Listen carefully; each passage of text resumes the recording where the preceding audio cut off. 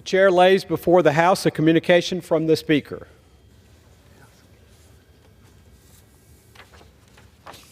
The Speaker's Rooms, Washington, D.C., June 11th, 2024. I hereby appoint the Honorable John W. Rose to act as Speaker pro tempore on this day. Signed, Mike Johnson, Speaker of the House of Representatives. Pursuant to the order of the House of January 9th, 2024, the chair will now recognize members from lists submitted by the majority and minority leaders for morning hour debate. The chair will alternate recognition between the parties with time equally allocated between the parties and each member other than the majority and minority leaders and the minority whip limited to 5 minutes, but in no event shall debate continue beyond 1 hour and 50 minutes, or 1:50 p.m. The chair recognizes the gentlewoman from North Carolina, Ms. Fox, for 5 minutes. Thank you, Mr. Speaker. Mr. Speaker, I rise to recognize Fred Manouchian, an entrepreneur, innovator, and a role model without peers. More than 60 years ago, he founded the National Road Safety Foundation, an organization that holds the mission of educating individuals of all ages about the risk of dangerous driving behaviors. The information, resources, and efforts spurred by Fred's work have saved lives and have helped educate countless Americans while creating safer communities in the process. Fred Manouchian deserves to be commended for his efforts and for his long-standing commitment to helping create a safer society for Americans of all ages. He and his wife, Jennifer, have inspired their children to broaden their philanthropic efforts into other areas, such as health care, and they have made a tremendous impact in doing so. All Americans should be immensely grateful for Fred Manouchian, his family, their examples, and all they have done for others. I yield back. The chair recognizes the gentleman from Connecticut, Mr. Courtney, for 5 minutes. Thank you, Mr. Speaker. Mr. Speaker, a couple of weeks ago on May 29th, Grasso Tech, a career and technical secondary school located in Groton, Connecticut, was the site of an extraordinary event, the Electric Boat High School Signing Day. Mr. Speaker, Electric Boat is a shipbuilding company over 100 years old, headquartered in Groton. It has a proud history of building submarines during World War I, World War II, and the Cold War, with a workforce of highly skilled men and women who have always answered our nation's call to deliver perhaps the most complex platform in our nation's arsenal.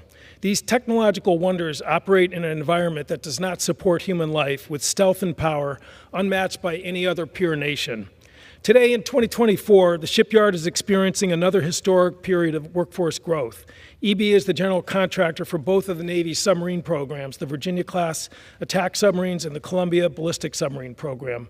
Both programs represent an effort authorized and funded by Congress to recapitalize our nation's aging submarine fleet, which is in high demand, driven by high tempo of operations all across the globe. In 2023, EB hired a staggering 5,300 new workers in the metal trades and engineering and planned to double that number in 2024. In order to meet that demand, trade schools, regular comprehensive high schools, community colleges, job training programs, including pre-apprenticeship and full apprenticeship classes, have been ramping up since 2016. On May 29th, Grasso Tech hosted over 200 graduating 17 and 18-year-olds from across Connecticut and neighboring states who walked across the stage, received their hard hats, a certificate, and a handshake from representatives of the yard, welcoming them to a rewarding and exciting career with great starting wages and benefits. Many are graduates from Grasso Tech, whose principal, Patricia Feeney, and her amazing staff imparted training as welders, electricians, designers, and other skills that positioned them to take on this work.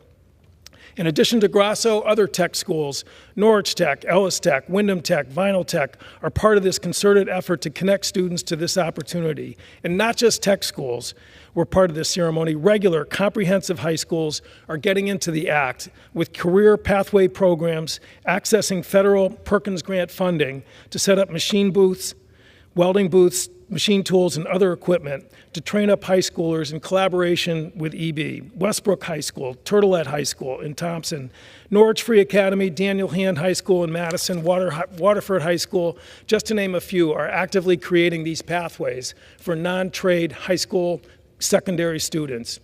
As I said, the plan this year is to hire an additional 5,000 workers. One of the other key engines to achieve that goal is the Eastern Connecticut Yard. MPI will train a job-ready welder in 10 weeks, electricians and outside machinists in 8 weeks, free of charge. It started in 2016 with funding from the U.S. Department of Labor, and as the chart shows, has grown exponentially, and last year was 945 graduates, a pace that is continuing as I speak here today in 2024. Mr. Speaker, what is so special about MPI is that its classes operate in the late afternoons and evenings at Grasso Tech. After the tech school programs end at 2 p.m. and the students go home on their buses or with their parents, the MPI students arrive to use the school's welding booths, machine tools that otherwise would lie fallow. It is a brilliant, efficient way to use the facilities to keep the training and hiring process moving forward. And what is the outcome of all this? Mr. Speaker, our submarine industrial base is picking up the pace of production. A month ago, USS New Jersey was delivered to the Navy. USS Massachusetts and Iowa are on track for delivery by the end of 2024. And that's the 24th, 25th, and 26th Virginia sub. And the 27th and the 28th are slated for delivery in 2025, the USS Idaho and the USS Arkansas. 5,300 hires last year with 86% retention, 5,200 hires on track for this year with 90% retention, and 5 attack submarines to be delivered over a 2.5-year period. It is a great testament to the American worker who, as in times past, has overcome the skeptics and stepped up to keep Freedom's Forge moving forward. To all the 200-plus students who now have the clearance badge to show up for work in Groton, congratulations on a job well done. I yield back. The chair recognizes the gentleman from New York, Mr. LaLota, for 5 minutes. Mr. Speaker, without the uniformed volunteers of the Coast Guard Auxiliary, our nation's borders and waters would be less safe than they are today. As the grandson of a Coast Guardsman and the stepson of a Coast Guard auxiliarist, I rise today to recognize the Coast Guard's selfless service to our nation's waters by the Coast Guard Auxiliary and to celebrate the 85th anniversary of their valiant service. In 1939, as our nation approached the Second World War, Congress established a U.S. Coast Guard Reserve composed of unpaid volunteer U.S. citizens who owned motorboats and yachts. 2 years later, in 1941, Congress created a military reserve and renamed the original volunteer reserve to the Coast Guard Auxiliary. Since that historic era, the Coast Guard Auxiliary has played an ever-increasing role in supporting the growing and evolving missions of the Coast Guard, missions that protect the nation, our waterways, and all who operate on them. For 85 years, Coast Guard auxiliaries have notably offered their time, effort, and personal resources to support Coast Guard missions whenever and wherever needed. Coast Guard auxiliaries have earned our nation's profound gratitude and admiration by demonstrating extraordinary dedication to advancing the National Recreational Boating Safety Program, the welfare of the entire Coast Guard family, and securing the public trust. The auxiliary has also demonstrated unparalleled resilience during the COVID-19 pandemic, emerging stronger, ready to accomplish new tasks, and determined to achieve new heights. In recent years, they have expanded their support activities, delivering critical medical and cyber support to Coast Guard operations alongside their standard of work of promoting recreational boating safety, increasing public education in safe and responsible boating practices, and helping to reduce overall boating accidents and fatality rates. Our nation has witnessed the auxiliary's extraordinary dedication when its uniformed volunteers provided disaster response and recovery support following Hurricanes Ian and Nicole in 2022, along with their unprecedented contributions to humanitarian missions at our nation's southwest border and Operation Vigilant Sentry. I'm proud to represent a district full of Coast Guard installations, including Eaton's Neck, Shinnecock, and Montauk. The dedication of the sailors at these stations is crucial for maintaining the safety and security of our waters, for which our community is profoundly grateful. I'm proud to represent our coasties and their families in Congress and serve on the Homeland Security Committee, where I can best serve their interests and promote their well-being. Mr. Speaker, we can never thank these brave men and women enough for all they do to help keep our community safe. So please join me in paying tribute and honoring the Coast Guard Auxiliary, whose 85th anniversary is on June 23rd. Thank you, Mr. Speaker, and I yield back the balance of my time. The chair recognizes the gentlewoman from Pennsylvania, Ms. Scanlon, for 5 minutes. Thank you, Mr. Speaker. This year, we celebrate the 50th anniversary of the first National EMS Week and honor the first responders delivering urgent, life-saving care to people across our country. I want to recognize a constituent who embodies the courageous and dedicated spirit of our emergency medical services professionals. Last month, Delco's own John Goddard, an EMS professional with Riddle Emergency Services at Mainline Health, was awarded the Pennsylvania Paramedic of the Year Award. John has served our community for nearly 3 decades, including as a flight paramedic and as a trainer and mentor for the next generation of EMS professionals. Since starting as a volunteer in 1996, John has shown up for our community day in and day out, delivering compassionate critical care to alleviate suffering and make our community safer. It was heartwarming to attend the ceremony at which John received his award and to see the love and respect in which his colleagues and his family hold him. Thank you, John Goddard, for your devotion to serving our community and inspiring the next generation of EMS professionals. We're lucky to have you. Mr. Speaker, I rise today to recognize a constituent who just earned the prestigious 2024 Pulitzer Prize for Music. Composer and multi-instrumentalist Tashawn Sori was awarded the 2024 prize for his composition Adagio for Wadada Leo Smith, which premiered in March 2023 at Atlanta Symphony Hall. Sori is known for his extraordinary ability to blend composition and improvisation in his work and for his effortless mastery of highly complex scores. The Pulitzer Board described Sori's work as an introspective saxophone concerto with a wide range of textures presented in a slow tempo, a beautiful homage that's quietly intense, treasuring intimacy rather than spectacle. This Pulitzer is just the latest addition to Sori's list of accomplishments. It comes 1 year after he was named a Pulitzer finalist for his acclaimed composition, Monochromatic Light Afterlife. He was a 2017 MacArthur Fellow, and after the 2018 Opera Philadelphia premiere of his Cycles of My Being, a set of songs exploring the African-American male experience, he was named the Opera Company's Composer in Residence from 2019 through 2023. He currently serves as the Presidential Assistant Professor in the Departments of Music and Africana Studies at the University of Pennsylvania, where he maintains a vigorous touring schedule in addition to his academic duties. In the future, Sori plans to continue pushing boundaries, extending cultural norms, and reformulating public perceptions of modern Black creative practice through the breadth and depth of his works. Congratulations, Mr. Sori, on this prestigious and well-deserved recognition. I yield back. The chair recognizes the gentleman from Illinois, Mr. Bost, for 5 minutes. Thank you, Mr. Speaker.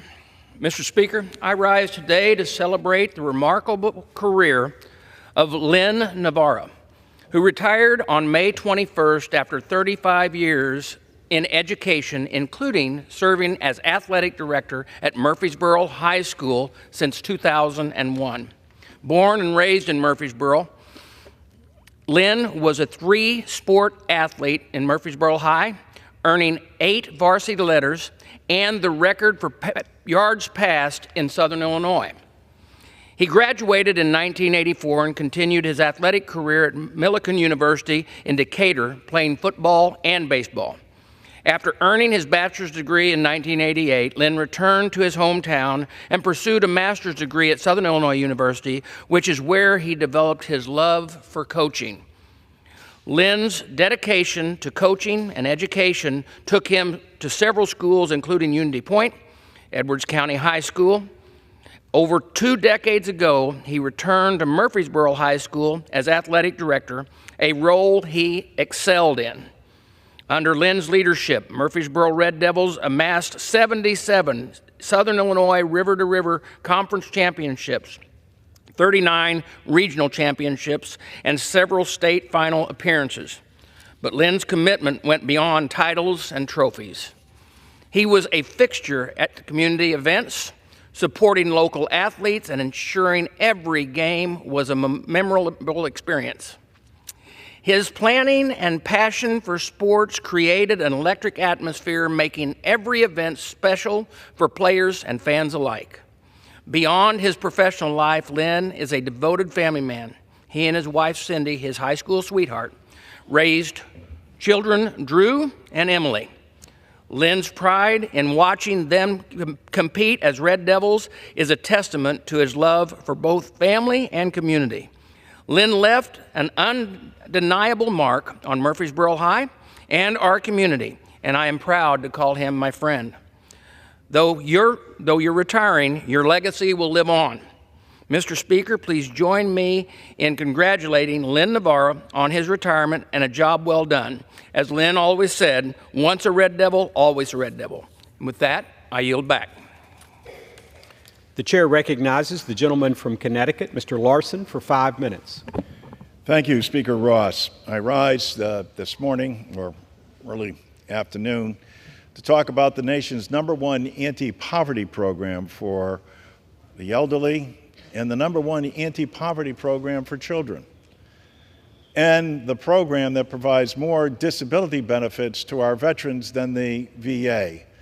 I'm talking about Social Security, Mr. Speaker, and this might be news to some of the viewers in our audience and at home, but Congress has not acted to enhance Social Security in more than 53 years. Richard Nixon was the President of the United States the last time Congress acted on this much-needed benefit, the #1 anti-poverty program for the elderly and the #1 anti-poverty program for children. Instead, what we find is our colleagues on the other side, the Republican Study Commission, has said that what we need to do is cut Social Security by $1.5 trillion over the next 10 years. $1.5 trillion over the next 10 years. In the process, Speaker Ross, what they've done also is said that, yes, and initially what we need to do is to, well, raise the age of people. What they don't tell the recipients is for every year you raise the age, that's a 7% cut in benefits. So what they've proposed is a 21% across-the-board cut to Social Security. My good friend Jody Arrington, chairman of the Budget Committee, and the Budget Committee meets this week, and I hope they get to explore the myths regarding Social Security. It has nothing to do with the debt or the deficit of this country. And the actuary, the chief actuary, will lay that out. Speaker Ross, you might be surprised to know that in your district there's over 179,000 recipients. In your district, that brings in $306 million monthly. And where do they spend that money, Mr. Speaker? Right back in your district. They go to the pharmacy, they go to the grocery store, they put gas in their tank, they pay their rent, they pay their mortgage, and they haven't had an increase since 1971. It's long overdue for Congress to act. The president has put forward a proposal. Democrats have a proposal. All we need to do is vote. If you got a better idea, for all means, put it out there. But if you don't, at least allow a vote to take place so you can minimally help out the people in your district. On average, every member of Congress gets more than $200 million monthly that comes into your district. There's no better economic development plan for people in your district because of where they're going to spend that money. Nobody gets wealthy on Social Security. The average for a male is $18,000, for a female is $14,000, and for more than 5 million of our fellow Americans, they get below poverty level checks from the wealthiest nation in the world. You're out proposing cuts for the very wealthy, the top 1%.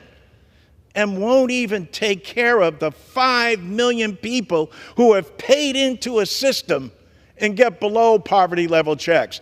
And while we're speaking of tax cuts, as Mr. Arrington and I noted to him, how about the 23 million Americans that will receive a tax cut under the Democratic plan? How about we look at working Americans and give them a tax cut in their retirement instead of double taxing them on Social Security? 23 million Americans will benefit directly from this program that we've put forward. President Biden has said that we'll pay for this as well by lifting the cap on people making over $400,000. Now, to understand this, as Linda Sanchez said in the committee the other day, for those expensive professional football or baseball players, for a baseball player, he's done paying Social Security after his first at bat, while the rest of America continues to pay into the system. But there are several millionaires and billionaires who circumvent the law completely and pay nothing into Social Security. While meanwhile, those men and women who defend this nation, the firefighters, the police officers, and the school teachers, many of whom have been double victimized by weapon GPO. We repeal weapon GPO. How about a vote, Mr. Speaker? The gentleman's time has expired. The chair recognizes the gentleman from Pennsylvania, Mr. Joyce, for 5 minutes.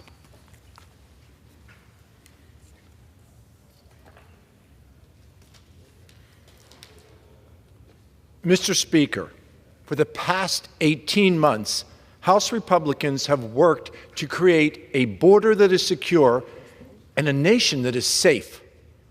Throughout that time, President Biden has ended the Remain in Mexico policy. He has thrown open our borders to a record number of illegal immigrants, and he has allowed billions of dollars in cocaine, heroin, and fentanyl to enter through our porous borders.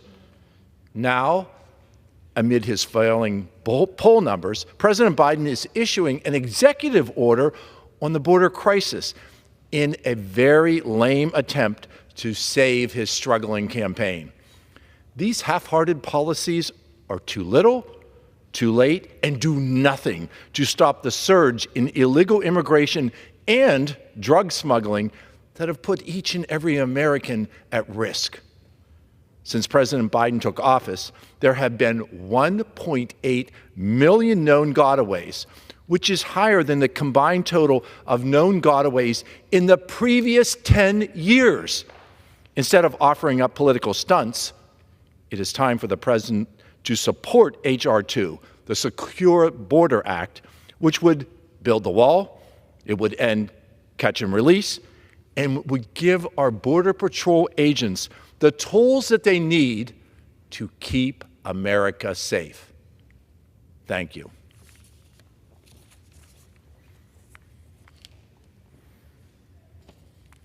Mr. Speaker, as we mark the 80th anniversary of the D-Day landings, we are reminded of the incredible sacrifices that were made by the soldiers, the sailors, the airmen and Marines that fought for the freedoms that occurred because of that success of World War II. And one of those men was Sam Worley.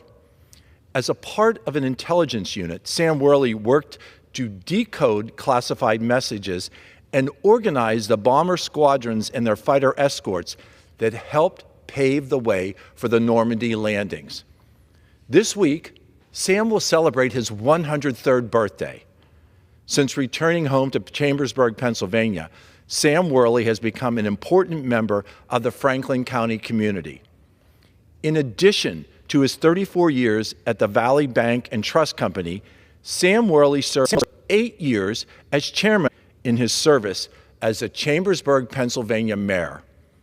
Sam Worley remains to this day heavily involved with a variety of local groups and organizations, including the YMCA, the Kiwanis, the American Legion, and the Masonic Lodge. He also attends and speaks at many veterans events and public gatherings. On behalf of Pennsylvania's 13th Congressional District, I wish Sam Worley a happy birthday. Thank you, Mr. Speaker, and I yield. The chair recognizes the gentleman from Guam, Mr. Moylan, for 5 minutes.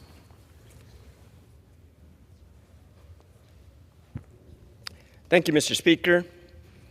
As a Pacific Islander, I wish to recognize the significance of June 12th as Philippine Independence Day and the relationship that the U.S. and the Philippines share.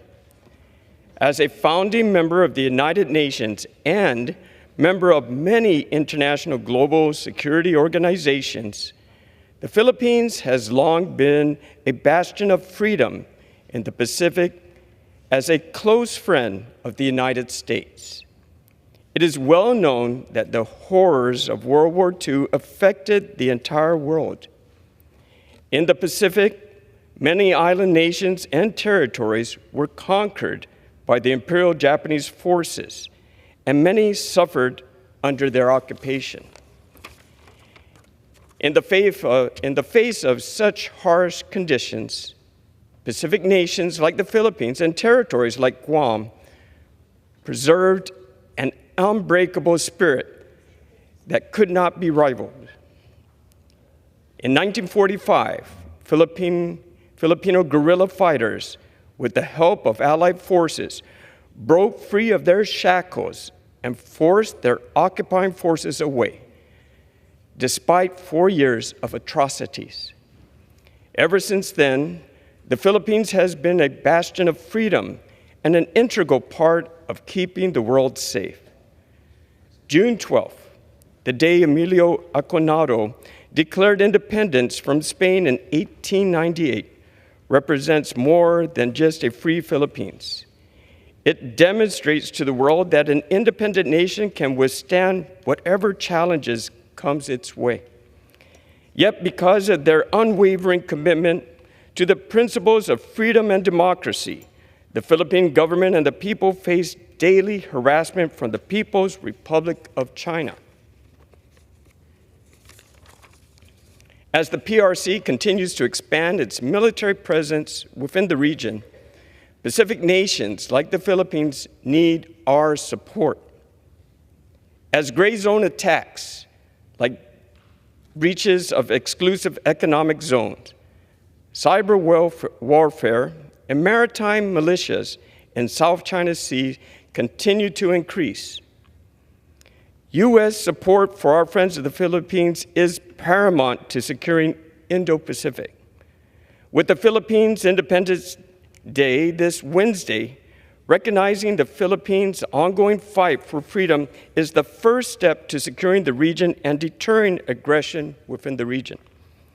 In light of such an important event and day, I would like to wish Happy Independence Day to our friends in the Philippines who just crossed into the 12th of June, and an early Happy Independence Day to those who celebrate in the United States.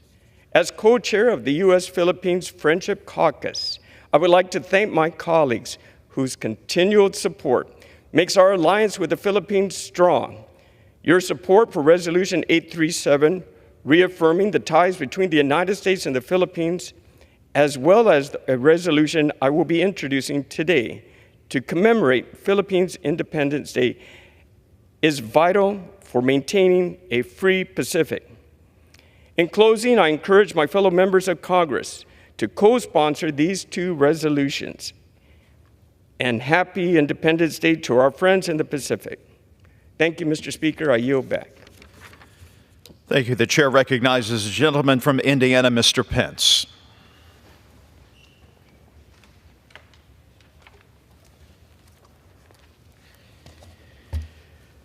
Thank you, Mr. Speaker. I rise today to pay a debt of gratitude to a terrific public servant a trusted advisor to me and to many others in public service, and someone that has become a very close friend of the Pence family. Kyle Robertson, my chief of staff, is departing our team after decades together in politics and here in Washington, D.C. Here on Capitol Hill, Kyle's wise counsel has guided me from day one, and under Kyle's exemplary leadership, I'm proud that our office has built a reputation throughout Indiana's 6th congressional district for putting constituent services first. His leadership will be missed by every member of our staff and so many other people here in the House Republican Conference and up on the Hill. Kyle, I'm going to miss you every day that I'm here and you're not. But our loss is Indiana's gain. Kyle and his family have made the decision to move home to Indiana. And I'm pleased the Robertsons will be close by, reachable, and I can bother him there. And I'm confident that his leadership will continue to be in demand throughout the Hoosier State and beyond in the next endeavor he's going to embark on. And Kyle, I say this to you, well done, good and faithful service. Thank you for everything you have done for me and my family. And with that, Mr. Speaker, I yield back. Thank you. The chair now recognizes the gentleman from Tennessee, Mr. Rose, for 5 minutes.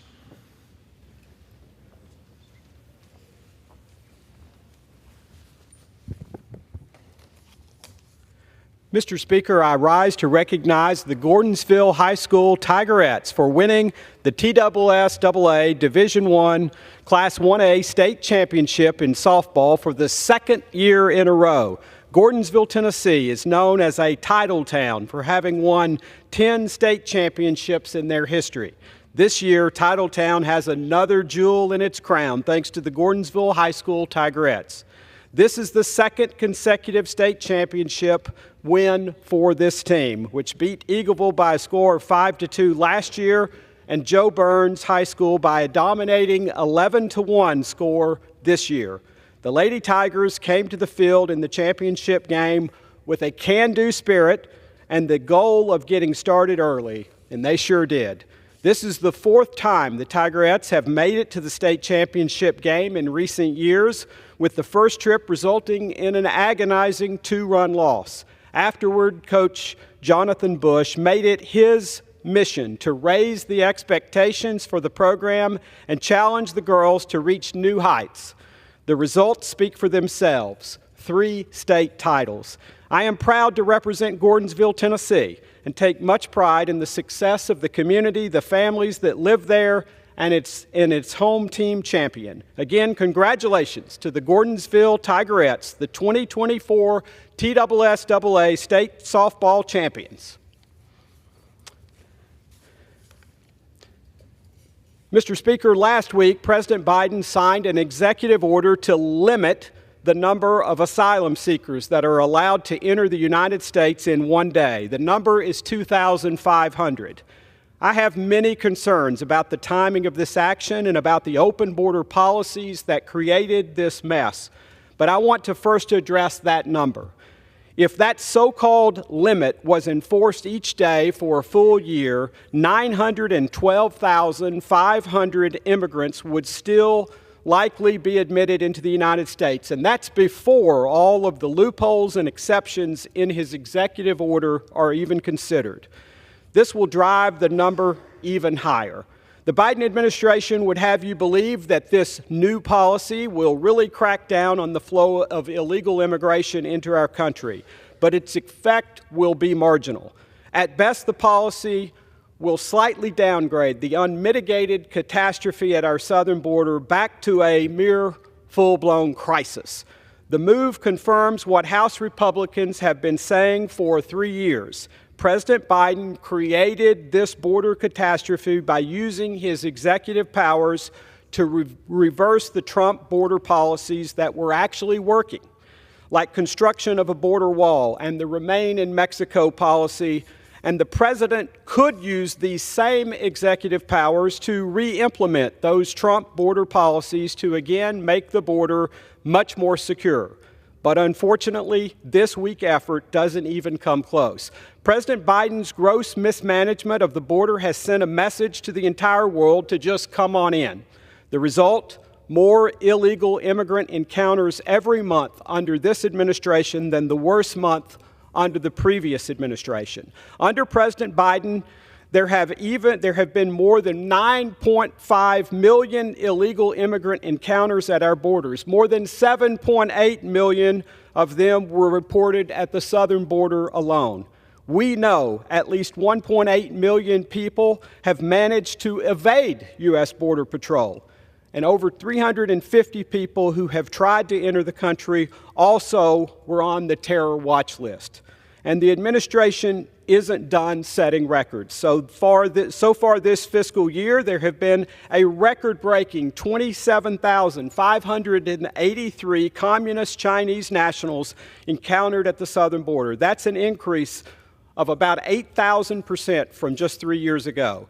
From the deadly fentanyl that's flowing across the border to the cartels making record profits from human trafficking, this has had a devastating impact on countless men, women, and children. There are many human costs resulting from the open border. There's also an actual monetary cost of more than $150 billion each year, costing each U.S. taxpayer an average of $1,156 each year. The American people see this announcement for what it is, an election year public relations gimmick and a belated admission that there is indeed an unmitigated crisis at our southern border. Fortunately, the American people will have their own chance to secure the border this November. Thank you, and I yield back.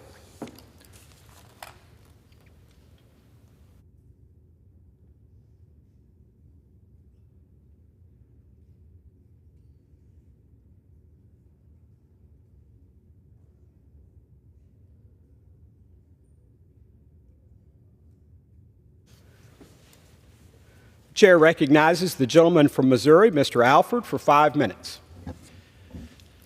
Thank you, Mr. Speaker. The Congressional Art Competition began back in 1982, and since then more than 650,000 students have entered. As we speak, the winning art from 435 districts is being displayed in the tunnel here that connects our office buildings. Our office wanted to do something different, Mr. Speaker, something that would instill patriotism back in America, especially for our young people. So our 4th Congressional District of Missouri is starting the Congressional Art District. I hope it catches on with other members here. These are students from all over our district that have entered this contest. We had a big turnout for this. The assignment, What America Means to Me. This week I'll be reading the top 10 speeches from these individuals. From Maddie Arnett, 10th grade, Climax Springs High School in Camden County. America the Beautiful is a nation that deeply values the principles of freedom and equality.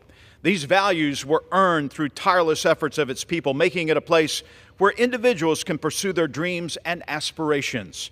Working towards building a better life for themselves and their families, the iconic Star-Spangled Banner asks, "Oh, say, does that Star-Spangled Banner yet wave over the land of the free and the home of the brave?" That question is a powerful reminder of the country's ongoing commitment to these very values. While the interpretations of what America means to me vary, one thing is certain: it continues to inspire hope and optimism for a bright future.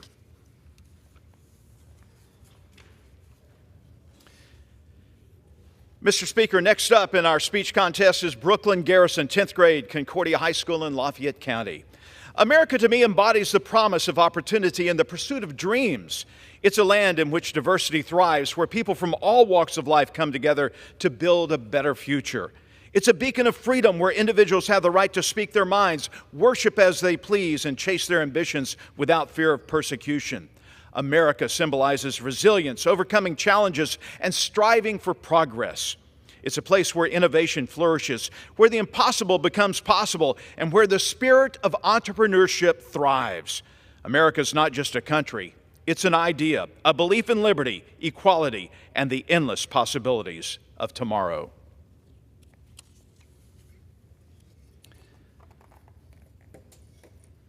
Our next winner in our speech contest is Jackson Deckard, 11th grader from Warsaw High School in Benton County. Early on, I had an interest in serving my country to preserve our freedoms. I was raised in a patriotic, God-loving home with family members serving before me. To me, America is a land of freedom. Citizens have the freedom to make their own decisions and opinions.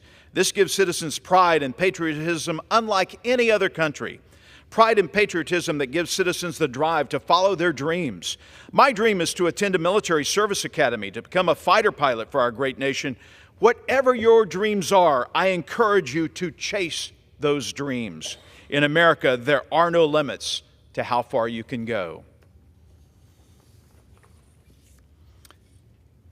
And our last finalist winner for today is Jack Schroeder, 12th grader from Smithton High School in Pettis County.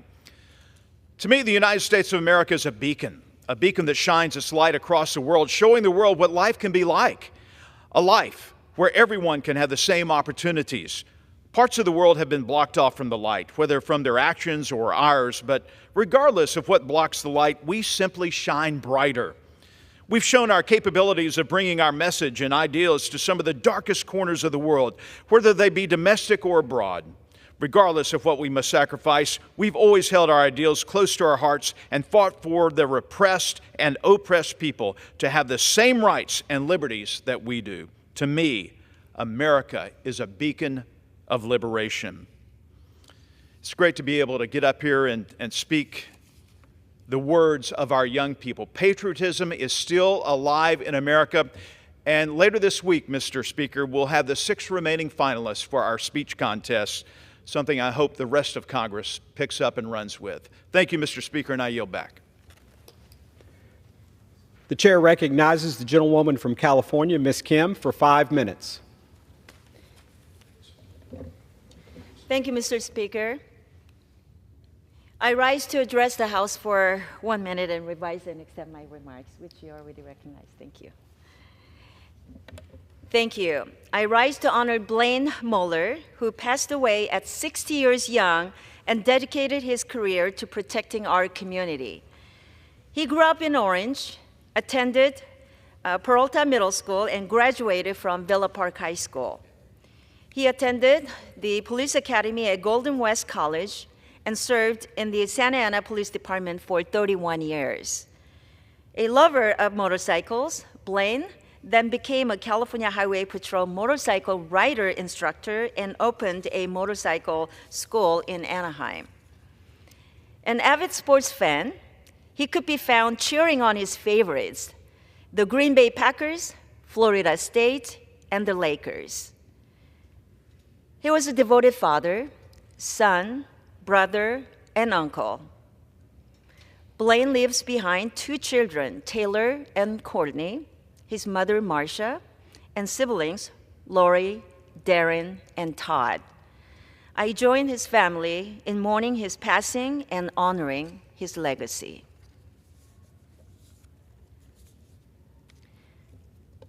I rise to honor the life of Otto Frederick Warmbier as we approach the 7th anniversary of his tragic death at the hands of the North Korean regime on June 19, 2017. Otto was a dedicated young man, graduating as salutatorian of his high school in Ohio before attending the University of Virginia. While on a school tour in North Korea in 2015, Otto was imprisoned and tortured by the North Korean regime. He died a few days after his release at just 22 years old. Otto experienced what no human being should ever have to go through. While he's no longer with us, his family carries on his legacy with their advocacy and strength. We remember and honor Otto always. 우리는 Otto를 영원히 기억할 것입니다. With that, Speaker, I yield back. Pursuant to Clause 12A of Rule 1, the Chair declares the House in recess until 2 p.m. today.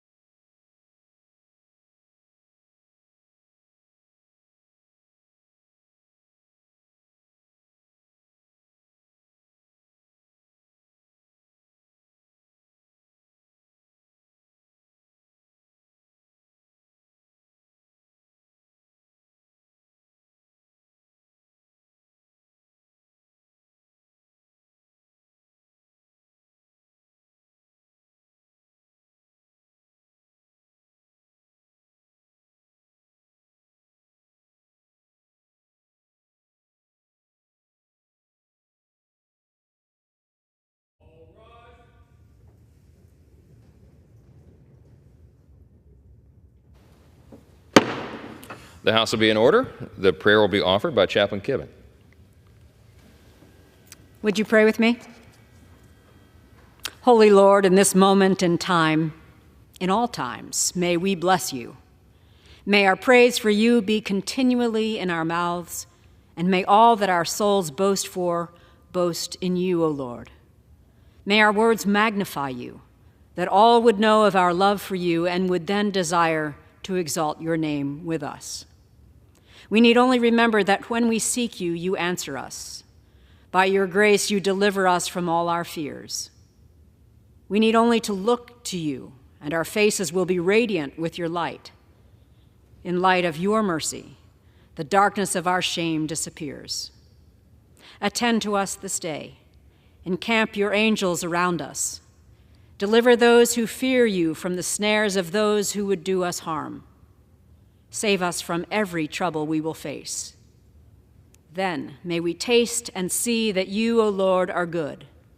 Happy are we when we take refuge in you. With your name on our lips, we offer to you our prayers for this day. Amen. Amen. The chair has examined the journal of the last day's proceedings and announces to the House the approval thereof. Pursuant to Clause 1 of Rule 1, the journal stands approved. For what purpose does the gentleman from Texas seek recognition? Mr. Speaker, pursuant to Clause 1, Rule 1, I demand a vote on agreeing to the Speaker's approval of the journal. The question is on agreeing to the Speaker's approval of the journal. Those in favor, please say aye. Aye. Those opposed, please say no. The ayes have it, and the journal stands approved. For what purposes does the gentlewoman from Texas seek recognition? Mr. Speaker, I object to the vote on the ground that a quorum is not present and make a point of order that a quorum is not present. Pursuant to Clause 8 of Rule 20, further proceedings on this question are postponed. The Pledge of Allegiance will be led by the gentleman from North Carolina, Mr. Edwards. Thank you, Mr. Speaker. Please join me in pledging our allegiance to our flag. I pledge allegiance to the flag of the United States of America and to the republic for which it stands, one nation, under God, indivisible, with liberty and justice for all. The chair will entertain requests for 1-minute speeches. What purpose does the gentleman from Tennessee seek recognition? To address the House for 1 minute and to revise and extend my remarks. Without objection, the gentleman is recognized for 1 minute. Mr. Speaker, affordable housing continues to be a problem for Tennesseans, and unfortunately, it's getting worse. The cost of owning a home continues to climb, putting the American dream out of reach for millions of Americans. The cost of a new home in February 2020 averaged $332,000. Now, 4 short years later, that average is $434,000. This is a direct result of the Biden administration's out-of-control deficit spending. Inflation was at 1.9% prior to this administration. It's risen 20% since.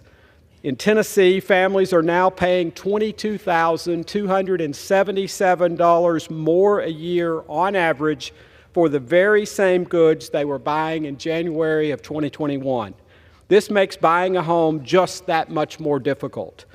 Mr. Speaker, it's time for this administration to put the credit card down and enact policies aimed at restoring the American dream. With that, I yield back. Gentleman yields back. For what purpose does the gentlewoman from Hawaii seek recognition? To address the House for 1 minute and to revise and extend my remarks. The gentlewoman is recognized for 1 minute. Thank you. Mr. Speaker, 2 weeks ago, I joined the graduation ceremony for the proud class of 2024 at Lahaina Luna High School. For the 225 seniors and hundreds of family members, students, faculty, and alumni, this evening honored the resiliency of this community. From the depths of the COVID-19 pandemic in freshman year to the tragic fires that struck the day before the start of senior year, this graduating class has been tested in so many ways. But they persisted, and they made it. And now these students will go off into the world to make their mark. The valedictory speaker, Mr. G. Ibarra, started his speech by ripping it up. Life is uncertain, he said. These words hit close to home for a community all too familiar with uncertainty. Ibarra will now study disaster preparedness and emergency management at the University of Hawaii at West Oahu. What was a passion before the fires has only become a calling to give back to his hometown. It's a common theme for his entire class of brave young students. Colleagues, join me in congratulating Lahaina Luna's class of 2024. Their perseverance, courage, and strength give us all so much hope for Lahaina's recovery in the years to come. Mahalo, Mr. Speaker, and I yield back. Gentlewoman yields back. For what purpose does the gentlewoman from Texas seek recognition? Mr. Speaker, I ask unanimous consent to address the House for 1 minute. Without objection, the gentlewoman is recognized for 1 minute.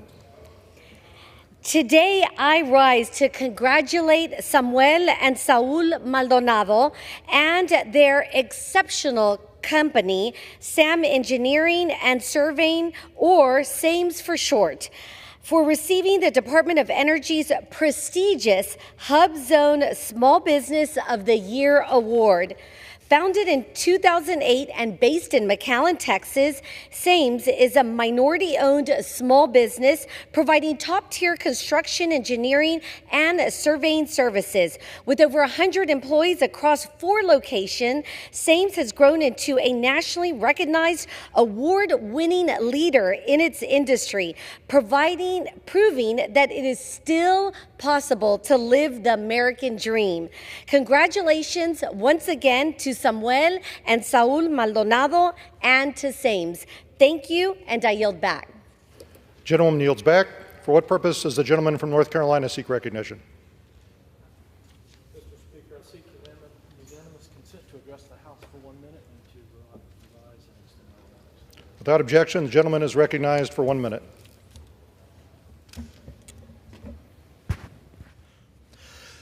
Mr. Speaker, every year since 1996, Congress has failed to pass our annual spending bills on time.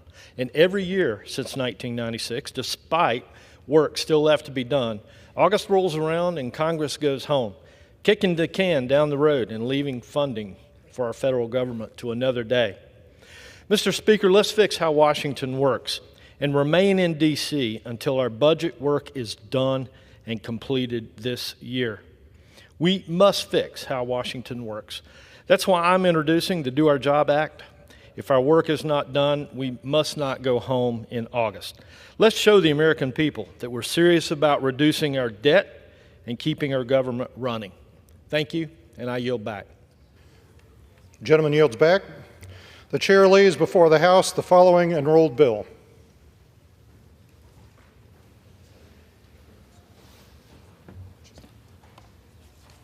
Senate 2051, an act to authorize the Missing Children's Assistance Act and for other purposes.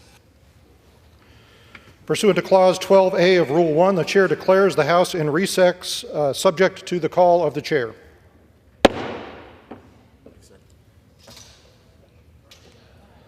Easy peasy.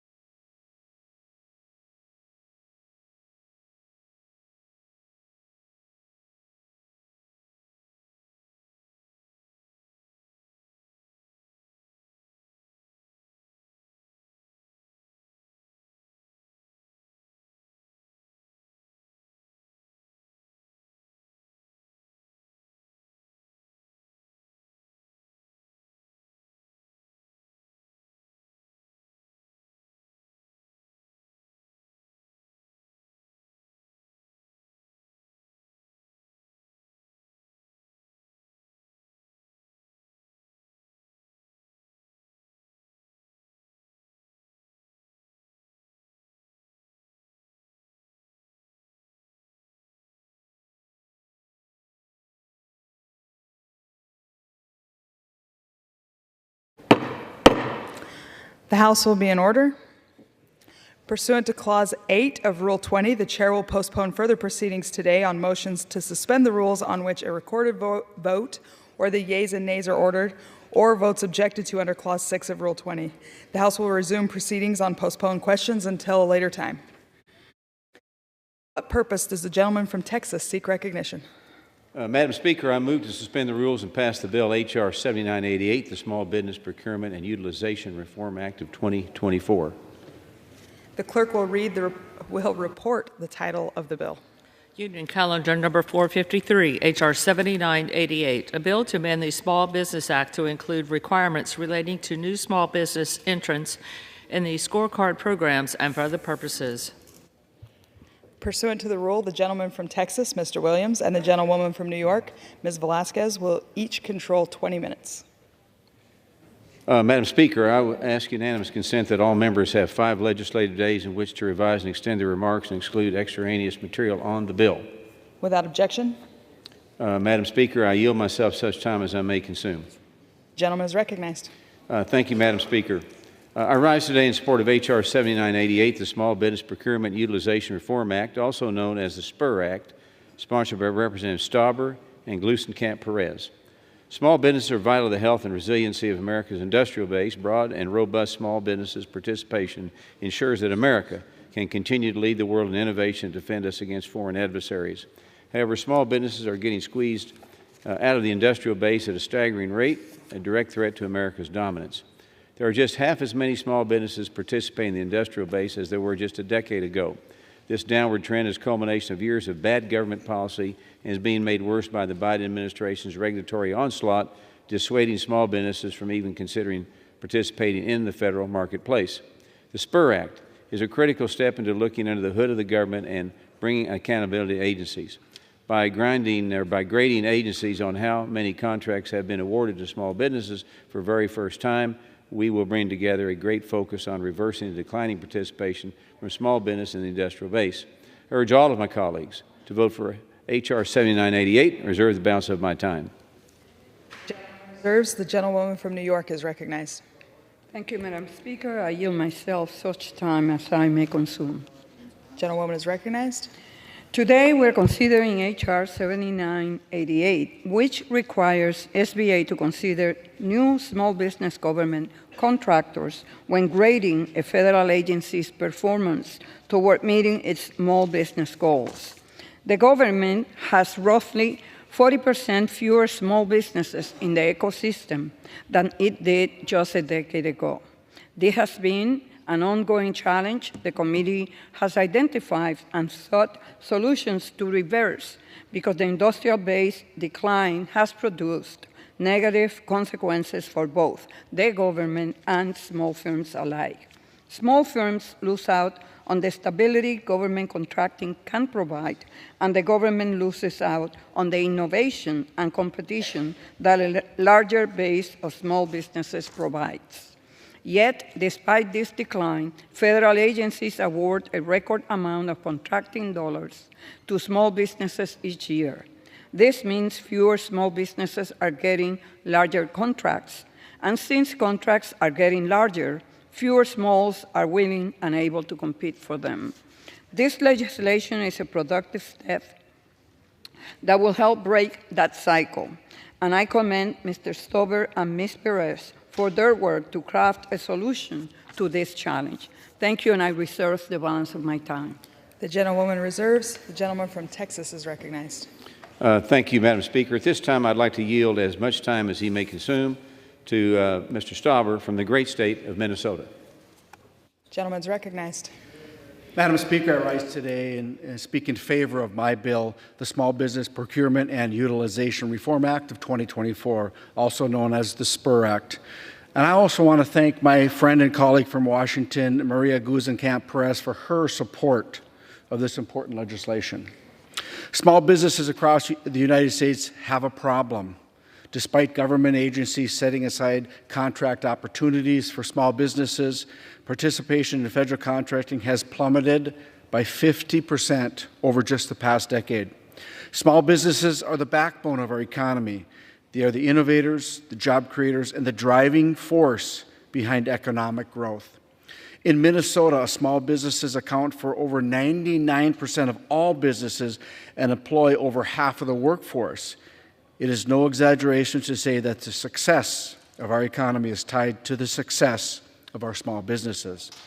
The federal government is the largest purchaser of goods and services in the world, and there is no better way for the government to support small businesses than to ensure they have every opportunity to contract with it. The scorecard system, which is used to determine if the government is doing a good job contracting with small businesses, needs improvement.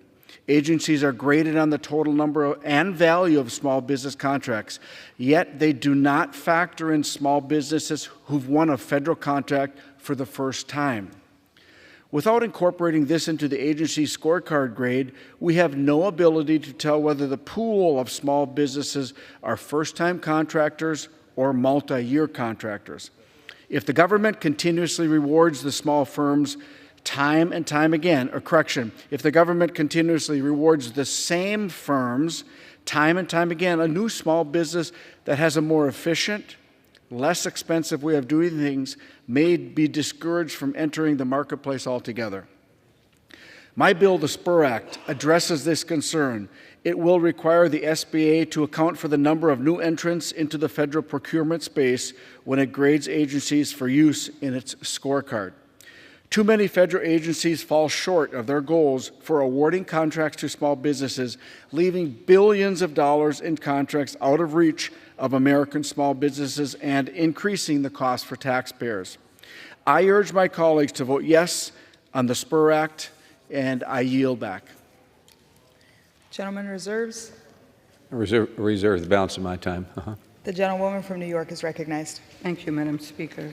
I yield as much time as she may consume to Ms. Perez from Washington, the co-sponsor of the legislation. The gentlewoman is recognized.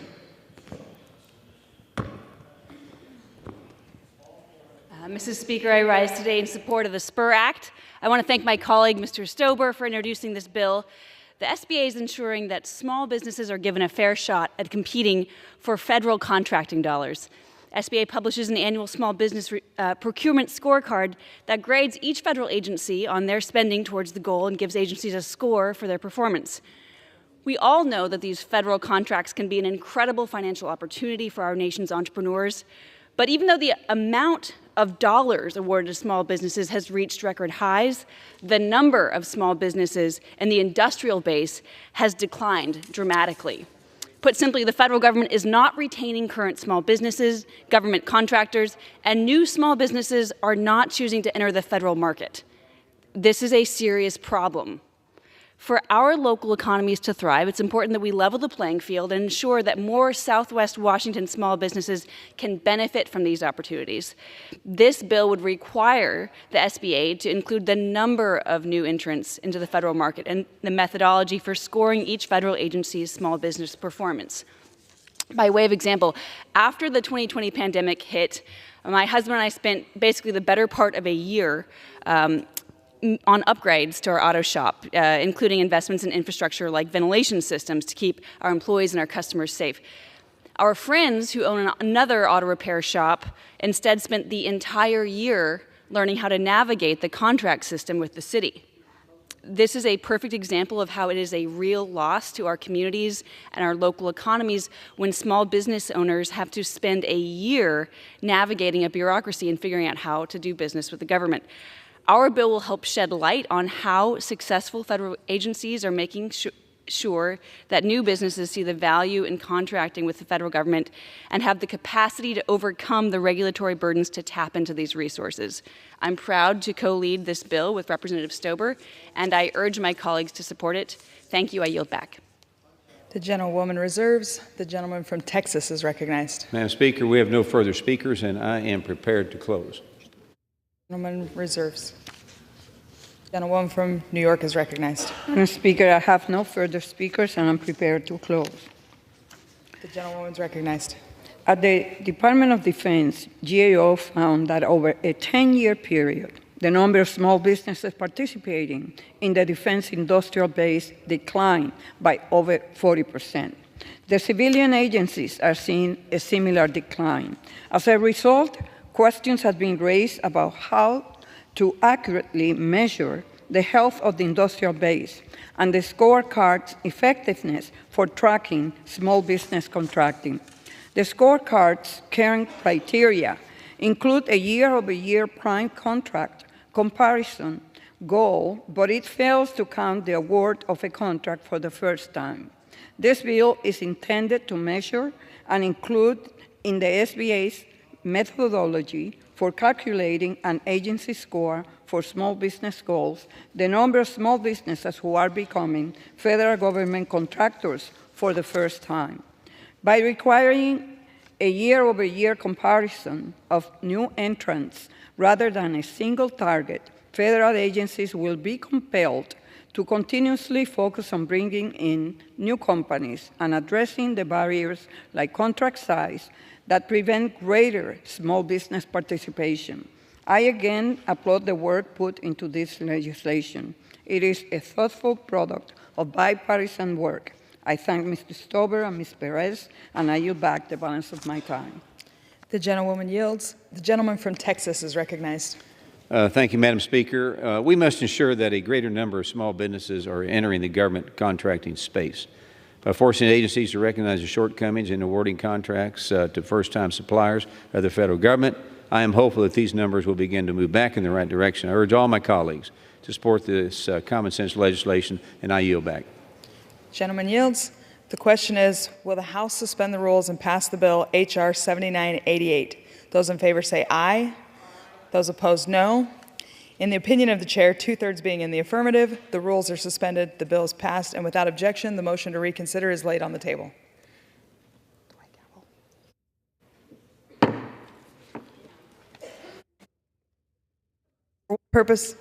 For what purpose does the gentleman from Texas seek recognition? Madam Speaker, I move to suspend rules and pass the bill H.R. 7989, the Think Differently About Disability Employment Act. The clerk will report the title of the bill. Union Calendar Number 447, H.R. 7989, a bill to provide for a memorandum of understanding between the Small Business Administration and the National Council on Disability to increase employment opportunities for individuals with disabilities and for other purposes. Pursuant to the rule, the gentleman from Texas, Mr. Williams, and the gentlewoman from New York, Ms. Velasquez, will each control 20 minutes. The chair recognizes the gentleman from Texas. Madam Speaker, I ask unanimous consent that all members have 5 legislative days in which to revise and extend their remarks and include extraneous material on the bill. Without objection. Madam Speaker, I yield myself such time as I may consume. The gentleman is recognized. Thank you, Madam Speaker. I rise in support of H.R. 7989, the Think Differently About Disability Employment Act. Individuals with disabilities are more likely to be self-employed than the average American, and across the federal government there are numerous programs and resources to assist American small businesses, yet many of these resources are not tailored to entrepreneurs with disabilities. In order to ensure that we are not leaving behind this population, this bill will increase coordination between the SBA and the National Council on Disability. And the National Council on Disability is an independent federal agency whose mission is to provide recommendations to policymakers on issues impacting individuals with disabilities. This bipartisan council is uniquely qualified to advise and assist the SBA in their pursuit of assisting individuals with disabilities achieve the American dream. I would like to thank Representative Molinaro and Pappas for their commitment to ensuring Congress works to pave the way to success for entrepreneurs and employees with disabilities. I urge all my colleagues to vote yes on this legislation. I reserve the balance of my time. The gentleman reserves. The gentlewoman from New York is recognized. Thank you, Madam Speaker. I yield myself such time as I may consume. The gentlewoman is recognized.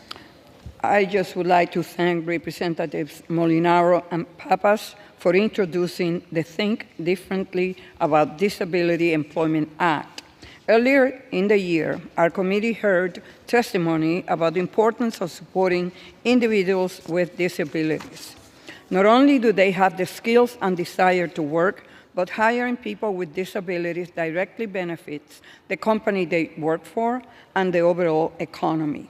Through this bipartisan legislation, SBA can collaborate with the National Council on Disability to help employers hire people with disabilities and provide much-needed support to these entrepreneurs. I reserve the balance of my time. The gentlewoman reserves. The gentleman from Texas is recognized. Thank you, Madam Speaker. At this time, I'd like to yield as much time as he may consume to Mr. Molinaro from the great state of New York. The gentleman is recognized. Thank you, Madam Speaker, and I'd like to thank Chairman Williams for supporting this legislation. I rise today to support the Think Differently About Disability Employment Act.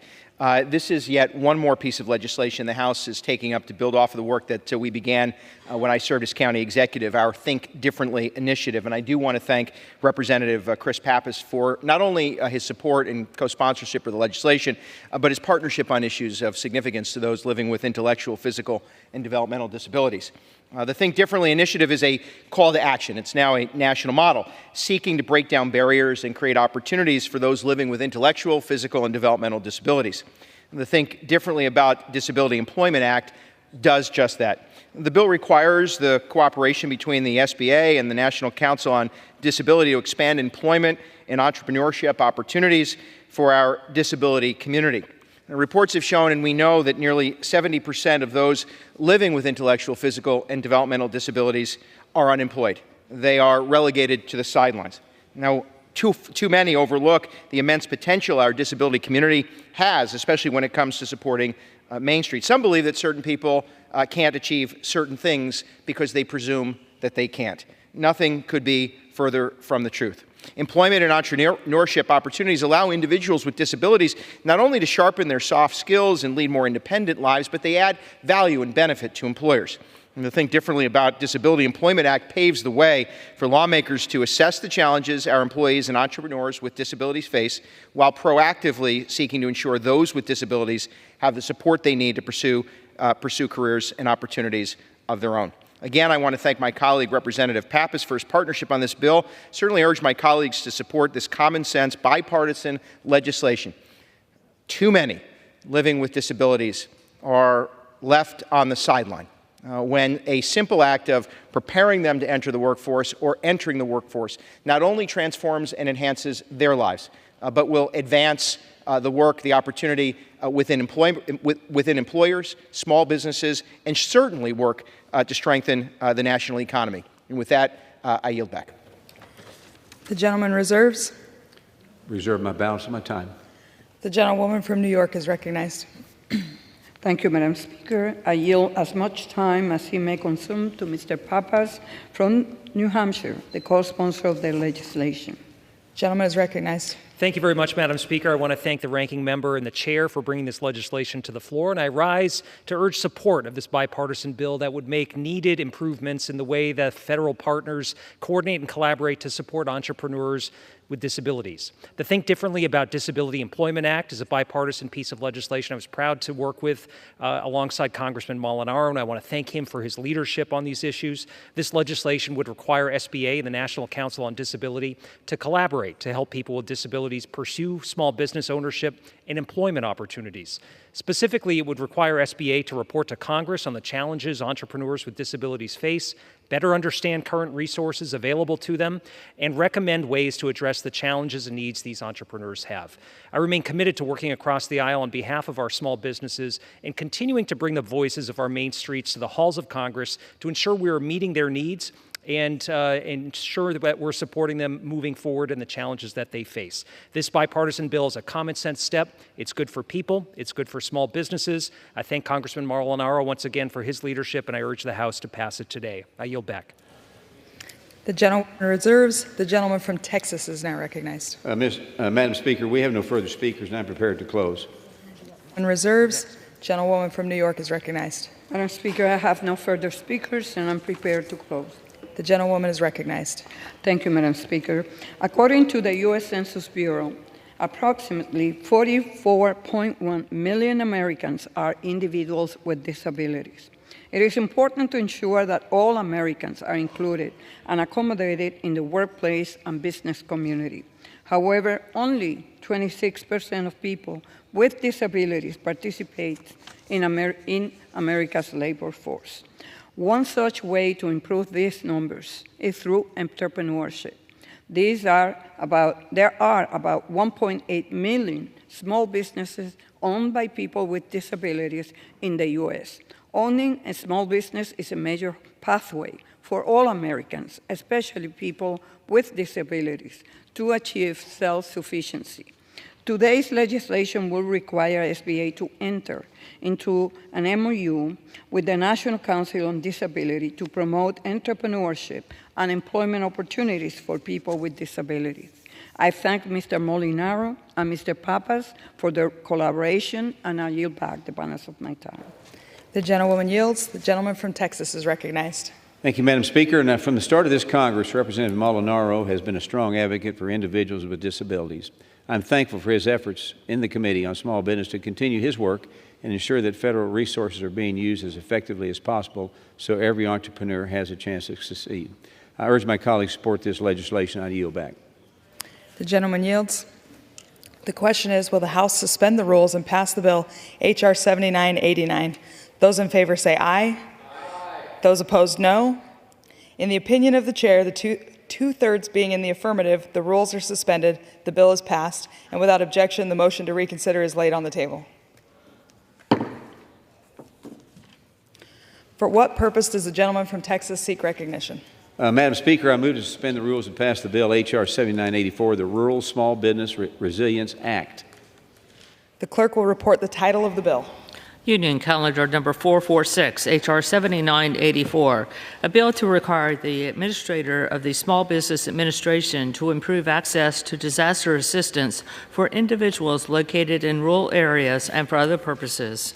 Pursuant to the rule, the gentleman from Texas, Mr. Williams, and the gentlewoman from New York, Ms. Velasquez, will each control 20 minutes. The chair recognizes the gentleman from Texas. Madam Speaker, I ask unanimous consent that all members have 5 legislative days in which to revise and extend their remarks and include extraneous material on the bill. Without objection. Madam Speaker, I yield myself such time as I may consume. The gentleman is recognized. Thank you, Madam Speaker. I rise today in support of H.R. 7984, the Rural Small Business Resilience Act. This legislation will require the SBA to meet communities immediately following a disaster, and it is no secret that Americans in rural communities face different challenges and inadequate. The GAO confirmed that this in February 2024 report, reporting that starting with individuals in rural areas do not have and no assistance in availability from the SBA as they try to get back on their feet following a disaster. Now, the SBA's disaster loan program offers loans to help homeowners, renters, businesses, and nonprofits recover from physical and economic losses following a declared disaster. I'm grateful to Representative Pappas and Representative Bean for introducing this legislation so that rural Americans will have a full access to these resources when disaster strikes, and I urge my colleagues to support this bill. I reserve the balance of my time. The gentleman reserves. The gentlewoman from New York is recognized. Thank you, Madam Speaker. I yield myself such time as I may consume. The gentlewoman is recognized. Today we're considering H.R. 7984, which will require the SBA to close out the GAO recommendation, ensuring that individuals in rural areas where a disaster declaration has been made have full access to assistance, including targeted outreach and marketing materials. SBA will have 1 year to close out the recommendation. On February 22, 2024, GAO issued a report examining how SBA's disaster loan program assists communities after disasters, disaster loan trends in rural and urban areas for fiscal year 2017 to 2022, challenges rural communities face after disasters, and SBA's action that address challenges. GAO found that rural areas have characteristics that make recovery difficult, and they face challenges in seeking SBA disaster assistance. And while SBA has taken steps to address challenges to recovery, including portable outreach centers, built-for outreach, and whole of SBA approach, this bill prioritizes SBA efforts to close out this GAO recommendation and focus on our nation's rural communities. I commend Mr. Pappas and Mr. Bean for their work on this bill. Thank you, and I reserve the balance of my time. The gentlewoman reserves. The gentleman from Texas is now recognized. Thank you, Madam Speaker. At this time, I'd like to yield as much time as he may consume to Mr. Bean from the great state of Florida. The gentleman is recognized. Thank you very much, Madam Speaker. I thank the chairman for yielding. Madam Speaker, summer is right around the corner, and you know what that means. Ice cream, going to the pool, going to the beach, baseball, and unfortunately, hurricane season. Now, we all know in baseball, you get 3 strikes and you're out. But for some small business owners, they could be out with just one major disaster strike. According to FEMA, 43% of small businesses never reopen after a major disaster, and an additional 29% go out of business within 2 years of the disaster. And that's why today I rise in support of H.R. 7984, the Rural Small Business Resilience Act, which I am proud to co-lead along with Representative Pappas from the great state of New Hampshire. This legislation will require the SBA to appropriately tailor marketing and outreach materials to rural communities following a disaster. In a recent report, the Government Accountability Office, the GAO, found that small businesses in rural communities are not aware of the vital assistance SBA can provide following a disaster, which could make or break whether they remain open or closed. The GAO recommends the SBA distinguish their marketing between rural and urban areas in their outreach and how they get the word out that we're here to help you. Thankfully, Representative Pappas and I have heard the message from GAO, and it's loud and clear. We have the right answer, and it's the answer small businesses may be looking for. That answer, Madam Speaker, is the Rural Small Business Resilience Act. I ask my colleagues to support small business and support small business owners by voting yes today on H.R. 7984. It could very well be a game changer for small business. Thank you, Madam Speaker. I yield back. The gentleman reserves. The gentlewoman from New York is now recognized. Thank you, Madam Speaker. I yield as much time as he may consume to Mr. Pappas from New Hampshire, the sponsor of the legislation.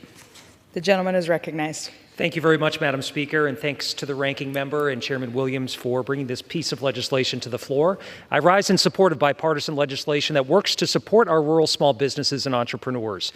In my state of New Hampshire, small businesses are our big business, and we must advance legislation that meets their needs and supports the economies of our local communities. I introduced this bill alongside Representative Bean as well as Representatives Golden and Mann, and I am grateful for their leadership on this issue.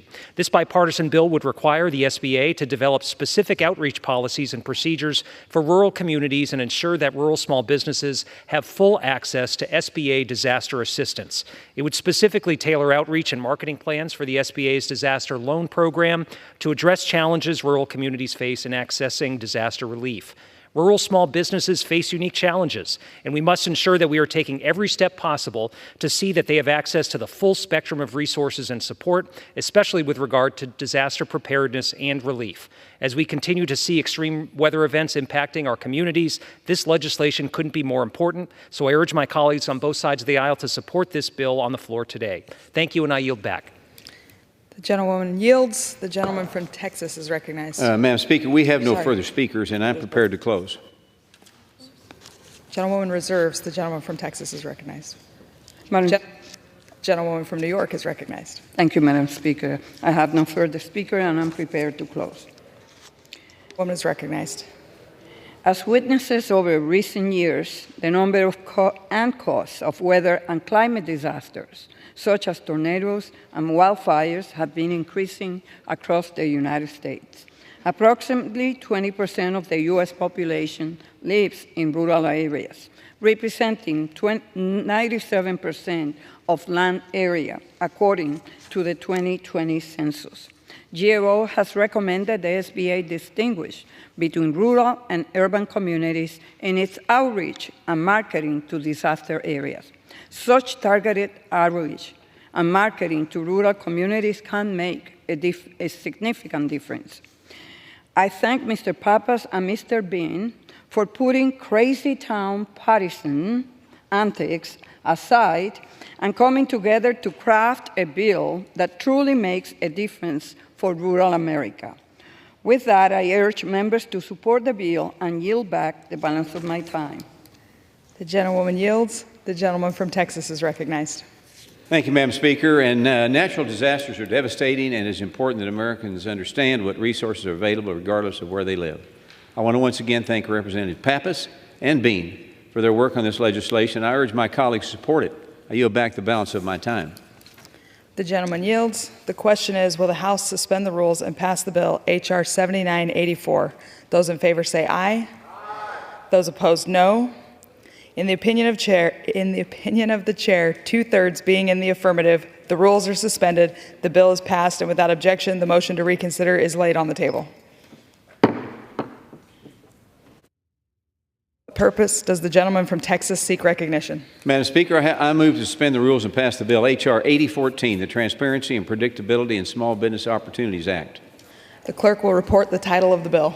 Union Calendar Number 448, H.R. 8014, a bill to require the Administrator of the Small Business Administration to issue rules for canceled covered solicitations, to amend the Small Business Act to provide assistance to small businesses concerns relating to certain canceled solicitations and for other purposes. Pursuant to the rule, the gentleman from Texas, Mr. Williams, and the gentlewoman from New York, Ms. Velasquez, will each control 20 minutes. The chair recognizes the gentleman from Texas. Thank you, Madam Speaker. And I ask unanimous consent that all members have 5 legislative days in which to revise and extend their remarks and include extraneous material on the bill. Without objection. Madam Speaker, I yield myself such time as I may consume. The gentleman is recognized. Madam Speaker, I rise today in support of H.R. 8014, the Transparency and Predictability in Small Business Opportunities Act, sponsored by Representatives McFumey and Alford. H.R. 8014 seeks to bring clarity to small business owners when an agency cancels a contract solicitation.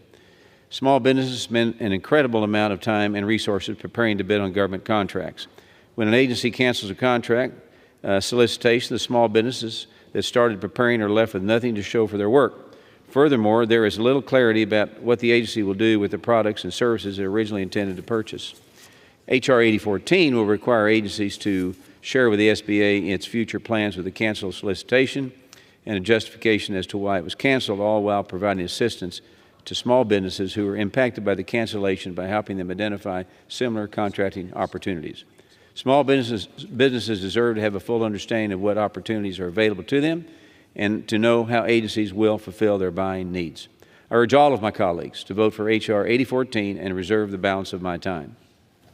The gentleman reserves. The gentlewoman from New York is recognized. Thank you, Madam Speaker. I yield myself such time as I may consume. The gentlewoman is recognized. I rise today to support H.R. 8014, the Transparency and Predictability in Small Business Opportunities Act, introduced by Mr. Mfume and Mr. Alford. This legislation requires the government to provide information to small business contractors when they cancel solicitations. The government has flexibility to change requirements and solicitations as needed when their circumstances change. While this flexibility is necessary, the small businesses take on the risk and can incur losses when it happens. Requiring an agency to disclose the reasons behind a cancellation and any plans for the work will provide small contractors with a little more information to adjust their business plans and operations accordingly. This is a common sense strategy to provide some relief to small contractors, and that is why I support this bill. Thank you, and I reserve the balance of my time. The gentlewoman reserves. The gentleman from Texas is recognized. Thank you, Madam Speaker. At this time, I would like to yield as much time as he may consume to Mr. Alford from the great state of Missouri. The gentleman is recognized. Thank you, Chair, and thank you, Madam Speaker. Today, I rise to thank Chairman Williams and Majority Leader Scalise for helping get H.R. 8014, the Transparency and Predictability in Small Business Opportunities Act, to this very House floor. I'm honored to serve on the Small Business Committee, especially having been a small business owner myself. The committee exists in Congress to champion Main Street and to make sure that the small businesses that employ about half of all Americans can continue to thrive. Madam Speaker, our role is to help lower the barriers to creating small businesses and to support small businesses that already exist. It's quite simple, and I think this bill helps in that. A major tool to help existing small businesses are government contracts, specifically set aside for small businesses. However, federal agencies cancel contract solicitations often with no warning and no reason, leaving the small businesses that spent thousands or tens of thousands of dollars and a lot of time preparing these bids and leaving them out in the cold. They have no idea why their deal did not go through. With this bill, the Transparency and Predictability in Small Business Opportunities Act, that will help address the problem. This legislation would require agencies to provide to the SBA a justification for canceled contract solicitations. Additionally, this would require the agency canceling the contract solicitation to disclose available information about plans to reissue similar solicitations. And finally, Madam Speaker, if the agency does not plan on reissuing a solicitation, the agency's Director of Small and Disadvantaged Business Utilization must assist the small business in identifying similar contracting opportunities. I'm proud to co-lead this legislation along with Mr. Nfume of Maryland and urge my colleagues to join me in supporting this bill and supporting Main Street America. Thank you, Madam Speaker, and I yield back. The gentleman reserves. The gentlewoman from New York is recognized. Thank you, Madam Speaker. I yield as much time as he may consume to the gentleman from Maryland, Mr. Nfume, the ranking member of the Oversight, Investigations, and Regulations Subcommittee. The gentleman is recognized. Thank you, Madam Speaker. My thanks also to Chair Roger Williams and to Ranking Member Nydia Velázquez for their cooperation in getting this piece of legislation to the floor. This amendment represents, in many respects, the sort of amendments that are bipartisan that have come about under their leadership, first in this Congress and then in the previous Congress when their roles had been reversed. It's a good process to have, and I honestly hope that other committees can follow the example here. The U.S. federal government, in case people don't know, is the largest customer in the entire world.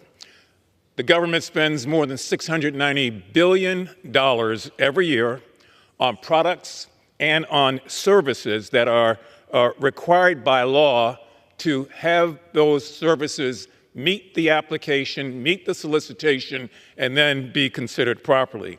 The government requires also, by law, that itself gives equal consideration to businesses where applicable.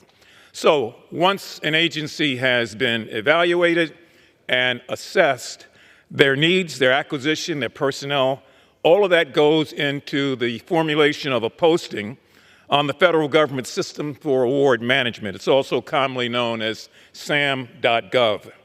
That posting then is used to document and to track the eligibility of an individual or an entity to be able to receive federal funds. Now, winning a contract can secure for a small business tens of thousands of dollars for their products or their services where applicable, which also results, obviously, in huge financial gains. But the problem here is that this is not a simple feat. Successfully securing a government contract requires fortitude and tenacity over and over again, day in and day out, as small businesses do, to be able to take advantage of that solicitation. Now, not only can it take a long time for a small business to win their first government contract, but it also requires a significant amount of financial resources that have to be invested in the process. Some businesses in this country spend on average $80,000 to $130,000 just to be able to earn their first contract. They've got to get the right consultants. They've got to put together the right teams. They need the right expertise that goes out and beyond what their capabilities are. And it's work, work, work. Additionally, it can take small business owners up to 2 years to start making a return on that same investment, making the need for an adequate cash flow absolutely essential. And so you've got to be able to ride that tide, as many small businesses will tell you, and cash flow is a huge part of that.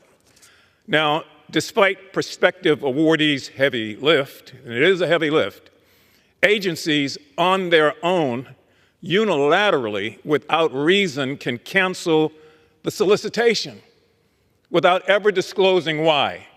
And so the small businessman or woman, the small business or minority business is left on their own to recoup the money that they have put in and unable also to bid right away on something else. It leaves entrepreneurs in the dark. It causes them to be depleted of their resources and absent of any guidance on a path moving forward. The government doesn't say, okay, we've taken your solicitation, here's what you have to do. They just say we've canceled the solicitation. And then the small business entity has to figure out what they do next after that large investment. So small business owners, in my opinion, deserve better allies in the federal government. That's why Mr. Alford and I, the gentleman from Missouri, have put together on a bipartisan fashioned way the Transparency and Predictability in Small Business Opportunities Act. We think it is a remedy for a very serious problem. The act requires the Small Business Administrator to issue regulations that would provide for the disclosure of additional information when a small business solicitation is canceled. In other words, if you're going to make a unilateral decision, you got to at least tell the small businesses who have invested money in trying to apply for that why you did it. And we've got a good SBA administrator. I think that she just needs the right kind of language in a bill and authority to be able to do just that. So the bill would also require the Office of Small Business Disadvantage Utilization to help small businesses seek additional opportunities if a solicitation that they bid on is arbitrarily and unilaterally canceled. So I hope, and it's the hope of the gentleman from Missouri as well, that we are able to provide them with the opportunity they need to be able to continue to grow, develop their business, and the opportunity to be successful, rather than to be in a punitive situation where we offer a bait and then snatch it back after businesses are, in fact, vested on a course of winning a contract. Small businesses, needless to say, I know that Mr. Williams and Ms. Velasquez will agree, really have been the driving force in our economy. After all their hard work, they, I think, deserve the courtesy of disclosure from the federal government and its contracting agencies. And so I would urge all members on both sides of the aisle to vote in favor of this, and I would yield back, Madam Speaker, any time I may have remaining. The gentlewoman reserves. The gentleman from Texas is recognized. Madam Speaker, we have no further speakers, and I'm prepared to close. The gentleman reserves. The gentlewoman from New York is now recognized. Madam Speaker, I have no further speakers. I'm prepared to close. The gentlewoman is recognized. Well, I am in support of this bill, and I yield back the balance of my time. The gentlewoman yields. The gentleman from Texas is recognized. Thank you, Madam Speaker. And this bill prevents small businesses from being left with nothing to show for contracting opportunities that never materialize for the one reason or another. It is my hope that this will increase the number of small businesses willing to take the leap of faith to compete for government contracts. Before I yield back, I want to thank Representative Mafumi for this bill and all the work he has done for small businesses throughout the years. Appreciate it very much. And while he may no longer be serving on our committee for the remainder of the 118th Congress, I appreciate his contributions that he has made throughout this year to American entrepreneurs, and he's my friend. And without that, I urge all my colleagues to support this legislation, and I yield back. Gentleman yields. The question is, will the House suspend the rules and pass the bill H.R. 8014? Those in favor say aye. Aye. Those opposed, no. In the opinion of the chair, 2/3 being in the affirmative, the rules are suspended, the bill is passed, and without objection, the motion to reconsider is laid on the table.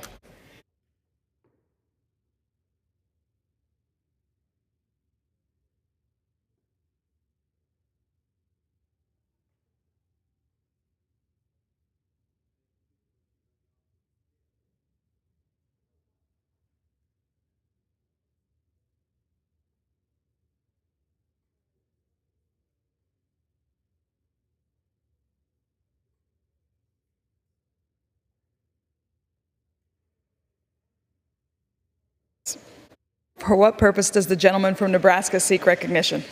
Madam Speaker, I move to suspend the rules and pass the bill H.R. 537, the Forgotten Heroes of the Holocaust Congressional Gold Medal Act, as amended. The clerk will report the title of the bill. H.R. 537, a bill to award a Congressional Gold Medal to 60 diplomats in recognition of their bravery and heroism during the Holocaust. Pursuant to the rule, the gentleman from Nebraska, Mr. Flood, and the gentleman from New York, Mr. Torres, will each control 20 minutes. The chair recognizes the gentleman from Nebraska.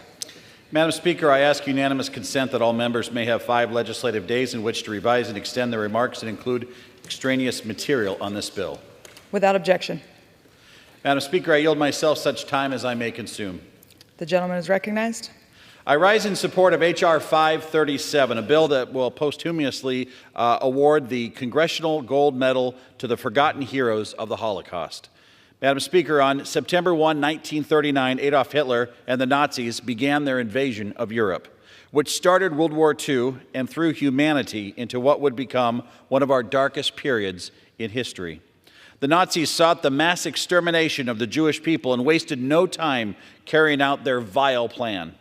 They hunted, rounded up, and sent Jews to concentration camps across Europe to be murdered in state-sponsored genocide that we now refer to as the Holocaust. However, a handful of diplomats from around the world took quick and heroic action to save Jews attempting to flee Europe. They resisted the anti-Semitic Nazi agenda, risking their families, careers, and lives to help innocent Jewish people flee persecution. Despite some receiving direct orders not to help the Jewish population, these diplomats issued passports and travel visas, set up safe houses and getaways to hide adults and children, and communicated with local communities to help fleeing Jews escape by traveling underground to safety. Because of the actions of these diplomats, hundreds of thousands of Jewish families in Europe escaped death at the hands of Hitler's Nazi regime.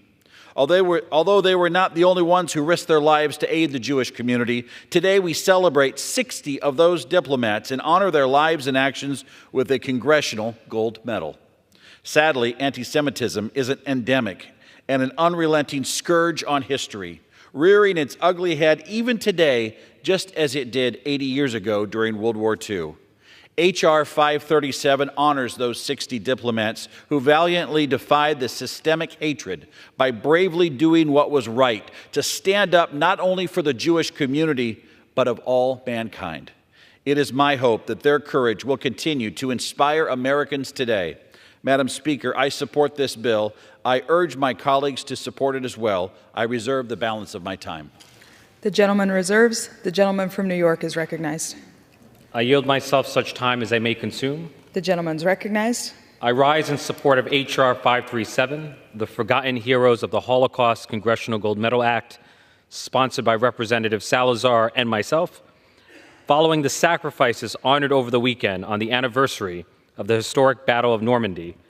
Congress today has the opportunity, with this bipartisan bill, to honor 60 diplomats from around the world in recognition of their courage, devotion, and sacrifice to rescue countless of Jewish and other persecuted people during the Nazi occupation of Europe. The Holocaust was the genocide of over 6 million Jews and millions of others by the Nazis, and has come to symbolize the depths of human cruelty, dehumanization, and mass violence. We remember the lives of over 10 million victims of Nazi Germany's persecution and mass executions, and today we recognize some of those individuals who demonstrated humanity and courage. The diplomats recognized by H.R. 537 and honored with this medal come from across the world.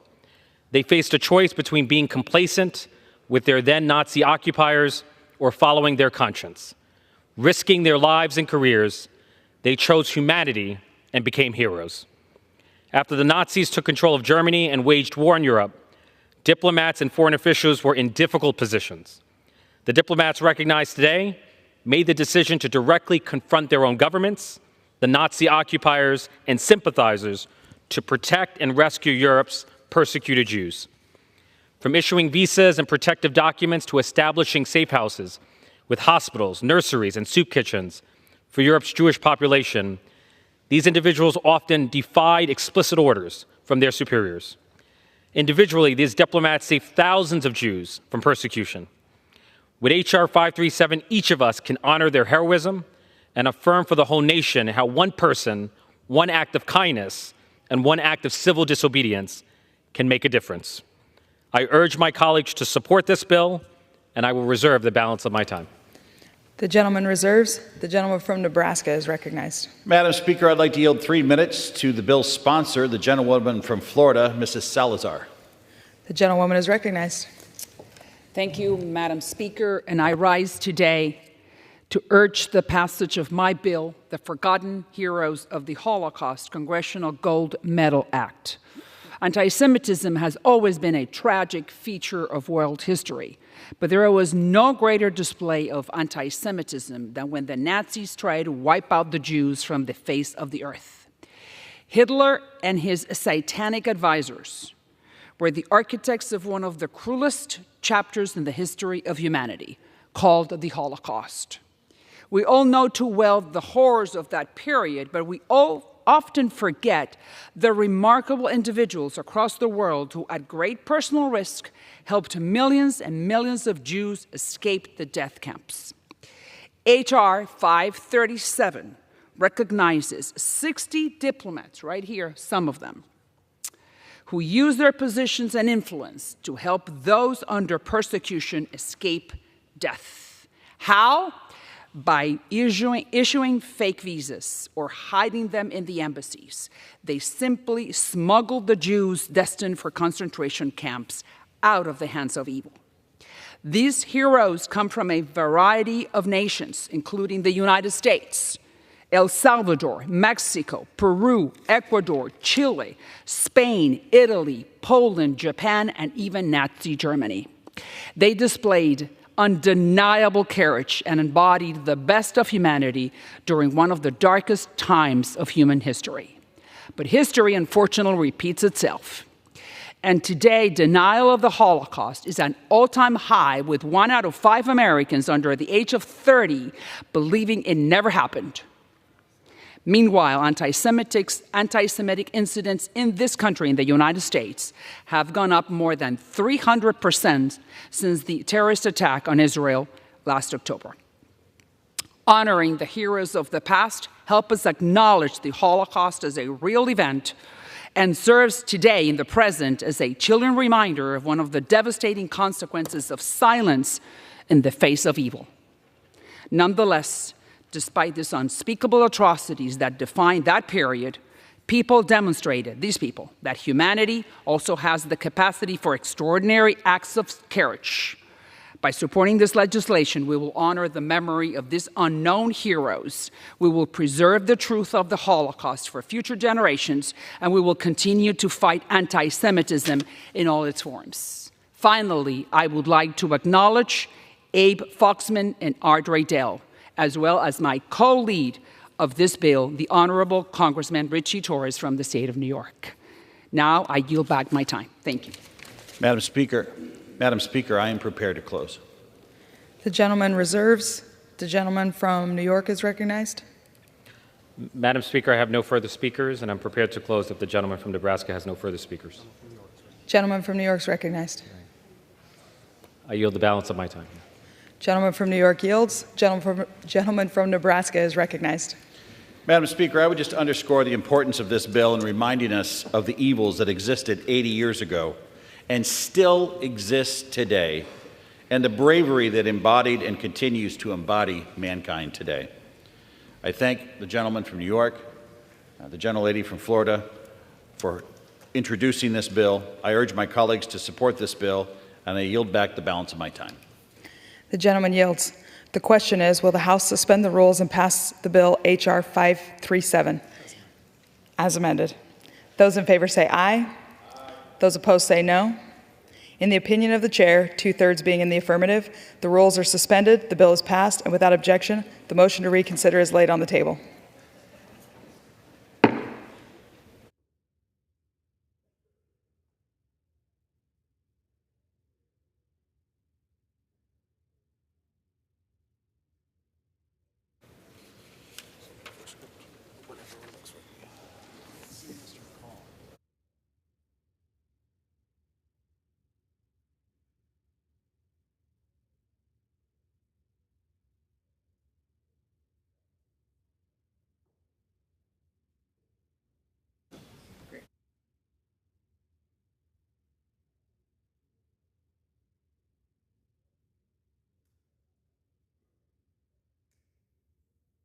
For what purpose does the gentleman from Texas seek recognition? Madam Speaker, I move that the House suspend the rules and pass House Resolution 965. The clerk will report the title of the resolution. House Resolution 965, resolution calling for the immediate release of Ryan Corbett, a United States citizen who was wrongfully detained by the Taliban on August 10, 2022, and condemning the wrongful detention of Americans by the Taliban. Pursuant to the rule, the gentleman from Texas, Mr. McCall, and the gentleman from Massachusetts, Mr. Keating, will each control 20 minutes. The chair recognizes the gentleman from Texas. Thank you, Madam Speaker. I ask unanimous consent that all members have 5 legislative days to revise and extend their remarks and to include extraneous materials on this measure. Without objection. Thank you. I yield myself as much time as I may consume. Gentleman is recognized. Madam Speaker, on August the 10th, 2022, Ryan Corbett was detained by the Taliban in Afghanistan. Ryan Corbett is a loving husband to Anna and father of 3 wonderful children, Ketsia, Miriam, and Khalid. In 2 weeks, his oldest daughter graduates from high school, and I spent quite a bit of time with the family. But instead of being home with his family right now, celebrating his daughter, he is suffering in a Taliban prison. Ryan Corbett and his family lived in Afghanistan for over a decade. He supported humanitarian efforts and provided opportunities for the Afghan people. He's a good man who has dedicated his life to helping others. He's not a criminal. And despite pressure to act from the committee I chair, the House Foreign Affairs Committee, it took over a year for this administration to declare Ryan as wrongfully detained. And after constant engagement with this administration, the Corbett family has yet to receive any information regarding a plan to secure his release. Many of these requests for meetings with high-level administration officials have been repeatedly ignored. This is unacceptable. This administration must put a priority on bringing Ryan and other wrongfully detained Americans home now. Ryan's situation is dire. Ryan's wife, Anna, reports his mental and physical health has significantly deteriorated in recent months. The Taliban has refused to allow Ryan the voice to advocate for himself. He has only spoken to his wife a handful of times since he has been detained. Ryan is being held in inhumane conditions in a tiny cell with unreliable access to food and no ability to go outside. He is fed only scraps to eat, and he has faced solitary confinement for weeks on end. Ryan is facing serious medical conditions, experiencing seizures, and often fainting. I want to assure Ryan's wife, Anna, along with his family, friends, and coworkers, that we will continue our fight every day until we bring him home. As a father of 5 children myself, I cannot begin to imagine the pain and suffering Ryan's family is feeling right now. This Congress and all Americans stand with Ryan. And that's why I'm proud to support this bipartisan resolution today that condemns the Taliban regime for its illegal imprisonment of Ryan and demands his immediate release. Calls upon the Biden administration to prioritize bringing all American citizens who are wrongfully detained overseas. The president must project strength on the world stage and secure the immediate release of Ryan. Anything less is a failure of American leadership. And with that, Madam Speaker, I reserve the balance of my time. Gentleman reserves. The gentleman from Massachusetts is recognized. Thank you, Madam Speaker. I rise in strong support of House Res 965 calling for the immediate release of Ryan Corbett, a United States citizen who the Taliban wrongfully detained on August 10th, 2022, and condemning the wrongful detention of Americans by the Taliban as well. I yield myself as much time as I may consume. The gentleman is recognized. I want to thank Representative Tenney, Chairman McCall for their work on this resolution, Ranking Member Meeks, and so many other people joining together in a bipartisan effort that highlights the Taliban's wrongful detention of Ryan Corbett. Ryan and his family made Kabul home for more than a decade, and in 2017, he founded a business consultancy focused on straightening Afghans' private sector out Anna Corbett spoke in front of our committee this past November and again in April at a roundtable for the families of detainees. She shared the harrowing experience she and her family have been through themselves, some insights she's gained into Ryan's conditions in a Taliban prison, and has continued to advocate with our government to continue to do all that it can to bring him home. And I know that the Biden administration has made the return of Americans detained overseas, including Ryan's case, a priority at the highest of levels, particularly for Special Presidential Envoy Hostage Affairs Roger Carstens and Special Representative for Afghanistan Tom West. I want to thank them for their focus on bringing American citizens wrongfully detained abroad home, and pledge to continue to work with them, Representative Tenney and others, to bring Ryan home too. Finally, I also want to thank our partners in Qatar who serve as our protecting power in Afghanistan and who have been key partners in helping secure the release of American citizens in Afghanistan and around the world. We're grateful for Qatar's ability to conduct occasional health and safety visits to Ryan and demand that the Taliban allow these visits much more frequently. Ultimately, we call on the Taliban themselves to release Ryan immediately and allow him to safely return to his family. I encourage our colleagues to join together in supporting this measure and reserve the balance of my time.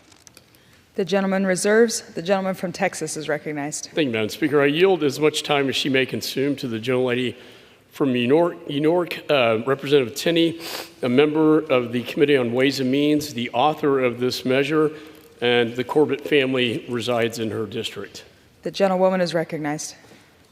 Thank you so much, Madam Speaker, and thank you so much to the Representative for yielding. I rise in strong support of my resolution on the floor today and calling for the immediate release of Ryan Corbett, a United States citizen who was wrongfully detained by the Taliban on August 10th, 2022, and condemning the wrongful detention of Americans by the Taliban. This resolution demands the Taliban immediately and unconditionally release Ryan Corbett and all other wrongfully detained Americans from captivity. When I first heard of my constituent, Ryan Corbett, and his detention and about the brutal conditions he was facing from his lovely wife, Anna, I was heartbroken. Our community is heartbroken. Ryan was detained by the Taliban, as I said, on August 10th, 2022, after dedicating over a decade of his life and his family's life to helping the Afghan people start a self-sustaining local economy. To date, Ryan has never been charged with a crime. Ryan is being held in a 9-by-9-foot basement cell without regular access to a bathroom, sunlight, medical care, or decent food. Reports from now freed individuals who were detained with Ryan state that Ryan is in poor health with discolored extremities. He suffers from fainting and seizures and fading eyesight. Ryan has been held for over 670 days. Ryan has only had a mere handful of phone calls with his loving wife, Anna, and his 3 children, Ketsia, Miriam, and Caleb, all of whom were my guests on the State of the Union this year. The Biden administration must do everything in its power to bring Ryan home and reunite Anna with her husband and their 3 wonderful children and have them spend time with their father in the way they should. I'm honored that 72 members on both sides of the aisle have joined me as original co-sponsors of this resolution, making it clear that freeing Ryan is a bipartisan priority. In crafting this resolution, I worked closely with the minority and majority staff of the House Foreign Affairs Committee and, of course, the Corbett family. I want to give my deep felt thanks to Chairman McCall, Ranking Member Meeks, and everyone in the leadership on all sides of the Foreign Affairs Committee for their support in helping this resolution come to the floor. I'm pleased to see that it passed the House Foreign Affairs Committee unanimously on February 6th. I urge all of my colleagues to support this resolution and show the Biden administration that Congress is paying attention and stands united in demanding Ryan's freedom. Further, this resolution will send an indisputable message to Ryan and all of our American detainees that Congress is there with us, they're thinking of you, they're praying for you, and they're continuing to work to secure your release. And I also want to acknowledge and thank Anna Corbett, her children, for their strength and their courage during these difficult days filled with uncertainty and anguish. and uncertainty about Ryan's health, whether he will be returned.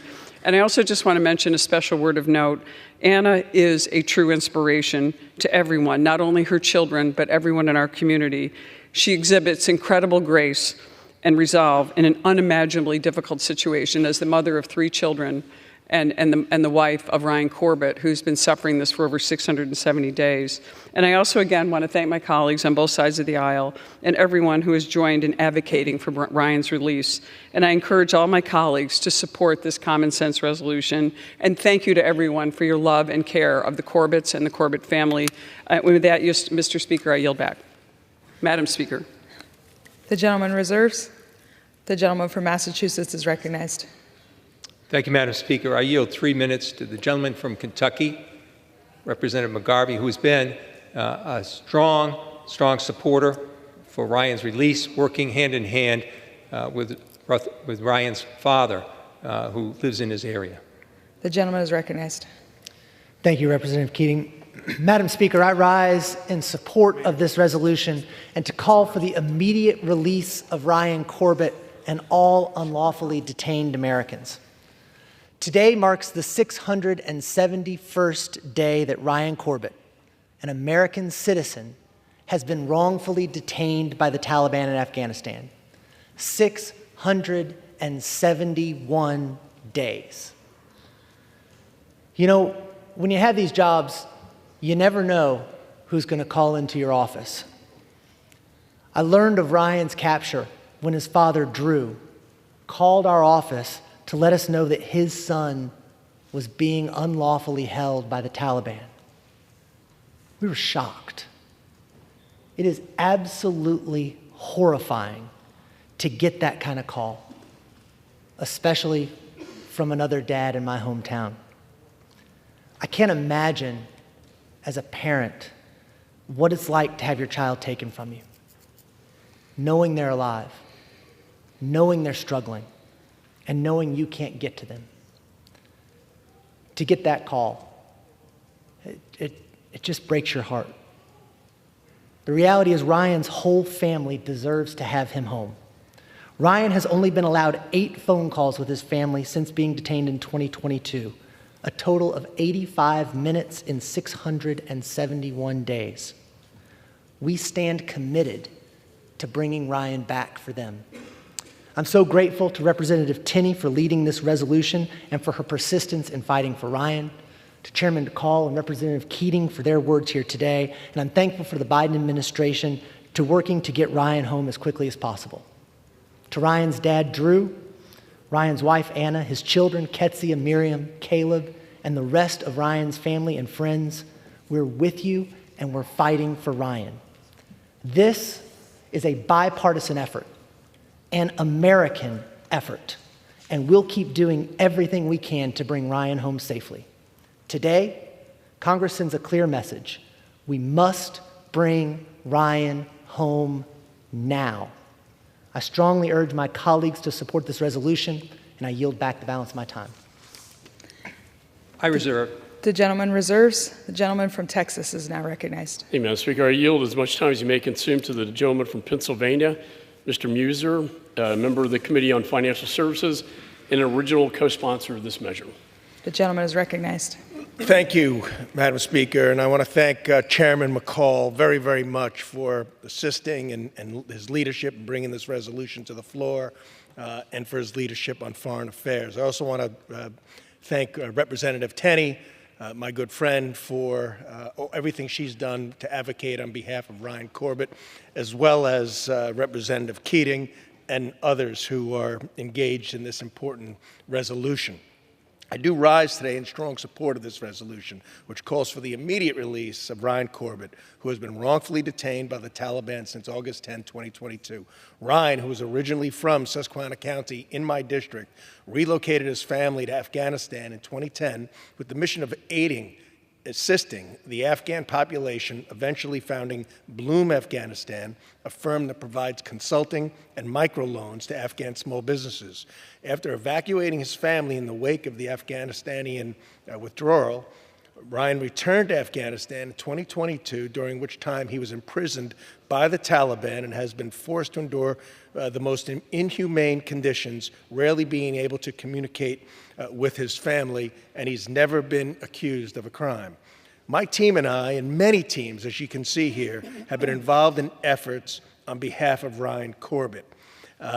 Anna Corbett, who's been mentioned here now several times, and her children, we've all met with many times. Anna Corbett is working tirelessly, covering every department that she possibly can, having meetings from the top people at the State Department to all members of Congress and within other nations' ambassadors, doing everything possible for the release of her husband, Ryan. Today, we continue to implore the State Department to use all appropriate pressure to ensure Ryan's release. Alongside calling for his immediate release, we do want to also recognize Qatar for their effort in helping free Ryan and facilitating many visits, calls, and medical check-ins. But the humanitarian funding from USAID for the Taliban should be, Madam Speaker, scrutinized, should be minimized, or perhaps terminated until all wrongfully detained Americans in Afghanistan are returned home. Ryan has been held hostage, has been stated, by the Taliban for 671 days. Any sign of appeasement from the Biden administration should be hardened, and we should deal from strength. We certainly need more stick and less carrot when it comes to the release of American hostages.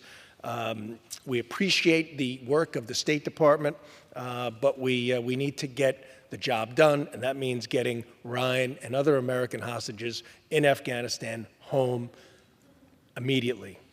I urge passage of this resolution, and I yield back. Gentleman reserves. The gentleman from Massachusetts is recognized. Madam Speaker, I have no more speakers at this time and am prepared to close. Gentleman reserves. The gentleman from Texas is now recognized. I reserve and will close after the gentleman from Massachusetts. Gentleman reserves. The gentleman from Massachusetts is recognized. Once again, I want to thank the gentleman from Texas and for his leadership in the committee dealing with this, as well as Ranking Member Meeks. Madam Speaker, I want to close by expressing my deepest sympathy to Anna Corbett and all of Ryan's children, family, and loved ones. I can only imagine the pain that they must feel every day and the fear they have for Ryan's safety every day. The strength and courage they have shown in their commitment to securing his release is truly remarkable, and though nothing will ease their pain until Ryan's brought home, know that Congress stands with you. Know that we will not rest until he is home safely and reunited with you all. That is the mission of this resolution, and I urge all my colleagues to join me in strongly supporting this measure, and I yield back. Gentleman yields. Gentleman from Texas is recognized. Thank you, Mr. Speaker. One American hostage is too many. We remember each one of them, and we will not rest until they are safely home. It is clear the Taliban are holding Ryan for their own political gain, to use him as leverage to extract concessions from this administration. Anna, who we all know very well, has appeared before the Foreign Affairs Committee several times to discuss Ryan's unjust imprisonment. She's bravely shared the horror story of her husband and his family and what they're living through day in and day out. A single day of unlawful detention is too long, and Ryan's nearly 2-year captivity must be resolved. Otherwise, we must question, what is the value of an American passport and citizenship if our government fails us in our greatest moment of need? We should be projecting power, levying sanctions, holding governments accountable for their human rights abuses. This administration, at times, has projected weakness on the world stage. It's hard to negotiate from a position of strength. Ryan's case is very dire. It's time to bring him home to his family and country. This resolution, as Mr. Keating stated, will send a very strong message to the Taliban that America, Republicans and Democrats alike, will not tolerate the illegitimate detention of American citizens. And our message is clear. Congress will not rest until Ryan is brought home. And to Ryan, to Anna, and her children, we stand with you. We have not and we will not forget you. It's hard to look at Anna in the eyes and her children knowing that her husband is under confinement, solitary confinement in Afghanistan under Taliban rule. So I urge my colleagues to stand with Ryan Corbett and support this measure. And with that, I yield back the balance of my time. Gentleman yields back. The question is, will the House suspend the rules and agree to House Resolution 965? Those in favor say aye. Those opposed, no. In the opinion of the chair, 2/3 being the affirmative, the rules are suspended. The resolution is agreed to. And without objection, the motion to reconsider is laid on the table.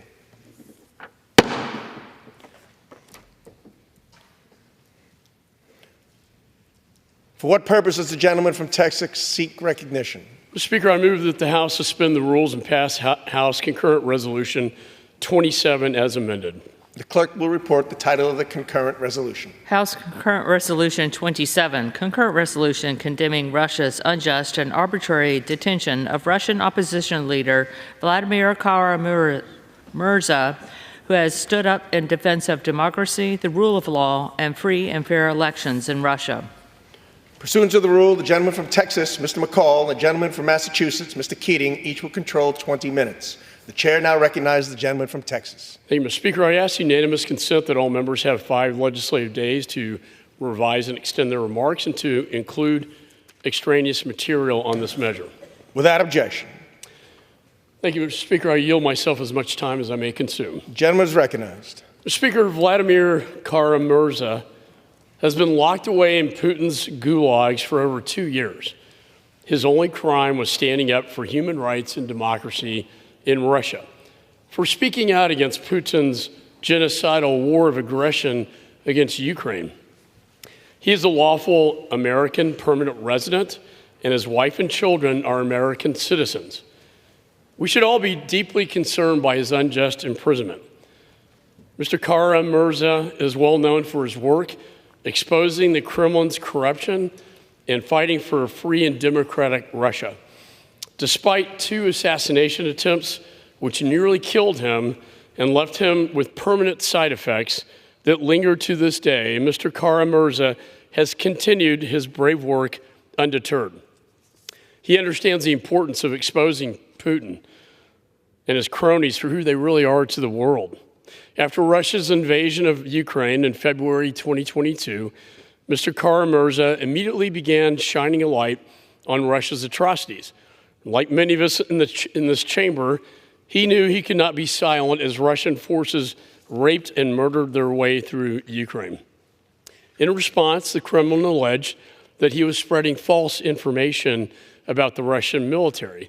In April 2022, Mr. Kara-Murza briefly and bravely returned to Russia to advocate against the war to his fellow Russians and was promptly arrested. That is what happens when you contradict the regime's narrative in a totalitarian state. Mr. Kara-Murza knew the risk, but he returned anyway. Since his arrest, he has languished in harsh prison conditions without adequate access to medical care. Last year, the Kremlin sentenced him to 25 years in prison due to his lingering side effects from 2 assassination attempts, as well as the awful conditions in Putin's gulags. This is effectively a death sentence. Unfortunately, Mr. Kara-Murza is just one of many political prisoners in Russia. All American journalists like Evan Gershkovich and Alsu Karamasheva and wrongfully imprisoned Marine Corps veteran Paul Whelan have all been detained by Putin's regime on bogus charges. They deserve our attention, and I call for their immediate release, in addition to Mr. Kara-Murza's. America must hold Russia to account for their continued aggression and war crimes against humanity. We need to do everything in our power to secure Mr. Kara-Murza's release, as well as the release of every unjustly detained American overseas. And so with that, I urge my colleagues to support this measure, and I reserve the balance of my time. The gentleman reserves. The gentleman from Massachusetts is recognized. Speaker, I rise today in strong support of my resolution condemning Russia's unjust and arbitrary detention of Russian opposition leader Vladimir Kara-Murza. He stood up in the defense of democracy, the rule of law, and free and fair elections in Russia. This resolution comes at a significant time as the Russian Vladimir Putin continues his unjust war of aggression against Ukraine and reprehensible crackdown on the Russian democratic opposition, both at home and abroad.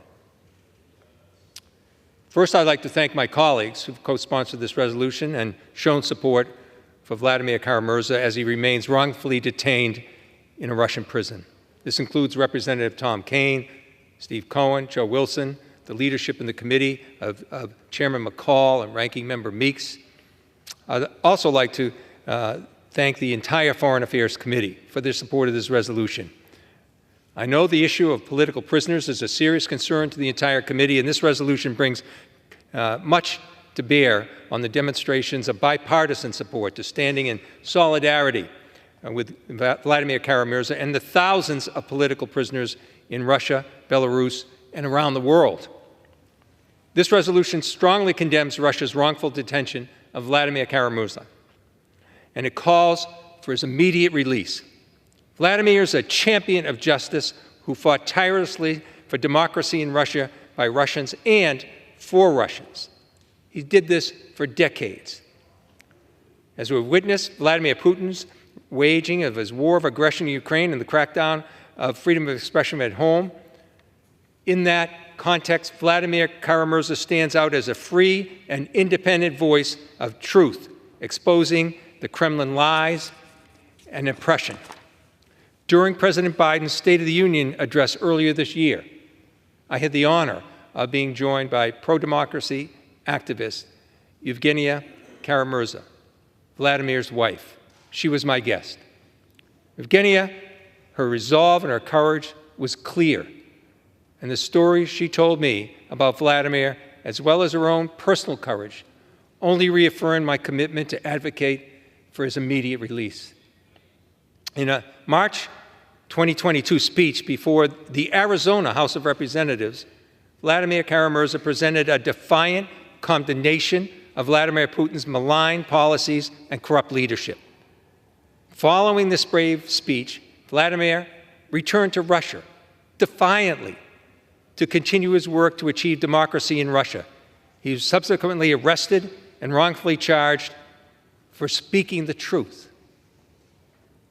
Well ahead of his speech before the Arizona House, the Kremlin targeted Vladimir for his resistance and opposition. In fact, in 2015 and again in 2017, he survived 2 assassination attempts where agents of the Russian government attacked him.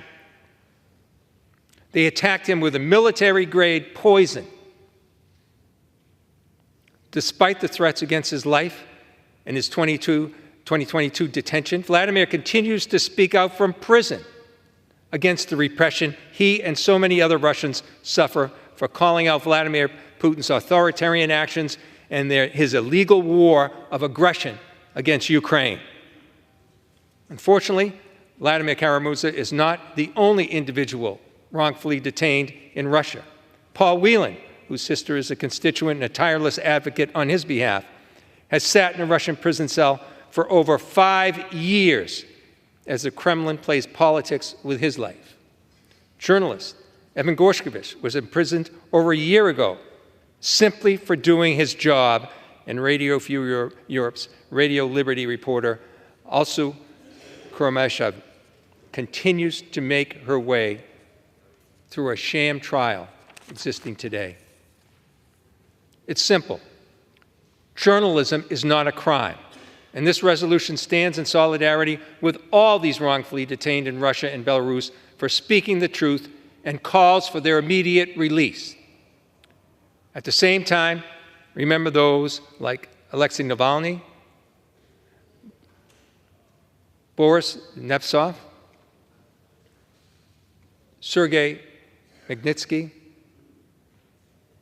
and many others who died at the hands of the Kremlin and Vladimir Putin's regime. Ultimately, this resolution represents a strong bipartisan show of support for Vladimir Kara-Murza and a redoubling of efforts to seek his immediate release. I urge my colleagues to support this resolution and reserve the balance of my time. Gentleman reserves. The gentleman from Texas is recognized. I reserve and prepare to close after the gentleman from Massachusetts. Gentleman reserves. Gentleman is recognized. In closing, I want to again reflect on Vladimir Kara-Murza's work to achieve a true democracy in Russia, one made by Russians and built for Russians. In the face of death threats and physical attacks on his own well-being, Vladimir Kara-Murza remains a prominent figure in Russia's democracy movement. He stood up for the truth, speaking against Vladimir Putin's war of aggression against Ukraine and the Kremlin's comprehensive crackdown on free expression. As I said before, Vladimir's story is not only one of defiance, but one of Kremlin weakness. His story, his words, his vision terrify and threaten the Putin regime, and they undermine the fictitious Kremlin narrative regarding Putin's invasion of Ukraine. The facts show the true strength of Mr. Kara-Murza's moral conviction. Finally, as this resolution makes its way through the Congress, we call on the Russian government to immediately release Mr. Kara-Murza and all other Russian opposition leaders detained because of their opposition to the Putin regime. At the same time, wrongfully Americans like Paul Whelan, Evan Gershkovich, also Kurmasheva, must also be released. Journalism is not a crime, and we all know the rest of the wrongfully detained Americans. We know why they're there, and we want them to return home as soon as possible. I thank the Foreign Affairs Committee again for considering the resolution, the bipartisan co-sponsors who made the resolution possible, and I strongly urge my colleagues to support this resolution, and I yield back the rest of my time. The gentleman yields. The gentleman from Texas is recognized. Yes, Speaker, I'm prepared to close. The gentleman is recognized. I thank my good friend, Mr. Keating, for authoring this important resolution that was unanimously adopted by the Foreign Affairs Committee by a vote of 47 to 0. We all know that Vladimir Putin is a dictator. He uses fear to hold on to power. Anyone that criticizes or questions him is imprisoned, silenced, or killed. Putin knows if free speech and dissent spreads, if the truth comes to light, that his despotic regime will lose its grip on power and the Russian people. We all know he killed Alexei Navalny. Putin saw him as a threat to his regime. Like Navalny, Vladimir Kara-Murza represents resistance to Kremlin's unchecked oppression. And that's why Putin has imprisoned him, because he's a champion for freedom. The vengeance of the Kremlin knows no bounds. Putin must stop using Cold War tactics to target innocent people as diplomatic pawns. I call upon the immediate release of all Americans detained abroad.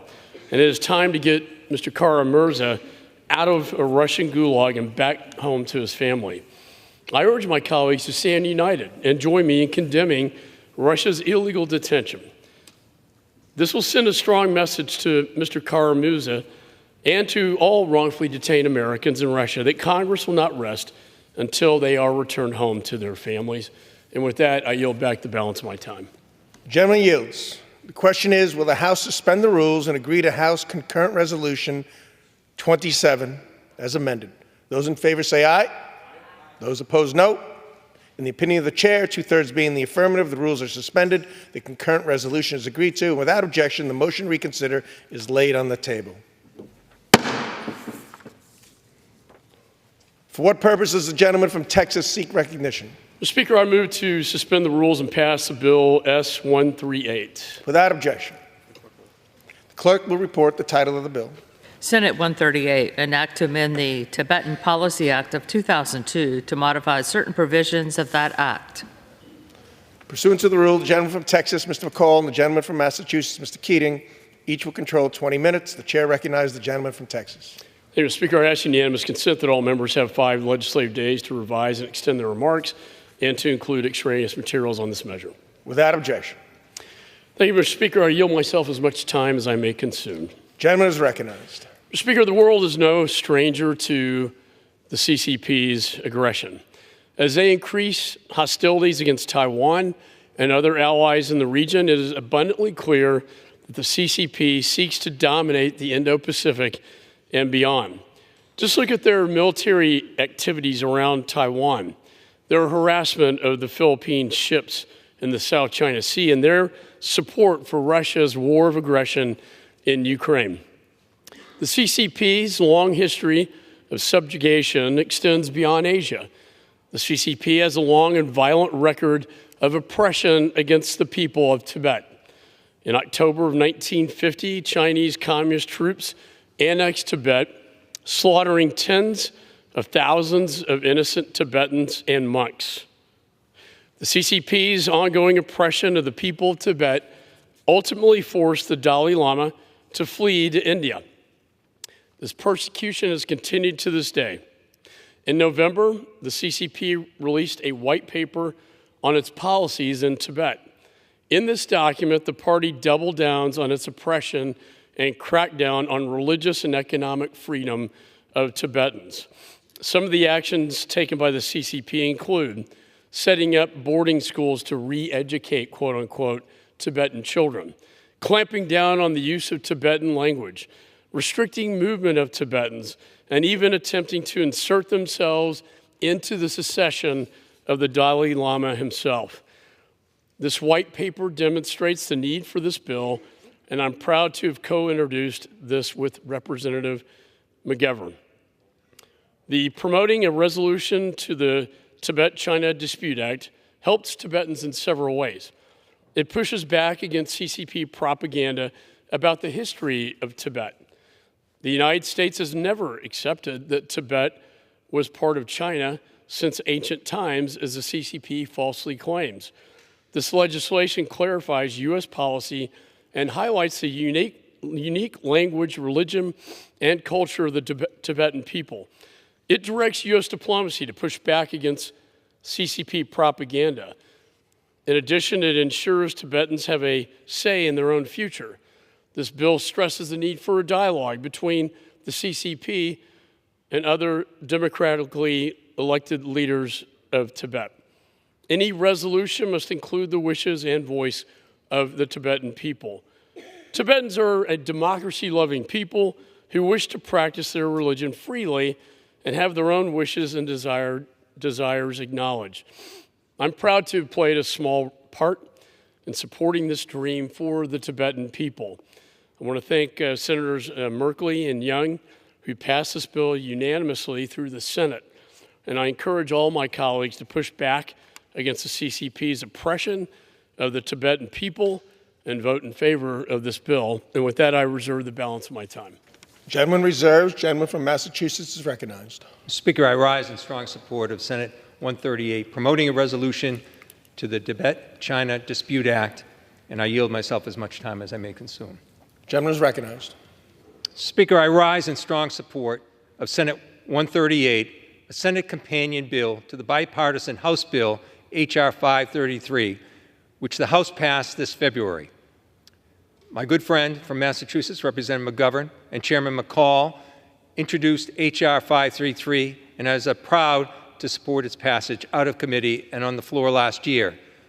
I'm glad the Senate has followed suit so we can get to this important legislation that addresses Beijing's severe ongoing repression of the Tibetan people and signed into law. For too long, Beijing has oppressed the Tibetan people and failed to honor its commitments to engage in meaningful dialogue with the Dalai Lama and his representatives regarding Tibet's future. I'm deeply concerned by Beijing's systematic efforts to erase the distant religious, cultural, linguistic, and historical identity of the Tibetan people. In a new effort to stamp out Tibetan identity, Beijing is closing local schools and uprooting children from their families by placing them in centralized Chinese boarding schools far from home. This is effectively preventing Tibetan parents and communities from passing down their language and heritage to the next generation. This forced assimilation has raised significant concerns for multiple UN special rapporteurs. They've warned that these residential schools function as a large-scale program designed to integrate Tibetans into dominant Han culture, violating international human rights. While Beijing employs these tactics to suppress Tibetan culture, it simultaneously propagates disinformation about Tibet and its history. H.R. 53 calls out Beijing's oppressive tactics and relentless disinformation campaign. This bill reinforces our unwavering support for the Tibetan cause and calls on PRC to engage in genuine dialogue with Tibetan representatives. It also strengthens the Tibetan Policy Act of 2002 by enhancing our public diplomacy efforts to counter PRC disinformation about Tibet. I encourage my colleagues to join me in supporting this bill, and I reserve the balance of my time. Gentleman reserves. Gentleman from Texas is recognized. I reserve. Gentleman reserves. Gentleman from Massachusetts is recognized. Speaker, I yield 3 minutes to the gentleman from Massachusetts, the ranking member of the House Rules Committee and the author of H.R. 533. Mr. McGovern. I thank the gentleman for yielding. And, Mr. Speaker, I rise in strong support of final passage of the Promoting a Resolution to the Tibet-China Dispute Act, legislation that I was proud to have authored. The House took the lead in considering this bill, passed it with an overwhelming majority last February, and sent it to the Senate. The Senate, in its wisdom, changed one paragraph, one. So the bill has come back to this chamber for final passage. I want to thank my incredible co-lead, Foreign Affairs Committee Chairman McCall, and Ranking Member Meeks for bringing this bill to the floor and for all of their incredible advocacy on behalf of the Tibetan community. And I welcome the opportunity to shine a light on this legislation once more as we send it on its way to the President's desk. It has been more than 60 years since the People's Republic of China forced the 14th Dalai Lama into exile and took control of Tibet against the will of its people. The dispute between the Chinese and the Tibetans over governance of Tibet has persisted ever since, even though the Dalai Lama and the Tibetan people have repeatedly expressed their willingness to engage in dialogue. Meanwhile, the PRC has done everything it can to erode Tibetan history, language, culture, and religion. In other words, to erase the Tibetans as a people. And this bill seeks to end that. One, by explicitly recognizing that the Tibetan people are a people with a distinct religious, cultural, linguistic, and historical identity. Two, by reminding everyone concerned that the Tibetan people have a right to self-determination under international human rights law. And three, by requiring the U.S. government to actively counter the PRC's propaganda about Tibet, like the false claim that Tibet has been a part of China since ancient times, a position that the United States has never accepted. With this bill, we hope to restart dialogue between Tibet and China, in keeping with long-standing U.S. policy. Mr. Speaker, the world is awash in conflict, and at the heart of many conflicts lies this systematic denial of a people's human rights.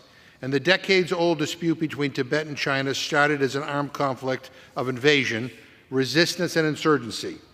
In the long run, the only guarantee against the resumption of violence is for the PRC to fully respect the human rights and dignity of the Tibetan people. A vote for this bill is a vote to recognize the rights of the Tibetan people, and it is a vote to insist on resolving the dispute between Tibet and the People's Republic of China peacefully, in accordance with international law, through dialogue and without preconditions.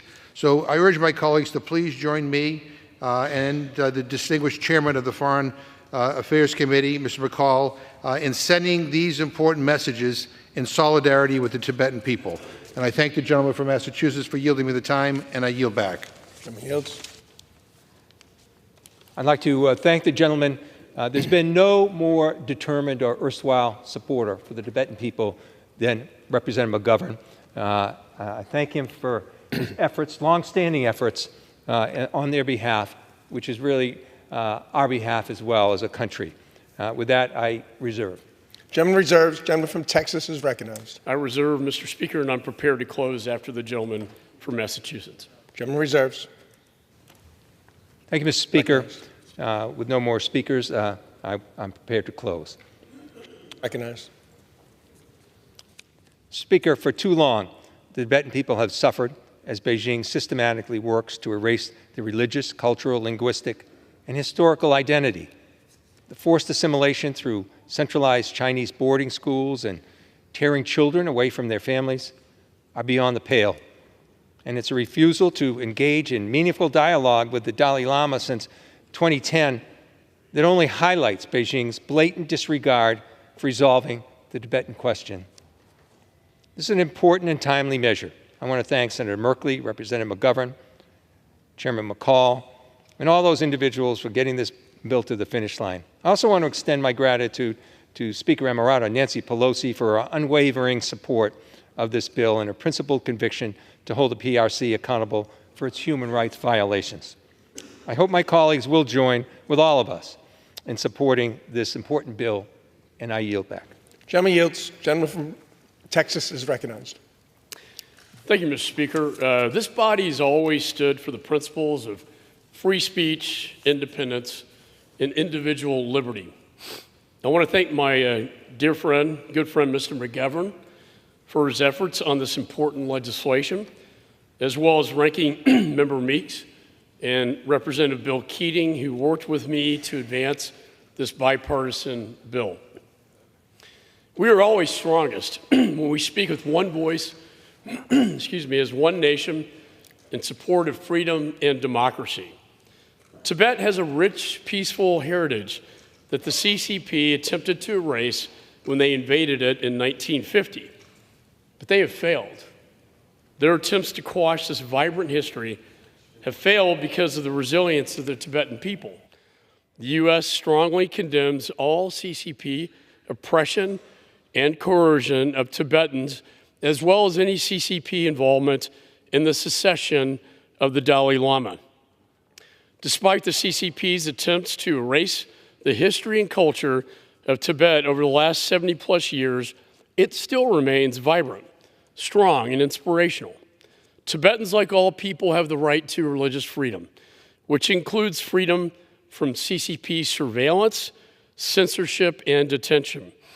If the CCP truly does respect sovereignty, as it claims to, then they will engage in peaceful dialogue with the Tibetans to resolve this conflict, not force Tibet to accept a CCP proposal. Passing this bill demonstrates America's resolve that the CCP's status quo in Tibet is not acceptable. And I can think of no greater message or gift to the Dalai Lama and the people of Tibet than the swift passage of this bill to get to the President's desk as soon as possible to help put the people of Tibet in charge of their own future. And so with that, Mr. Speaker, I yield back the balance of my time. Gentleman yields. The question is, will the House suspend the rules and pass Senate 138? Those in favor say aye. Those opposed, no. In the opinion of the chair, two-thirds being the affirmative, the rules are suspended. On that, I request the yeas and the nays. All those in favor of taking this vote by the yeas and nays will rise and remain standing until counted. A sufficient number having risen, the yeas and nays are ordered. Pursuant to Clause 8 of Rule 20, further proceedings on this question will be postponed.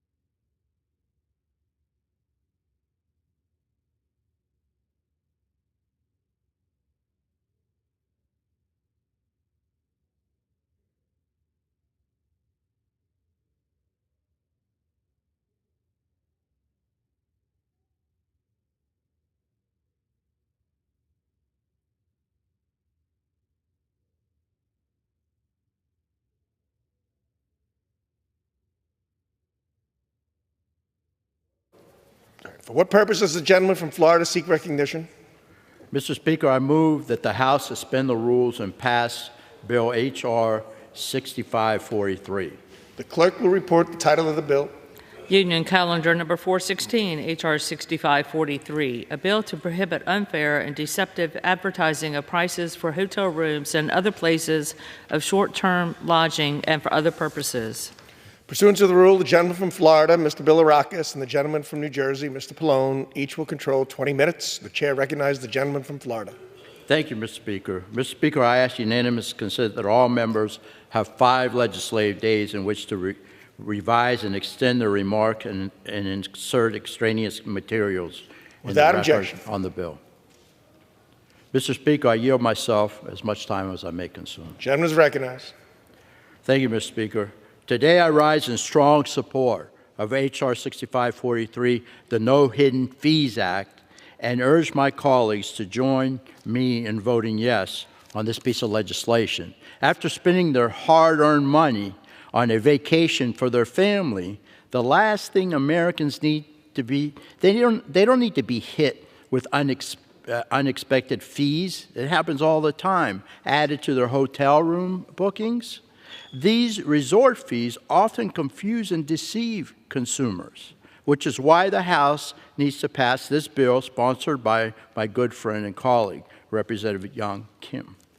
H.R. 6543 will protect consumers from unfair and deceptive advertising of prices for hotel rooms and other places of short-term lodging. Last month, we passed similar legislation for live event ticketing when we overwhelmingly passed the Ticket Act, which was my bill, bringing price transparency to the market. Representative Kim's bill will take this common sense approach in the lodging space. Such price transparency is needed for consumers so they know how much they will be paying for lodging up front, and this is exactly what H.R. 6543 does. I want to thank the stakeholders for working with us on this initiative to ensure that consumers know exactly the price they are going to pay up front. I applaud Representative Kim as well as my fellow Floridian, Representative Castor, for introducing this important piece of legislation, and I strongly urge my colleagues to support it. And I'll reserve the balance of my time. Reserves. Gentleman from New Jersey is recognized. Thank you, Mr. Speaker. I yield myself such time as I may consume. Gentleman is recognized. And Mr. Speaker, I rise to speak in support of H.R. 6543, the No Hidden Fees Act. Far too often, when consumers go to check out of their hotel rooms, they're hit with surprise fees. Hotels and online travel agencies have many names for these types of fees: resort fees, amenities fees, facilities fees, to name just a few. But regardless of what they're called, surprise fees that consumers do not expect make it impossible to comparison shop and impose undue burdens on household finances. And that's why I'm proud that President Biden and House Democrats are working to prevent junk fees like these. H.R. 6543, the No Hidden Fees Act, is a bipartisan bill that will ensure that companies make available all mandatory fee information when they advertise a hotel room or other place of short-term lodging. The bill would also require hotels and other providers of short-term lodging to provide the total cost of a room to any internet website or other third party that the provider has allowed to advertise, market, display, or otherwise offer the short-term lodging for sale. So by ensuring everyone in the short-term lodging ecosystem displays the full price of a stay, we will protect consumers from being caught paying extra when they go to check out. And so I want to commend my colleague on the Energy and Commerce Committee, Representative Castor and Representative Kim, for their leadership on this issue. And with that, I reserve the balance of my time. Gentleman reserves. Gentleman from Florida is recognized. Yeah, Mr. Speaker, thank you. I yield 5 minutes to the gentlewoman from California, a great member of Congress, Ms. Kim. Gentleman is recognized. Thank you, Representative Bilirakis. I want to thank you for yielding. I rise in support of my legislation, H.R. 6543, the No Hidden Fees on Extra Expenses for Stays Act, or No Hidden Fees Act. Hidden fees on short-term lodging stays, such as hotels, inns, resorts, make budgeting for a trip much harder for families who are already struggling from persistent inflation and rising living costs. Customers often find themselves paying more for their overnight stay than what was advertised online. And these unexpected, deceptive fees hurt families' bottom line. According to a 2023 Consumer Report survey, 37% of Americans found themselves paying an extra hidden fee, with more than half expressing that this additional cost took them over budget. The No Hidden Fees Act requires hotels, motels, and travel and lodging sites to disclose upfront the full cost of a short-term stay, including all mandatory and resort fees. Currently, the way prices are advertised across the lodging industry is fragmented and not uniform. My bill would require all stakeholders in the lodging and booking industries and third-party distributors to clearly display the final price. This provides clarity for consumers and improves the quality of the American hospitality and tourism industries. So I want to thank Chairwoman Rogers from the Energy and Commerce Committee for her leadership, and to the rest of the House Energy and Commerce staff for their tireless work on this bipartisan and common sense legislation. And I want to thank Representative Castor for making this a bipartisan bill. I also want to thank all the outside stakeholders and consumer advocacy groups who work with us on this pro-consumer initiative. I'm proud to lead this common sense bill and urge my colleagues to vote in support of it. With that, I yield back. Gentlewoman yields. I reserve. Gentleman from Florida reserves. Gentleman from New Jersey is recognized. Thank you, Mr. Speaker. I'll yield now such time as she may consume to the gentlewoman from Florida, who is the ranking member of our Oversight and Investigations Subcommittee and the Democratic sponsor of the bill, Ms. Castor. Gentlelady is recognized. Thank you. Thank you, Mr. Speaker. Thank you to Ranking Member Pallone for yielding the time. Mr. Speaker, I rise in strong support of the No Hidden Fees Act, H.R. 6543, and I want to thank my partner, Congresswoman Young Kim of California, for leading the effort here. The No Hidden Fees Act would outlaw junk fees in hotel lodging.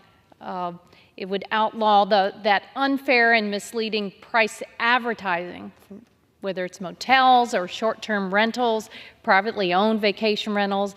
It will require an accurate price listing that has to include all fees. Mr. Speaker, I think all too often a family goes online and they're planning their vacation. Mr. Bilirakis would agree, probably to the Gulf beaches of the Sunshine State for a lovely vacation, but anywhere across the country. Too often, as they search online and they try to do comparison shopping, not all of the fees are displayed. And that's not fair, because oftentimes, at the end of your vacation, you'll go to check out of your hotel or wherever you're staying, and they'll tack on these extra fees. It's not fair, it's not right. So that's why we want to tackle this industry-wide to make sure that there is a level playing field for all families ready to take their vacation and use their hard-earned dollars to do it. These hidden fees really, they also stifle competition, because one thing you want when you're comparing shopping, you want that level playing field. You want all the information at your fingertips. So this would provide those ground rules across everywhere. In many cases, the platforms are hiding these fees. That's why this legislation is so important. And I'd like to ask unanimous consent to submit for the record the support letters from the American Hotel and Lodging Association, the Florida Restaurant and Lodging Association, and a statement from Airbnb. Without objection. And let me read what they say. American Hotel and Lodging Association says while hotels disclose mandatory additional fees to consumers in accordance with existing FTC guidance now, it is critical that any updated display requirements apply across the competitive lodging, advertising, and booking landscape. Recently, many of the largest hotel chains have implemented or announced plans to imminently implement changes to ensure that mandatory fees are displayed upfront in the pricing consumers are offered through their own channels. Critically, as consumers shop for and book lodging through a wide variety of channels and providers, this proposed legislation would apply to third-party distributors such as online travel agencies, meta-search sites and search engines, as well as short-term rental platforms. Any regulation mandating fee display and disclosure must be consistently applied to all accommodation providers, advertisers, and broader industry participants to ensure consumers see the same information in a consistent manner anywhere they shop. And Airbnb weighs in and says that they agree. We believe giving guests the ability to see a fee-inclusive price when they search makes for a better experience. And that's why we are proud to support the No Hidden Fees Act to create a national industry-wide standard for price transparency at a time when affordability is top of mind for consumers. So I also want to thank my Energy and Commerce colleagues for passing this bipartisan bill out of the committee in a unanimous fashion, and urge the House to also pass this unanimously. Let's get this relief to consumers so that when they shop for their vacation, they understand exactly what they're getting. Thank you, Mr. Speaker, and I yield back. Gentlelady yields. Gentleman reserves. I have no further speakers. Gentleman from Florida is recognized. I have no further speakers. I'll reserve. If the Gentleman is reserves. prepared to close. Gentleman from New Jersey is recognized. Thank you, Mr. Speaker. I would just urge all my colleagues to support this bipartisan bill. It is important that we get at junk fees, and this is one of those bills that comes out of our committee that will accomplish that goal. So with that, I yield back. Gentleman yields. Gentleman from Florida is recognized. Yeah, thank you. I'm prepared to close, Mr. Speaker. Again, I want to thank the chairman of the full committee and the ranking member of the full committee, and of course, the ranking member of the subcommittee, which I chair. This is a great common sense bill. It's all about transparency. So I encourage final passage, and let's get it to the Senate as soon as possible. I yield back the balance. Gentleman yields. The question is, will the House suspend the rules and pass the bill H.R. 6543 as amended? Say aye.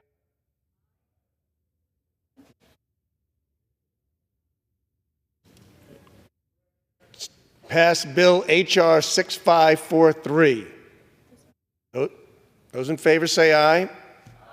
Those opposed, no. In the opinion of the chair, two-thirds being the affirmative, the rules are suspended. The bill is passed without objection. Mr. Speaker, I request the yeas and nays. Gentlemen request the yeas and nays. All those in favor of taking this vote by the yeas and nays will rise and remain standing until counted. A sufficient number having risen, the yeas and nays are ordered. Pursuant to Clause 8 of Rule 20, further proceedings on this question will be postponed.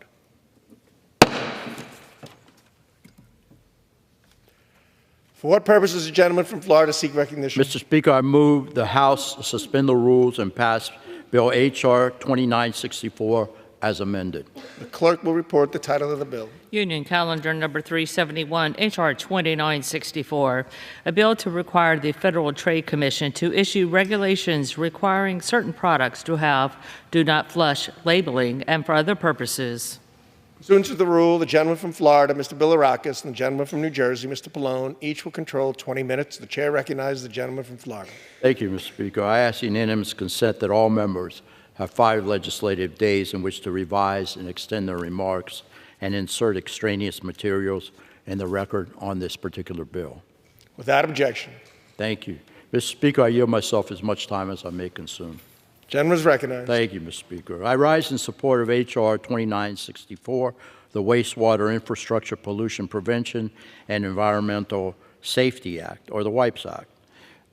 Wastewater treatment systems have been increasingly impacted by clogs resulting from the flushing of non-flushable wipes. These drainage issues are expensive to repair and can be a headache for both homeowners and municipalities.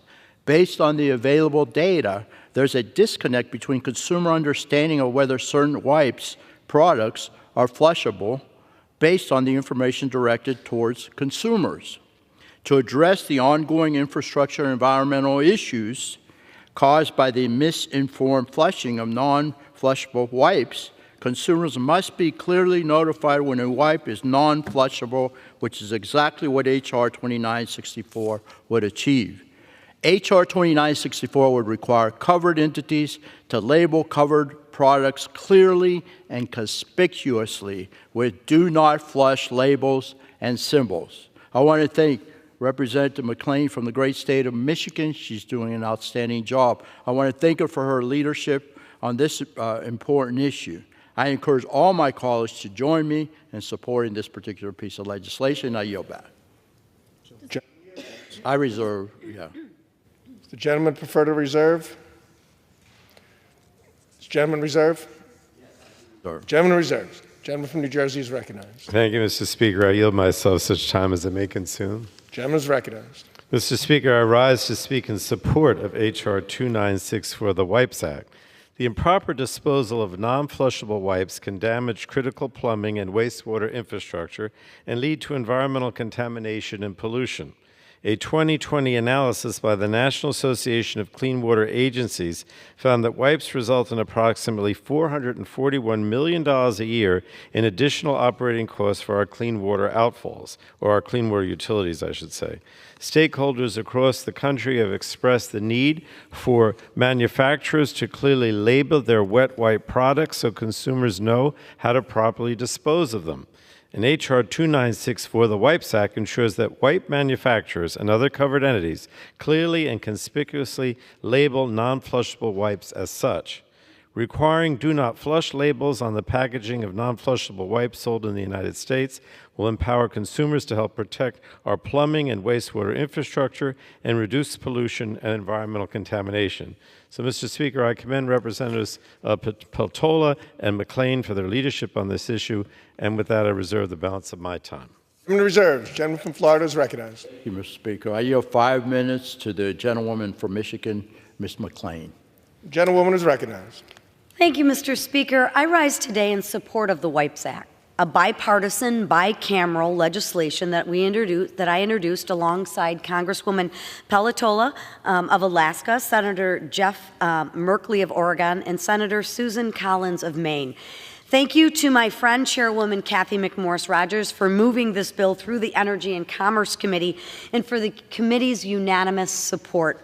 According to the National Association of Clean Water Agencies, the additional costs to wastewater treatment systems that non-flushable wipes bring is more than $440 million, including more than $18 million in my home state of Michigan. This jeopardizes critical infrastructure in communities across the country, and costs to repair this damage is often forced onto the taxpayer. This bill aims to be a solution to this nearly $500 million problem. Ensuring needed information is provided to consumers will prevent damage to wastewater systems and actually save taxpayers millions in repair costs. We've worked with industry and wastewater systems around the country to draft legislation, and I'm glad to say this bill has the full support of many of these organizations. This common sense legislation is based on laws adopted by several states around the country, will help address this problem, protect our wastewater systems from critical damage, and save taxpayers' dollars. Industry knows this, wastewater stakeholders know this, and the Energy and Commerce Committee knows this as well. I again thank Chairwoman Rodgers and the Energy and Commerce Committee for their support and urge the entire House to support this bill. Thank you, and I yield back. Gentlelady yields. I reserve. Gentleman from Florida reserves. Gentleman from New Jersey is recognized. I have no additional speakers, so close whenever you're ready. Yes, please. I have no additional speakers. Gentleman is recognized. Thank you, Mr. Speaker. Again, this is an important bill in terms of, protecting our clean water, and so I urge everyone to support it on a bipartisan basis, and I yield back. Gentleman from Florida is recognized. Thank you, Mr. Speaker. In closing, I encourage a yes vote. This bill is necessary. It's very practical. Let's get it out of the House as soon as possible. I encourage a yes vote. I yield back the balance of my time. Gentleman from Florida yields back. The question is, will the House suspend the rules and pass the bill H.R. 2964 as amended? Those in favor say aye. Those opposed, no. In the opinion of the chair, 2/3 being the affirmative, the rules are suspended. The bill is passed. I request the yeas and nays. Gentleman from Florida requests the yeas and nays. All those in favor of taking this vote by yeas and nays will rise and remain standing until counted. A sufficient number having risen, the yeas and nays are ordered. Pursuant to Clause 8 of Rule 20, further proceedings on this question will be postponed. Pursuant to Clause 12A of Rule 1, the Chair declares the House in recess until approximately 6:30 p.m. today.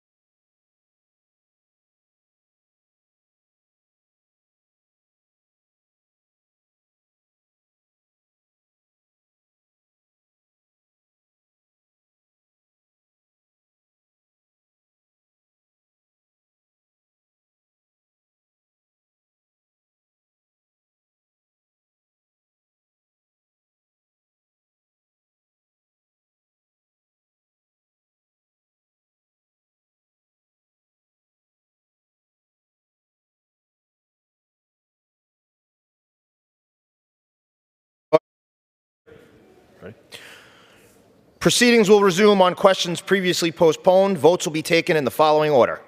Motion to suspend the rules and pass H.R. 6543, H.R. 2964, and agreeing to the Speaker's approval of the Journal if ordered. The first electronic vote will be conducted as a 15-minute vote. Pursuant to Clause 9 of Rule 20, remaining electronic votes will be conducted as 5-minute votes. Pursuant to Clause 8 of Rule 20, the unfinished business is the vote on the motion of the gentleman from Florida, Mr. Bilirakis, to suspend the rules and pass H.R. 6543, on which the yeas and nays are ordered. The clerk will report the title. Union Calendar Number 416, H.R. 6543, a bill to prohibit unfair and deceptive advertising of prices for hotel rooms and other places of short-term lodging and for other purposes. The question is, will the House suspend the rules and pass the bill? Members will record their votes by electronic device. This is a 15-minute vote.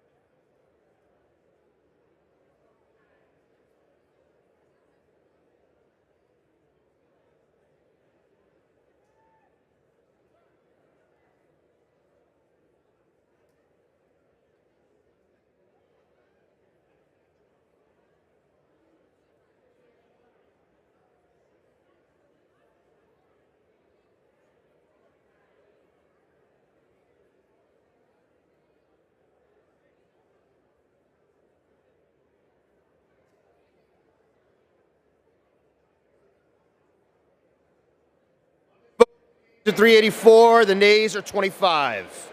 Two-thirds being in the affirmative, the rules are suspended, the bill is passed, and without objection, the motion to reconsider is laid on the table.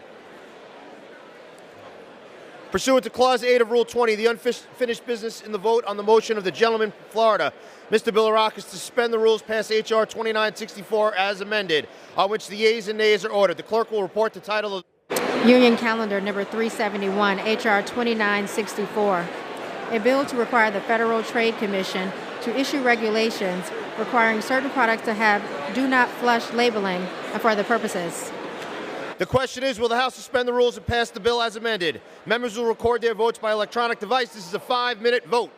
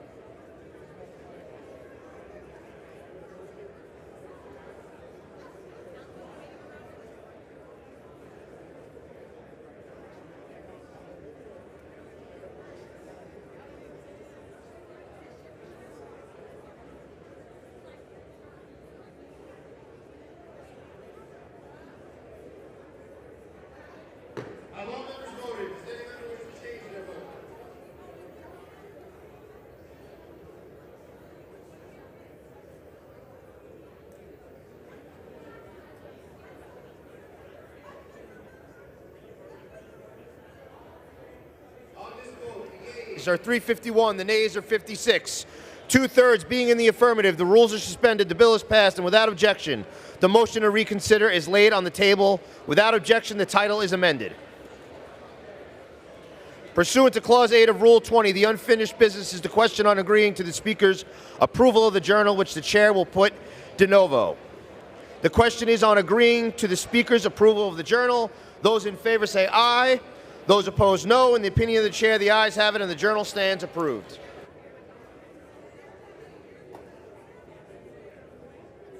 What purpose does the gentleman from California seek recognition? Mr. Speaker, I ask unanimous consent that when the House adjourns today, it adjourn to meet at 9 a.m. tomorrow. Without objection.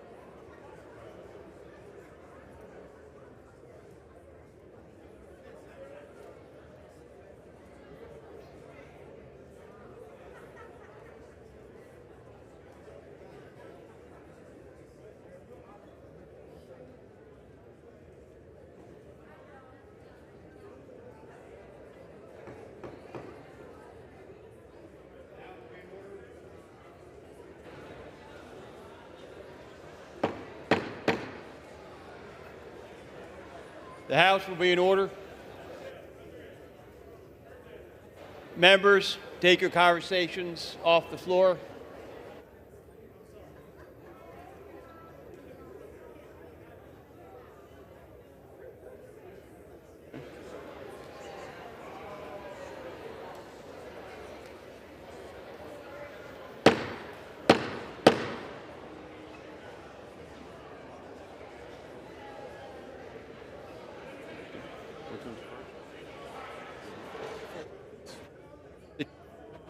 Yeah.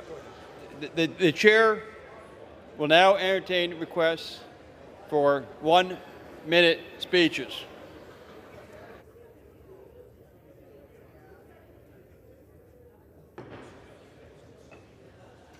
The House be in order. For what purpose does the gentleman from Pennsylvania seek recognition?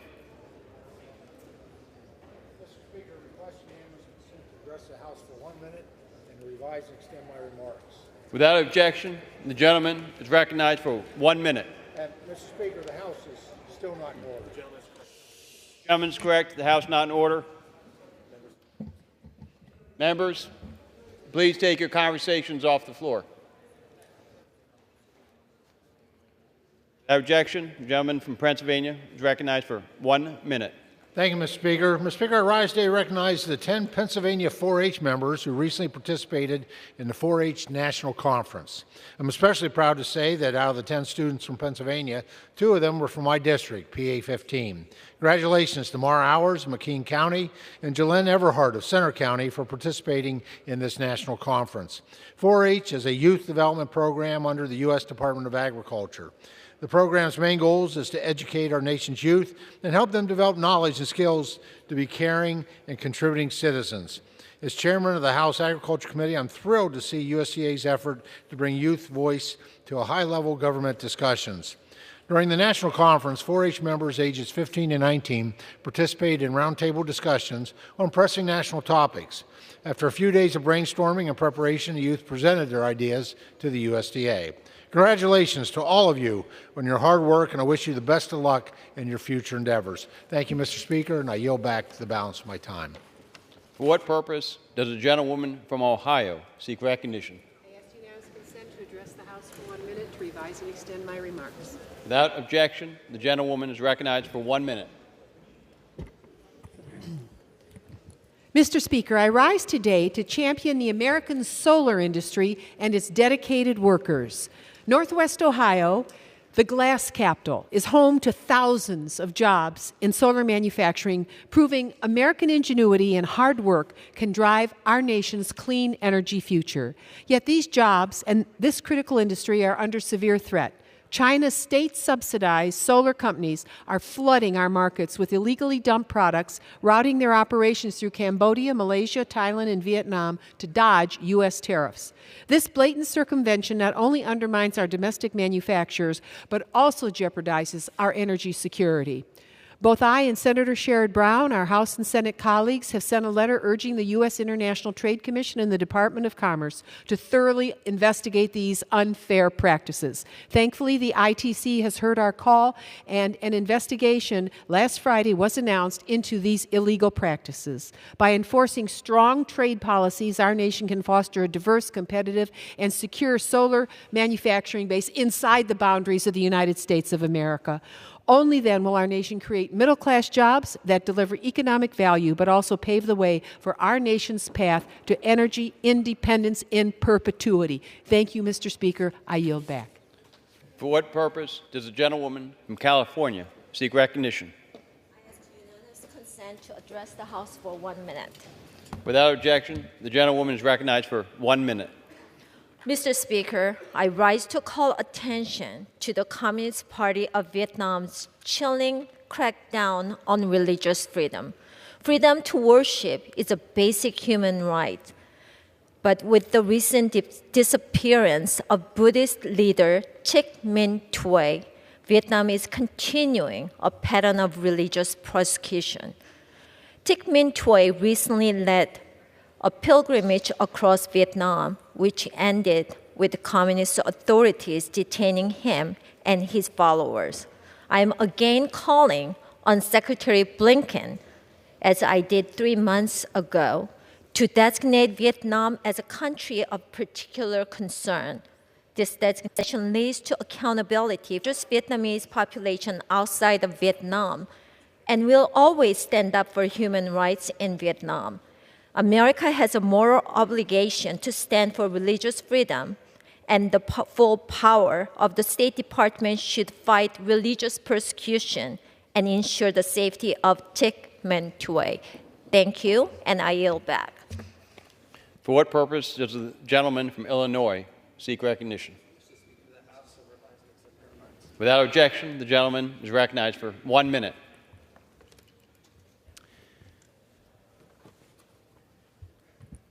Mr. Speaker, I rise today to congratulate Miranda Tingle for her congressional service to the people of Central and Northwestern Illinois. More than 10 years ago, she began her career in Congress working for my predecessor, Congresswoman Cheri Bustos. Miranda found the job of casework to be meaningful and something that she could do to change lives for the better. When Cheri Bustos retired from Congress, I was thankful that Miranda wanted to continue serving the people in our community.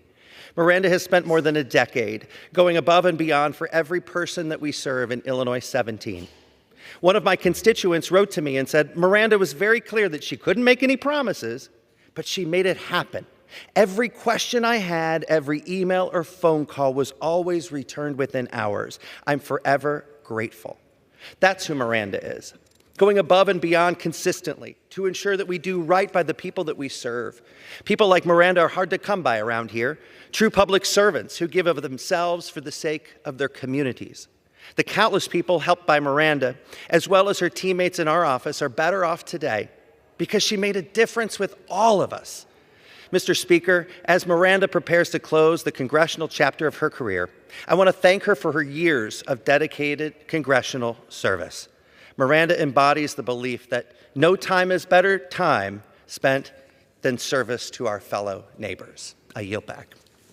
For what purpose does the gentleman from California seek recognition? Speaker, rise to address the House for 1 minute and revise and extend my remarks. Without objection, the gentleman is recognized for 1 minute. Mr. Speaker, I rise today to salute Lieutenant Colonel John D. Stock for his retirement from our beloved United States Air Force. He was stationed at Edwards Air Force Base in my 27th Congressional District of California. Lieutenant Colonel Stock served our nation for over 20 years with honor and distinction. 3,500 flight hours across 2 oceans, 5 continents. His service record is truly remarkable. Whether executing missions, instructing pilots, or volunteering in his community, Lieutenant Colonel Stock exemplifies the highest standards of leadership and service. His impact on aviation and beyond is profound. He enhanced our Air Force capabilities, and he mentored those around him, a true leader. I want to extend my deepest gratitude to you, Lieutenant Stock, for your unwavering dedication and exemplary service. Our nation is stronger because of individuals like you, and I look forward to your continued positive impact in our community. I yield back. For what purpose does the gentlewoman from New Mexico seek recognition? I rise today to address the House for 1 minute and to revise and extend my remarks. Without objection, the gentlewoman is recognized for 1 minute. I rise today to honor the tireless work of Tina Cordova, a sixth-generation New Mexican from the Tularosa Basin, who is being honored this week by the Albuquerque Community Foundation with the Linda K. Estes Giraffe Award, given to somebody who stands up against all the odds. This award is particularly meaningful as Tina has spent her life advocating for the Tularosa downwinders impacted by the nuclear fallout from the Trinity bomb test site during World War II. As she and countless of others have survived the cancer and other illnesses that have impacted generations, as spotlighted by the Oppenheimer movie last year and our continued fight in this House this week to expand and reauthorize the Radiation Exposure Compensation Act. But unfortunately, our fight continues. And it is because of Tina and the tireless work of our advocates that downwinders across New Mexico and the country will not be forgotten. And we will not stop until we pass this bill. So thank you, Tina, for your fight, your advocacy, and your voice. We are forever grateful. I yield back. For what purpose does the gentleman from Georgia seek recognition? Ask unanimous consent to address the House for 1 minute to revise and extend my remarks. Without objection, the gentleman is recognized for 1 minute. Mr. Speaker, I rise today with a heavy heart to honor the life of Logan Noel Sharp, who tragically passed away on May 19th in a car accident. Logan was born on December 26 in 2016 in Waycross, Georgia, to Shante Sharp Williams of Patterson, Georgia, and Kevin Scott Sr. of Waycross, Georgia. He attended Patterson Elementary School as well as Evergreen Church in Bristol, Georgia. Logan loved Spider-Man. He loved playing with his friends. He loved riding his bike and playing Roblox. More than anything else, though, he loved spending time with his family. He will be missed by his parents, by his grandparents, his great-grandmother, and even his great-great-grandmother. On behalf of the entire 1st District of Georgia, I send my condolences to Logan's friends and family for this tragic loss of life. Thank you, Mr. Speaker, and I yield back. For what purpose does the gentleman from California seek recognition? Mr. Speaker, I seek unanimous consent to address the House for 1 minute. Without objection, the gentleman is recognized for 1 minute. Mr. Speaker, the term troubled teen industry probably brings to mind a specific image of struggling teens and families who need help combating addiction and behavioral challenges. In reality, it's not just the teens who need help. The industry itself, comprised of boot camps, residential treatment centers, and wilderness programs, is troubled. The lack of transparency and accountability in this multi-billion-dollar industry means that families seeking care are unknowingly signing their children up for nightmarish and even abusive conditions. It happened to Paris Hilton. If it can happen to her, it can happen to anyone. With the help of Paris and countless other survivors, I introduced the Stop Institutional Child Abuse Act. My bill will increase transparency and accountability for this industry. It has 102 co-sponsors, 100 organizations, and it is moving in the Senate. Today, in recognition of Children's Week, I urge the Energy and Commerce Committee and the House of Representatives to pass it. Thank you, Mr. Speaker. For what purpose does the gentleman from Tennessee seek recognition? Speaker, I seek unanimous consent to address the House for 1 minute to revise and extend my remarks. Without objection, the gentleman is recognized for 1 minute. Thank you, Mr. Speaker. I rise to honor Dr. Bob Overholt, who just passed away at 85 years old. Dr. Overholt graduated from West High School in Knoxville and went to the University of Tennessee, where he was on the football team and swim team. His football career was cut short by a knee injury. He attended the University of Tennessee Medical School in Memphis and was truly a Vol for life before it was cool to be such. And he mentored many UT students and politicians over the years. After he completed an internship and a residency, he was drafted in the U.S. Army and served as captain and physician at Fort Myers Army Base here in Washington, D.C. He then returned to Knoxville, Tennessee, and served East Tennesseans for over 50 years. He was the president of the Knoxville Academy of Medicine, developed the Allergy, Asthma, and Sinus Center, a world-leading institute, among many other accomplishments. Dr. Overholt was a well-known media personality in the East Tennessee. He hosted the Dr. Bob Show, which actually received over 24 Telly Awards, and he regularly gave medical information on WBIR's Live at 5 at 4. I want to offer my condolences to Carol, his wife, of 63 years, his sons Mark and John, and their wives Meredith and Martha, and countless grandchildren, and his other family and friends who loved him very much, especially the good folks at West Hills Baptist, where he sang in the choir. And I always remember at my mama's funeral, Mr. Speaker, he came up to me after I said that my mama wasn't a bumper sticker type of Christian. She lived it. And he laughed about that, and he often would quote that to me. Well, Mr. Speaker, Dr. Bob was not a bumper sticker kind of Christian. He actually lived that life and was so generous to others. Matter of fact, he is the only person I know to ever get mad at me for not asking him for a contribution. Dr. Bob, you'll be missed, and you are so loved in Knoxville and around East Tennessee. Thank you, brother, for being my friend. For what purpose does the gentleman from Tennessee seek recognition? Thank you. To address the House for 1 minute. Without objection, the gentleman is recognized for 1 minute. This world lost one of its most outstanding citizens yesterday. The Reverend James M. Lawson passed away at age 95. Reverend Lawson was one of the architects of the civil rights movement in our country that brought rights to African Americans and others. He was the architect of Dr. King's practice of nonviolence. He went to India and he studied what Mahatma Gandhi had done in India to bring about rights in India. Dr. King adopted that and made him the person in charge of the Southern Christian Leadership Conference's nonviolence area. He marched in Selma and was beaten with John Lewis for trying to cross the Edmund Pettus Bridge for voting rights in Alabama. He was in Memphis as a minister in 1968 when the sanitation workers went on strike. I'm a man. And he encouraged Dr. King to come to Memphis, which he did, which resulted in Dr. King's assassination in Memphis on April 4. Reverend Lawson was steadfast to civil rights, against war, against the Vietnam War, for gay rights, for labor, for progress in this country. He was a significant human being who did much for this world, and we'll miss his opportunities to share and make us a better, more perfect union. His was a life well lived. Thank you. For what purpose does the gentlewoman from North Carolina seek recognition? I ask unanimous consent to address the House, Mr. Speaker.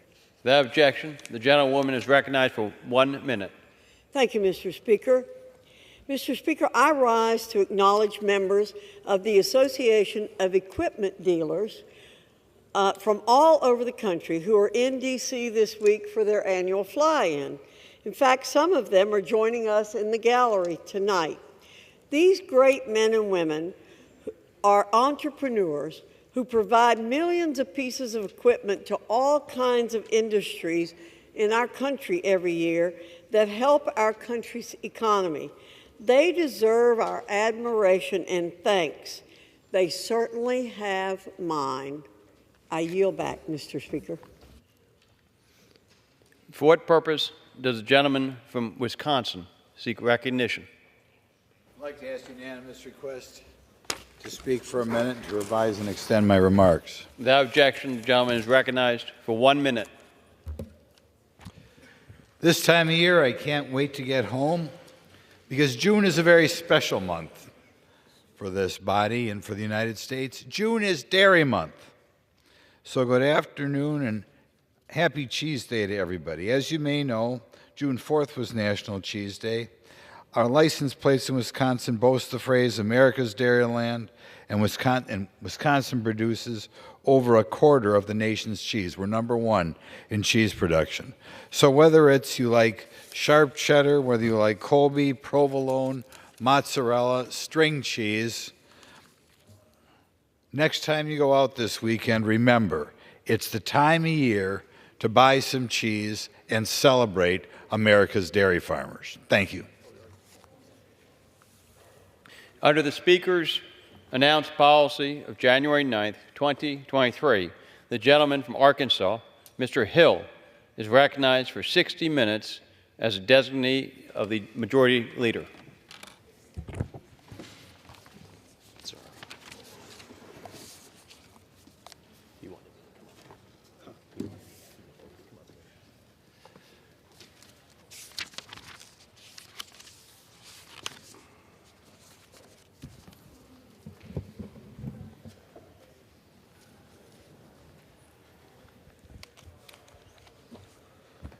Mr. Speaker, I stand tonight to spend a few minutes on this House floor paying tribute to a longtime friend. But before I do that, I want to yield some time to my good friend from California, Mike Garcia, who has been an exceptional naval aviator, corporate executive, and now the distinguished gentleman from Southern California.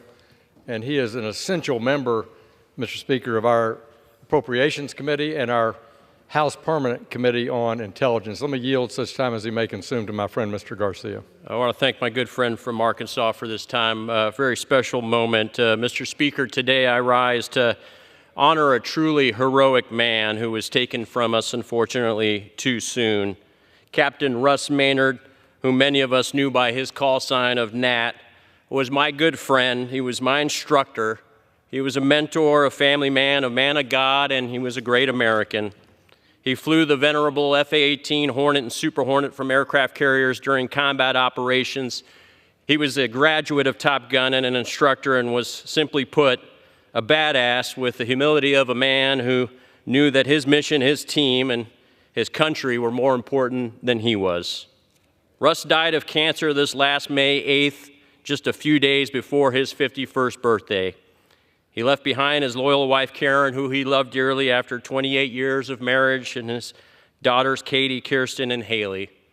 And Mr. Speaker, we've seen too many combat fighter pilots die of cancer at such young ages. In one of Russ's prior squadrons, the VFA 97 Warhawks, 3 pilots of his era, his age, have already seen the darkness of these deadly cancers. It's not a coincidence. In 2023, the DoD found that aircrew members had a 24% higher chance of cancer compared to the rest of the U.S. population, including an 84% higher chance of melanoma, a 39% higher chance of thyroid cancer, and a 16% higher chance of prostate cancer. And these numbers for fighter pilots are significantly higher and at significantly younger ages. I, along with other veterans in the House and Senate, remain committed to finding out what is causing these early deadly cancers at such anomalous rates. We remain committed to making sure the VA begins to treat these disability cases as presumptive claims as opposed to having to prove that these cancers are service-related. This was a fight that Russ, unfortunately, had to fight in the final days of his life. The data supports this paradigm shift, and the especially high rates within the fighter pilot community warrant this paradigm shift by the VA for such disability claims. Russ, we lost you too early, brother, but you left behind a legacy of honor and excellence that has touched thousands and will echo in the history books of naval aviation for generations to come. The girls are lucky to have had you as a daddy and as a husband, and I'm lucky to have known you as a friend and truly as one of the best of the best. And our beautiful nation is lucky to have you as a steward of our Constitution. Keep it above the daddums up there in heaven, buddy, as you fly loyal wingmen to our Lord. And know that God and your mortal wingmen that remain here on earth will do everything and anything to look after your family. God bless our naval aviators. God bless our troops. And God bless you, Russ Nat Maynard, for your service. May you rest in peace. Thank you to the gentleman from Arkansas for your time. I yield back. I thank my friend from California. I thank him for his service as a F-18 Hornet pilot, a Top Gun aviator, and the salute to his comrade, Captain Maynard. All of us lament the day of those that we lose among close friends, and it's a special tribute to hear from you, Mr. Garcia. Mr. Speaker, we come to this House floor tonight to pay our respects to a distinguished former member of this body, a former vice president and a former president of the United States on the occasion of the centennial of his birth. Mr. Speaker, today we pay tribute to the life and legacy of George H.W. Bush on what would have been the week of his 100th birthday on June 12th. And Mr. Speaker, I ask unanimous consent that all members have 5 legislative days for which to submit related material of this special order to the record. Without objection.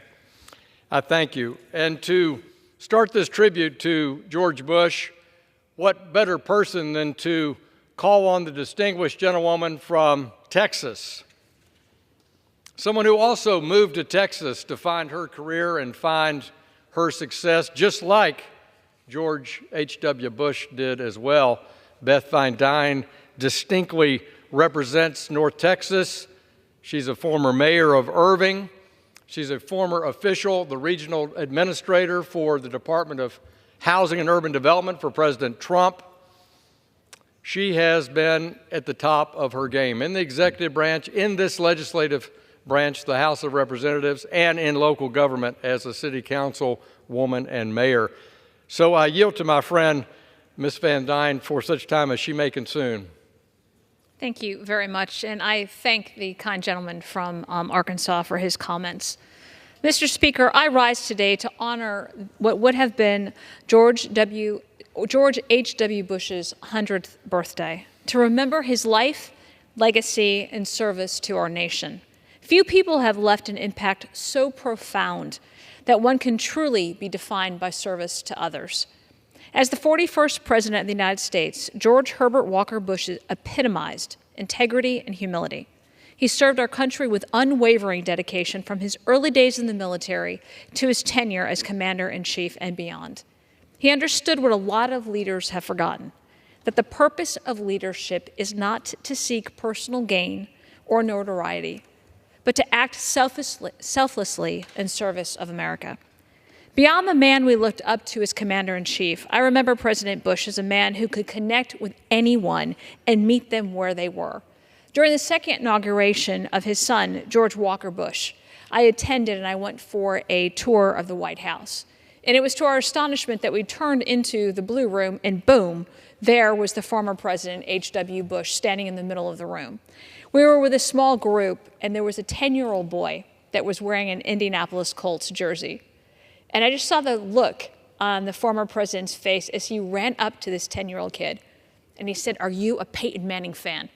And the kid, with this look of glory in his eyes, staring at what was the past president of the United States, said, "Yes, sir, I am."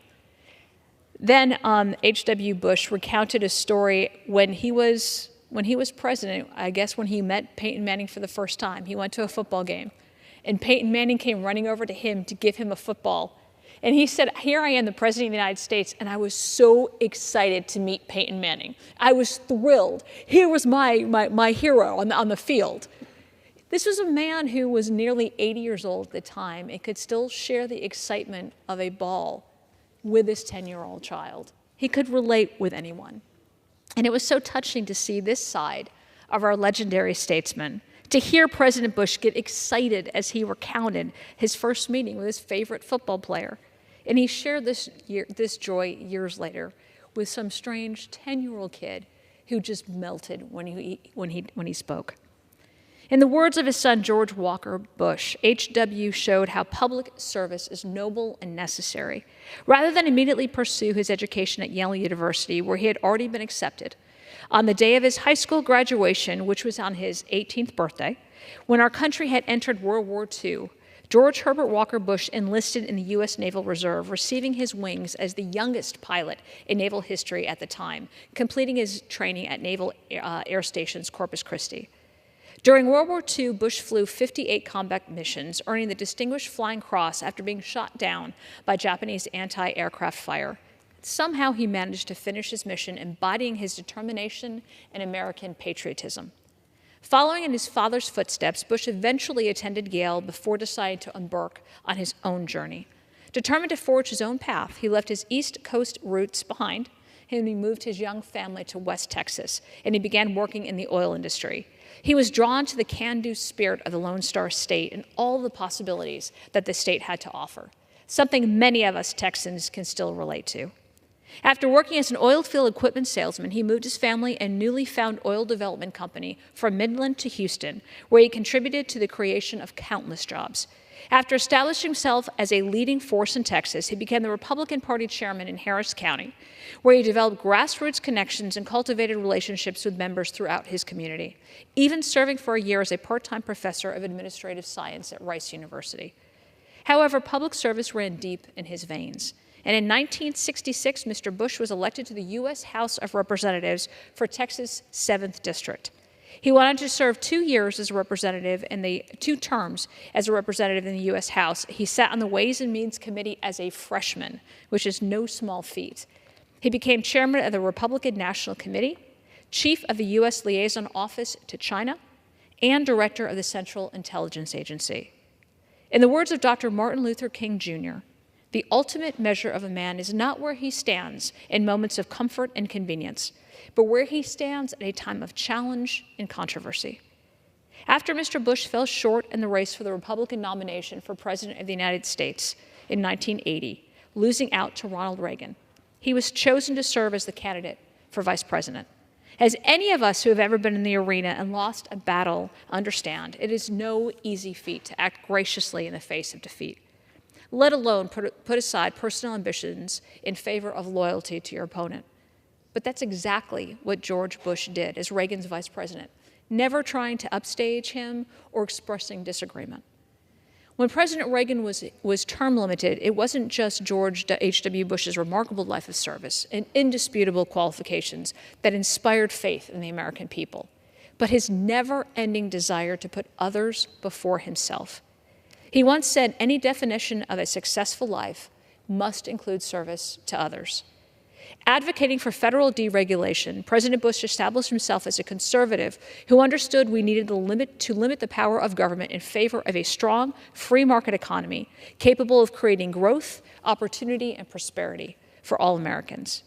He also saw the dangers of deep political division that prevented bipartisanship and progress that could empower a stronger future for our hardworking American families. He never forgot about the Texans that put their faith in him and inspired him to continue a career of public service. Once elected, he helped showcase Houston as a booming city, bringing world leaders to Texas and paving the way for the state to become a powerhouse in U.S. politics. Later, even once he left public office, he continued to invest in others, serving as a mentor to many, including his fellow Texan, Congressman turned chairman, Kevin Brady.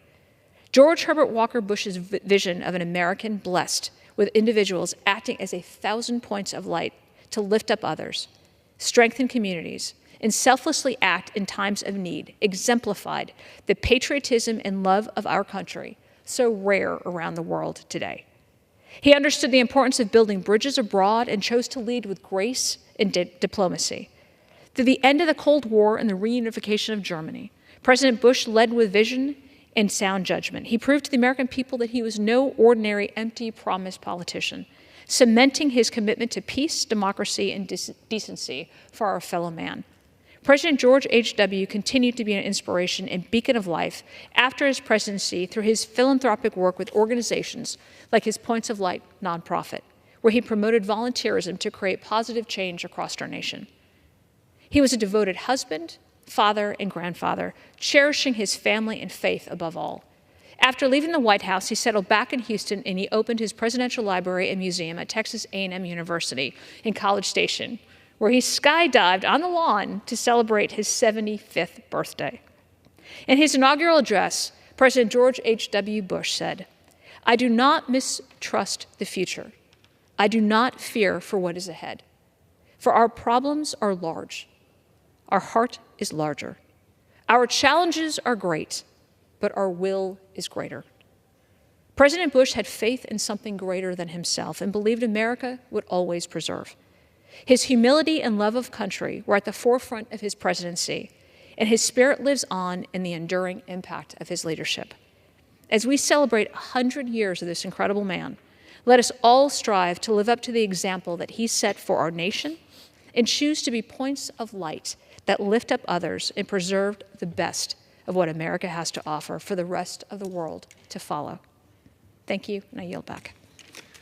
I thank the gentlewoman from Texas for her wonderful remarks about an extraordinary American, George H.W. Bush, our 41st President of the United States. And I think about the first time I got to meet this gentleman. Upon graduating from college back in 1979, I moved to Dallas, Texas, home to then a booming economy with lots of jobs in finance, which as a brand new college graduate was my hopeful profession. That fall, I was invited by friends to join the committee of young people sponsoring an informal barbecue for a possible presidential candidate. The candidate's name was George Bush from Houston, Texas. It was a terrific evening. I met Mr. Bush. I made a lot of new friends in my adopted town of Dallas. Little did I know, just 10 years later, I would be working for him in his administration as he became the 41st President of the United States. 3 years after meeting in 1982, I took the advice of a good friend of George Bush's, Elvis Mason, CEO of the Dallas-based banking corporation from whom I worked, and accepted an appointment to move to Washington, D.C. and handle the banking committee staff responsibilities for Senator John Tower of Texas. These were the exciting early days of the first term of President Ronald Reagan, and while George Bush had not been elected president in 1980, he was selected to join President Reagan's winning ticket as vice president. It was during this time that I learned firsthand of the incredible warmth and generosity of George and Barbara Bush. It was their custom to invite young staffers from Texas to events at the vice president's residence in Washington. I'll never forget one holiday season where I was sitting on the floor in front of the fireplace with Barbara Bush, cross-legged as she was telling stories to all of us assembled in the room. Martha and I both volunteered for the 1988 Bush for President campaign and were thrilled when he was elected that November. His election as president witnessed the most qualified person in the history of our country to be elected to the role of chief executive. Bush had been a standout athlete, a decorated U.S. Navy fighter pilot, as Congresswoman Van Dyne pointed out, and a pioneering, successful business entrepreneur in the oil fields of Texas and in the cutting edge of the critically important niche of deep water, offshore oil and gas drilling. But at age 40, and the father of 5 children, George Bush was called to public service. First, he was elected the Harris County, Texas Republican chairman. At the time, Republicans were in an ascent with the amazing special election win in May 1961 by John Tower to replace the Senate vacancy left by Lyndon Johnson, becoming President Kennedy's vice president. Bush's initial foray into the rough and tumble Texas elected politics was a flop. He was defeated in 1964 in a U.S. Senate race against the incumbent populist Democrat Ralph Yarborough. But he dusted himself off and made a major rebound by announcing his candidacy for Texas's 7th congressional district in January 1966.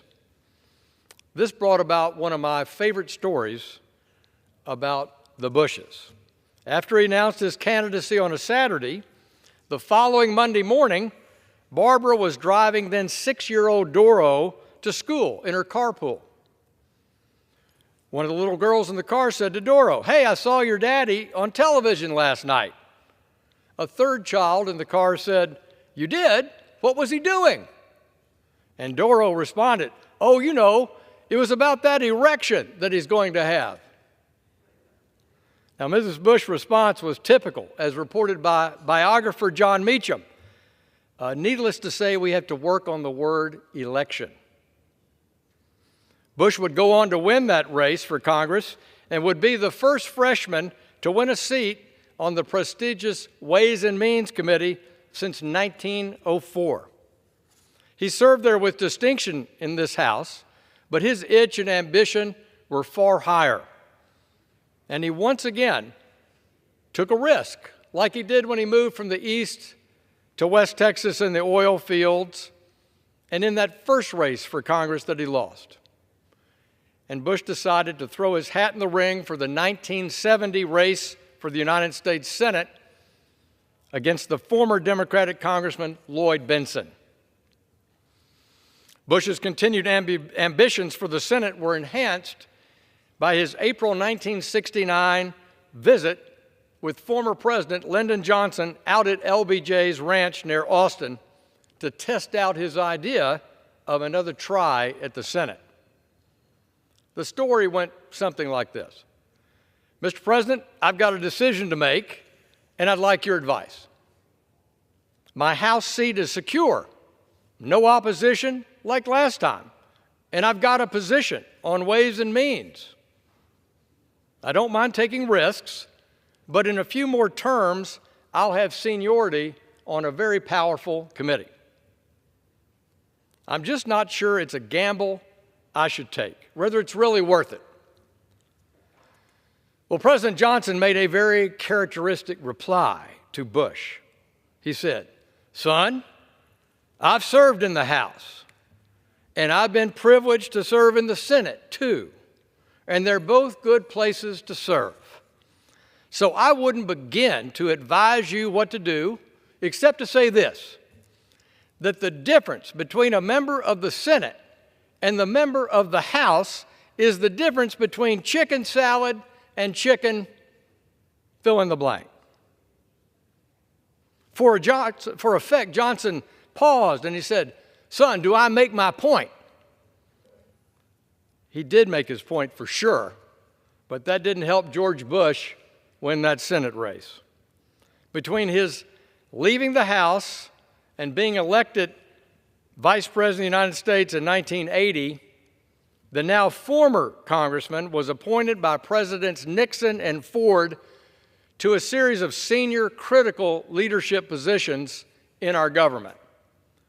UN ambassador for 2 years, followed by a year and a half as chairman of the Republican National Committee, including during the Nixon-Watergate resignation crisis. Then moving to Beijing as our top diplomat just 2 years after the famous Nixon opening. And followed that by a key job at the helm as the 11th director of the Central Intelligence Agency from 1976 to 1977. For George and Barbara Bush, this pattern of appointments made them wonder, is this a way to sidetrack him from his own goal, which was to be elected President of the United States? He viewed serving as the Republican National Committee chair at the height of Watergate a thankless task. And now to be called back from China to take over the CIA, which had been battered by a decade of hostile congressional investigations, exposés, and charges that ran from lawbreaking to simple incompetence. It seemed like truly for him a dead end politically. But Bush's dad, former U.S. Senator Prescott Bush, had always told him that if the president asks, you have a duty to say yes. So the Bush family moved back to Washington, D.C. to face the hostile Senate confirmation for a job he wasn't even sure he wanted.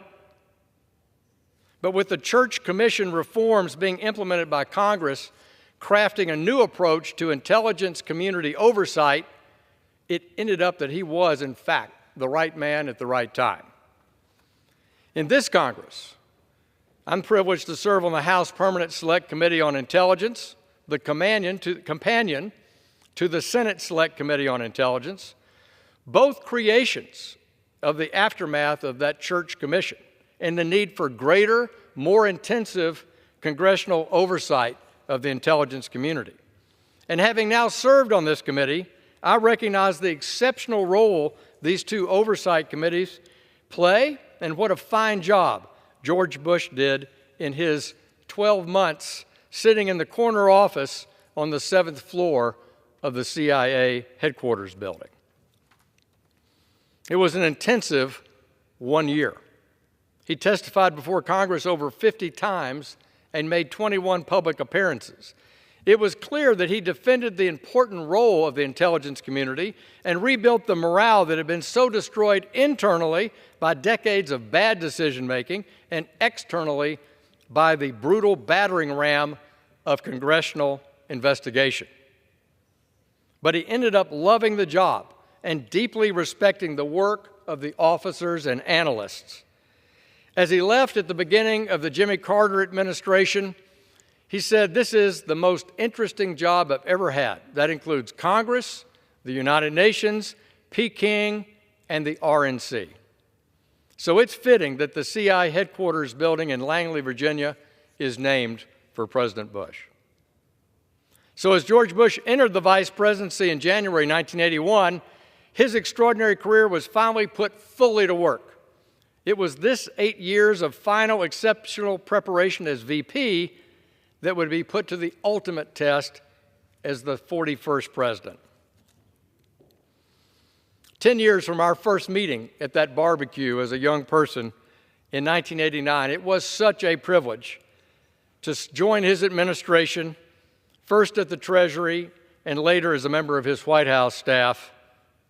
While he was only in office one term, he achieved so many foreign and domestic wins, like witnessing the fall of communism and the resulting unification of Germany, or ejecting Saddam Hussein for his illegal invasion of Kuwait, to domestic successes, such as cleaning up the savings and loan financial debacle of the 1980s, the amendments to the Clean Air Act, or the initiation of the Americans for Disabilities Act, and highlighting the success of just ordinary Americans, helping their fellow citizens every day through his still prominent Points of Light initiative. Despite these exceptional legislative and policy successes, there were disappointments. For me, the first was the rejection by the United States Senate of John Tower, his friend, my old boss, to serve as Secretary of Defense. Tower would have been an outstanding secretary, and the attacks on him were personal, not policy.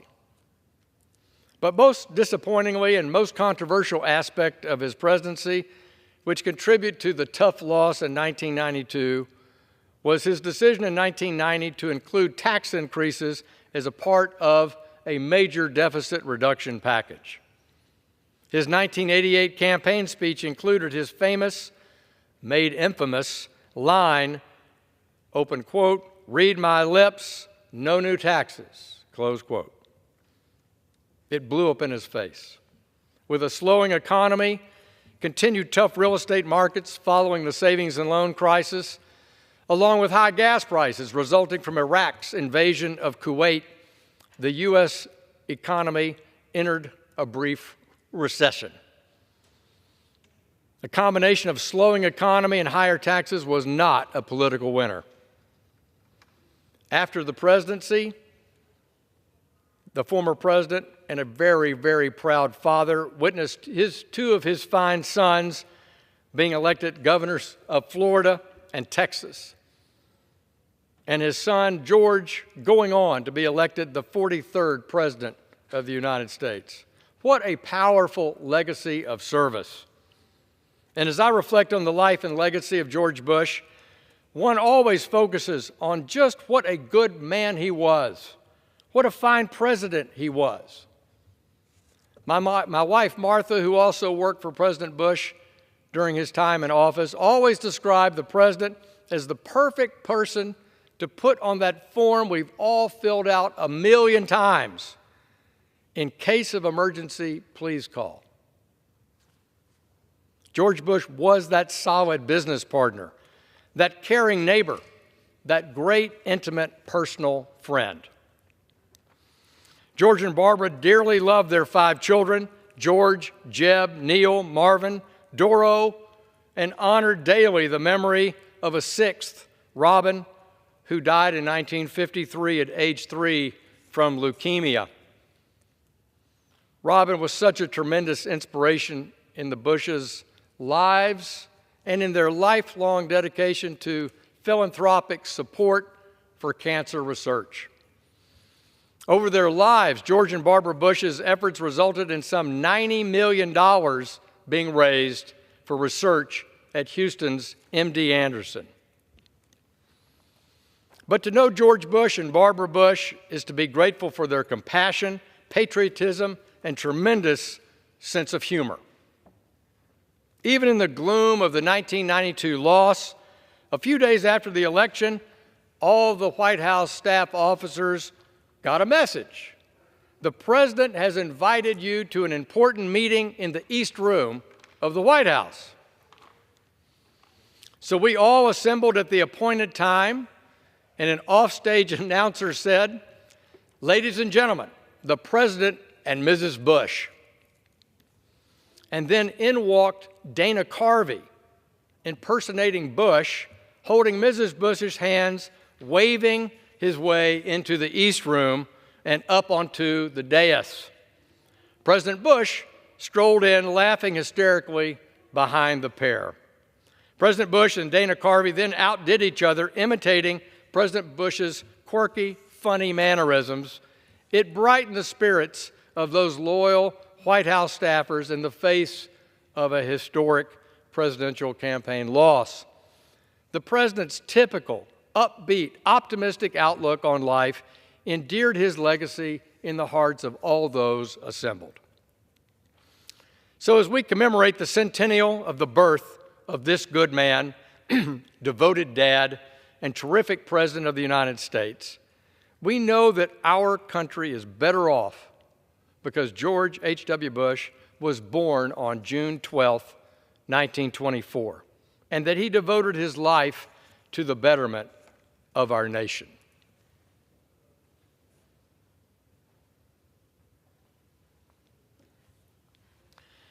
Mr. Speaker, I rise to congratulate Mary Beth Hatch for taking over as Chief of Education for the Arkansas Game and Fish Commission.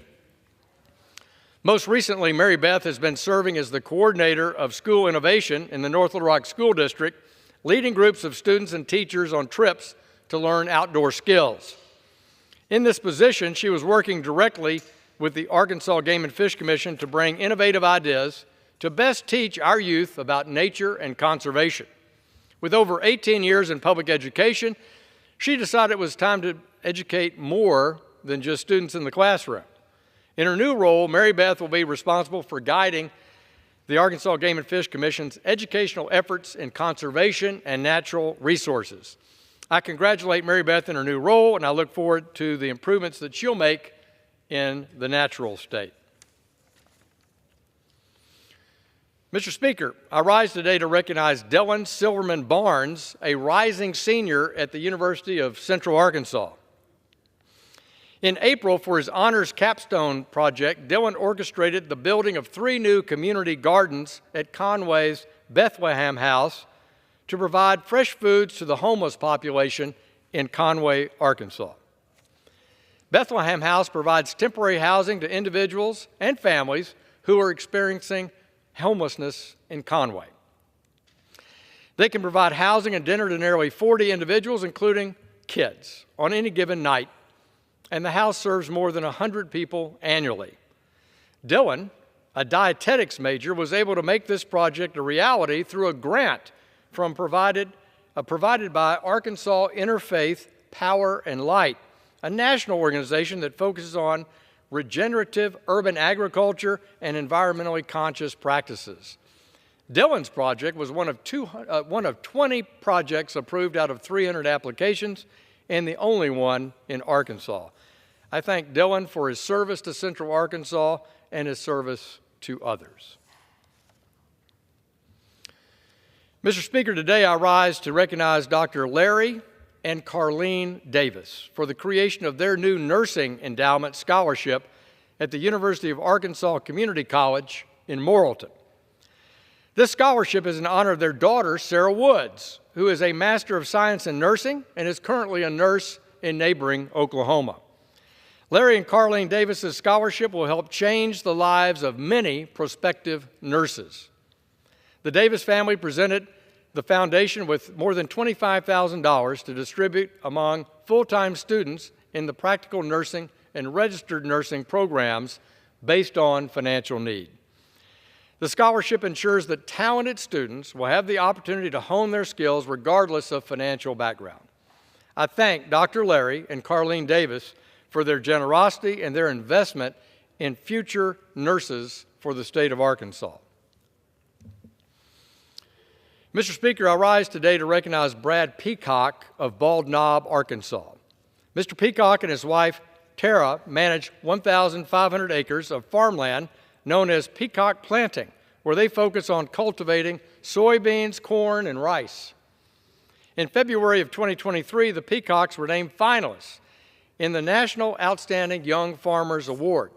This past March, Brad joined other honorees on a trip to Washington, D.C. during National Agriculture Week to interact with lawmakers and advocate for a strong reauthorization of the farm programs. The Peacocks' dedication to farming and passion for helping those around them truly make them outstanding farmers. I thank Brad and Tara Peacock for their important work to provide food for the nation and for the world.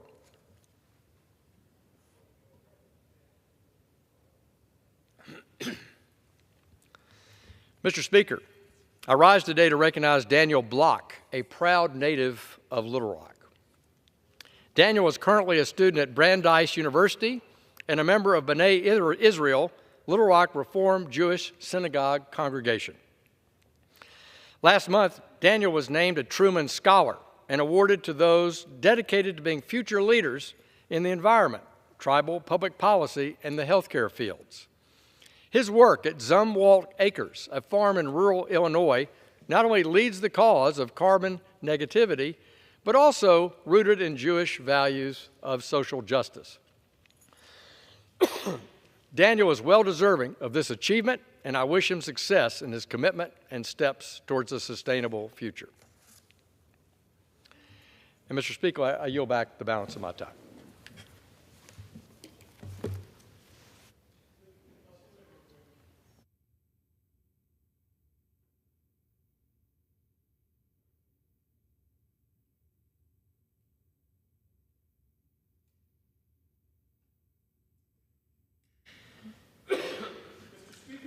Under the Speaker's announced policy of January 9th, 2023, the gentleman from Illinois, Mr. Jackson, is recognized for 60 minutes as the designee of the Minority Leader. Thank you very much, Mr. Speaker. Mr. Speaker, I ask unanimous consent that all members have 5 legislative days to revise and extend their remarks and include any extraneous materials on the subject of this special order. Without objection. It is with great honor that I rise today to co-anchor this Congressional Black Caucus Special Order Hour, along with my distinguished colleague, the Honorable Representative Sheila Scherflus McCormick from the great state of Florida. For the next 60 minutes, members of the Congressional Black Caucus have an opportunity to speak directly to the American people on the topic of Caribbean Heritage Month, an issue of great importance to the Congressional Black Caucus, Congress, the constituents we represent, and to all Americans. Now, Mr. Speaker, it is my privilege to yield to the Honorable Congresswoman Sheila Scherflus McCormick from the state of Florida. Thank you, Mr. Speaker. Today I rise to commemorate Caribbean American Heritage Month at a time to recognize the profound historical significance and the impact of Caribbean Americans on the history and development of the United States. Caribbean Americans have played a pivotal role since the earliest days of our nation's history. One of the most notable figures was Alexander Hamilton, born in Nevis, whose vision and intellect helped lay the foundations of our financial system and set forth the course for America's economic future. During the 20th century, Shirley Chisholm, the daughter of the Barbadian and Guyanese immigrants, emerged as a trailblazer in American politics. During the same time, Malcolm X, a transformative civil rights leader whose roots trace back to Grenada, advocated for Black power and the economic autonomy. His work has inspired individuals to strive for a more just and equitable society. Next, we honor the Puerto Rican-American-born Dr. Antonia Novella, a trailblazer in the field of public health who broke barriers as the first female and first Hispanic United States Surgeon General. She worked to improve health conditions and access to medical care, particularly for women, children, and underrepresented communities. Finally, we celebrate the Cuban-born Celia Cruz, also known as the Queen of Salsa. Cruz not only captivated audiences, but also enriched American music by popularizing salsa, creating a cultural bridge that we continue to enjoy and appreciate today. In my home state of Florida, the historical significance of the Caribbean Americans is particularly evident. In the early 20th century, waves of Caribbean immigrants arrived in Florida, playing a crucial role in developing industries such as agriculture and tourism, which remain vital to Florida's economy today. For example, the construction of the Overseas Railroad in the early 1900s was made possible by the labor of many Caribbean workers. The railroad connected the Florida Keys to the mainland and transformed the region's economic landscape. Let us celebrate this heritage with the recognition it deserves and the commitment to ensuring that the contributions of Caribbean Americans continue to be acknowledged and celebrated for generations to come. I yield back to my co-anchor, Jonathan Jackson. I would like to thank the Honorable co-anchor and leader, the Honorable Sheila Scherflis McCormick from Florida, for her remarks.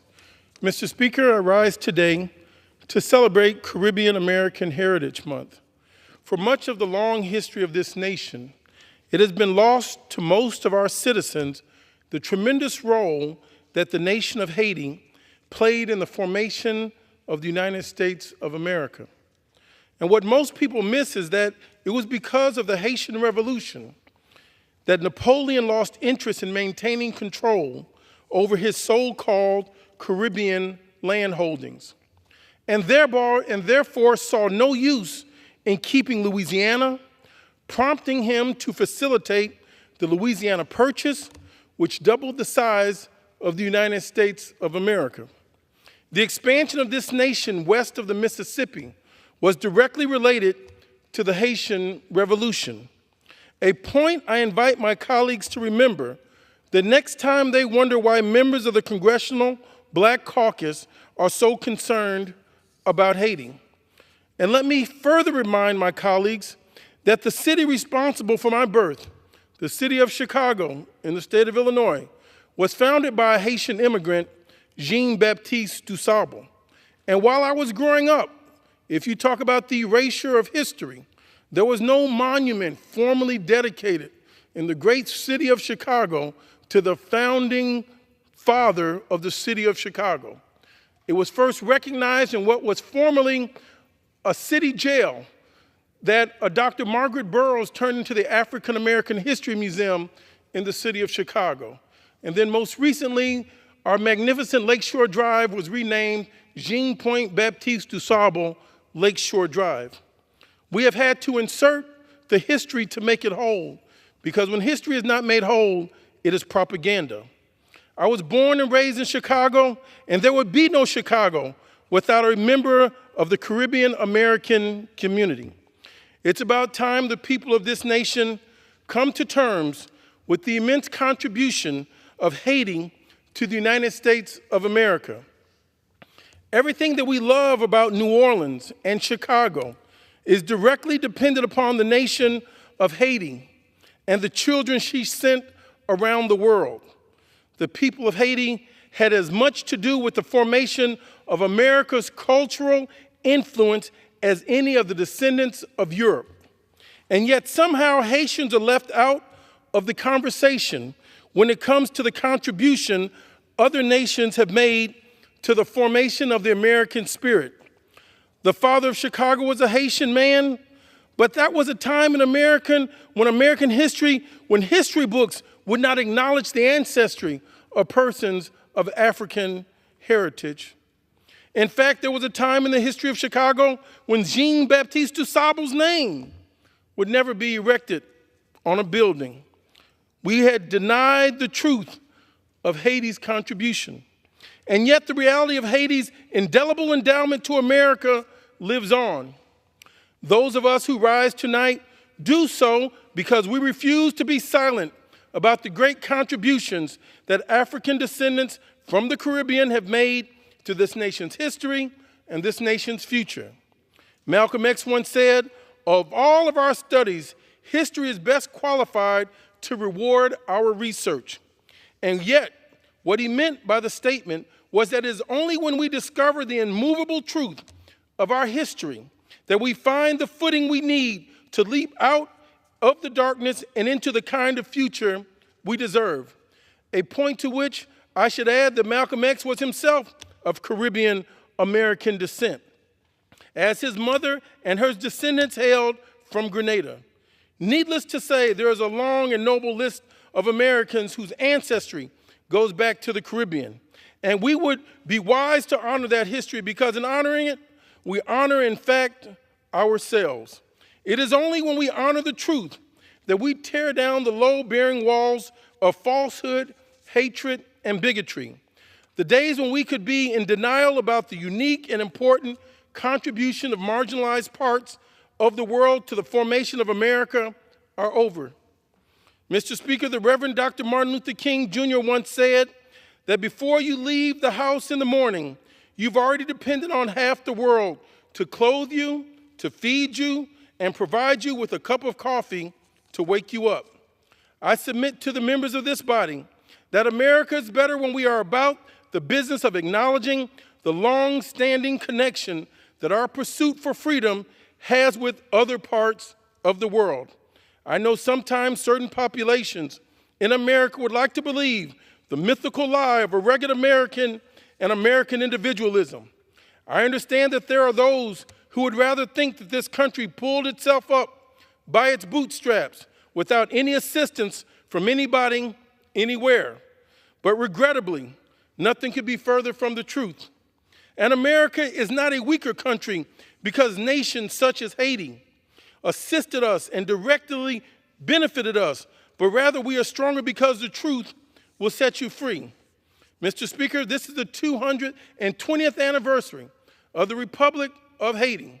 Haiti is America's longest, oldest democratic partner. Haiti now celebrates 220 years.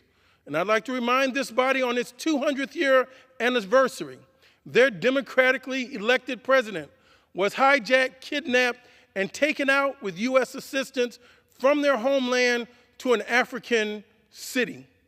Now, Mr. Speaker, this is a time where the Haitians certainly need our assistance. Haiti is not a debtor country. Haiti is a creditor country to the United States.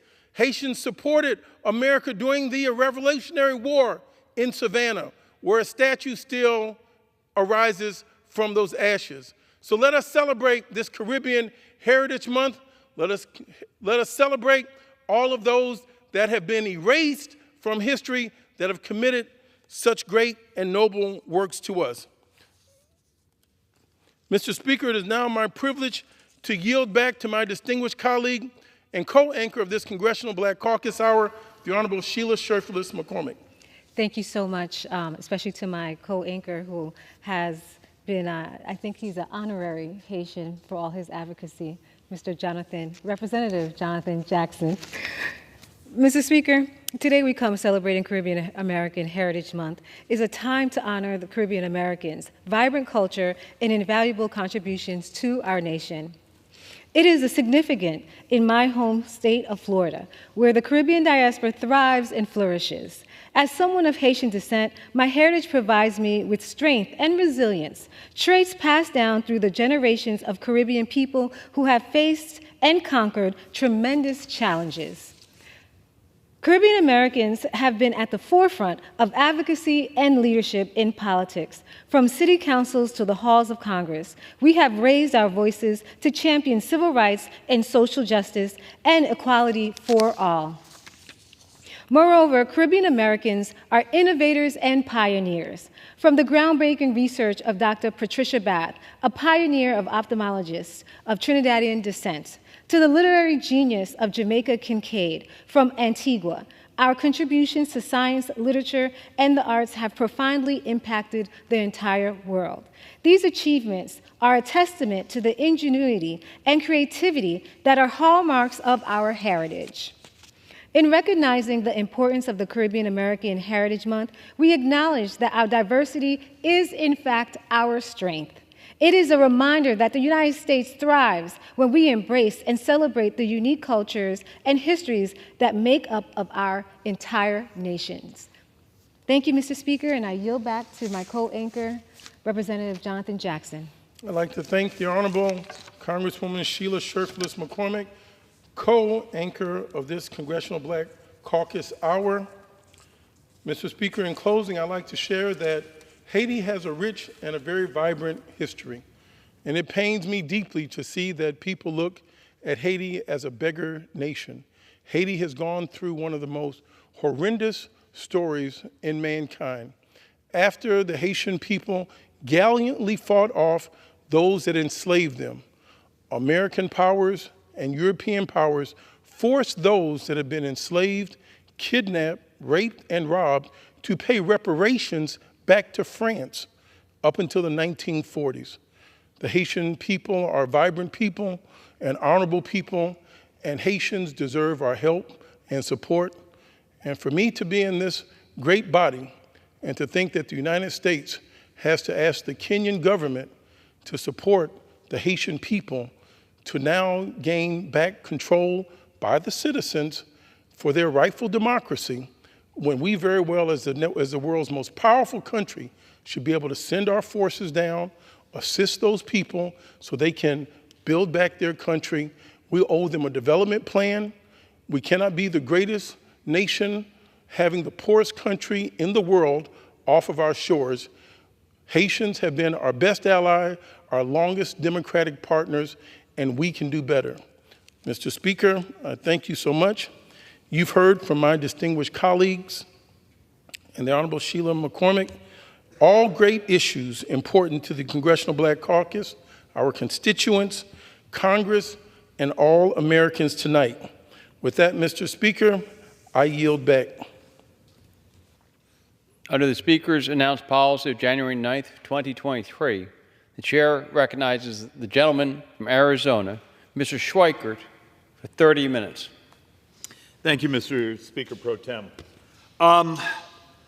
Okay, every week I come behind this microphone and I walk through the demographics and the debt and try to demonstrate that the primary driver of debt is the fact, is our demographics, our health. I've brought lots and lots of charts here over the last couple of years, sort of demonstrating sort of the death spiral the country is heading towards. When total interest this year is going to be maybe just a little shy of $1.2 trillion, making interest the second biggest expenditure in this government. So Social Security will be about $1.48 trillion, interest 1.2, and then believe it or not, defense and Medicare are fighting for who's going to be third and fourth.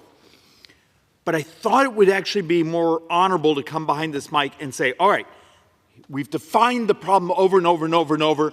I don't seem to be making much progress with my brothers and sisters being willing to accept the actual math, because our friends from the left, tax rich people more, we'll take care of the problem. And then we show them the economic papers that make it clear, you could maximize people's taxes for those over $400,000 on their income tax, their estate tax, the whole list of taxes.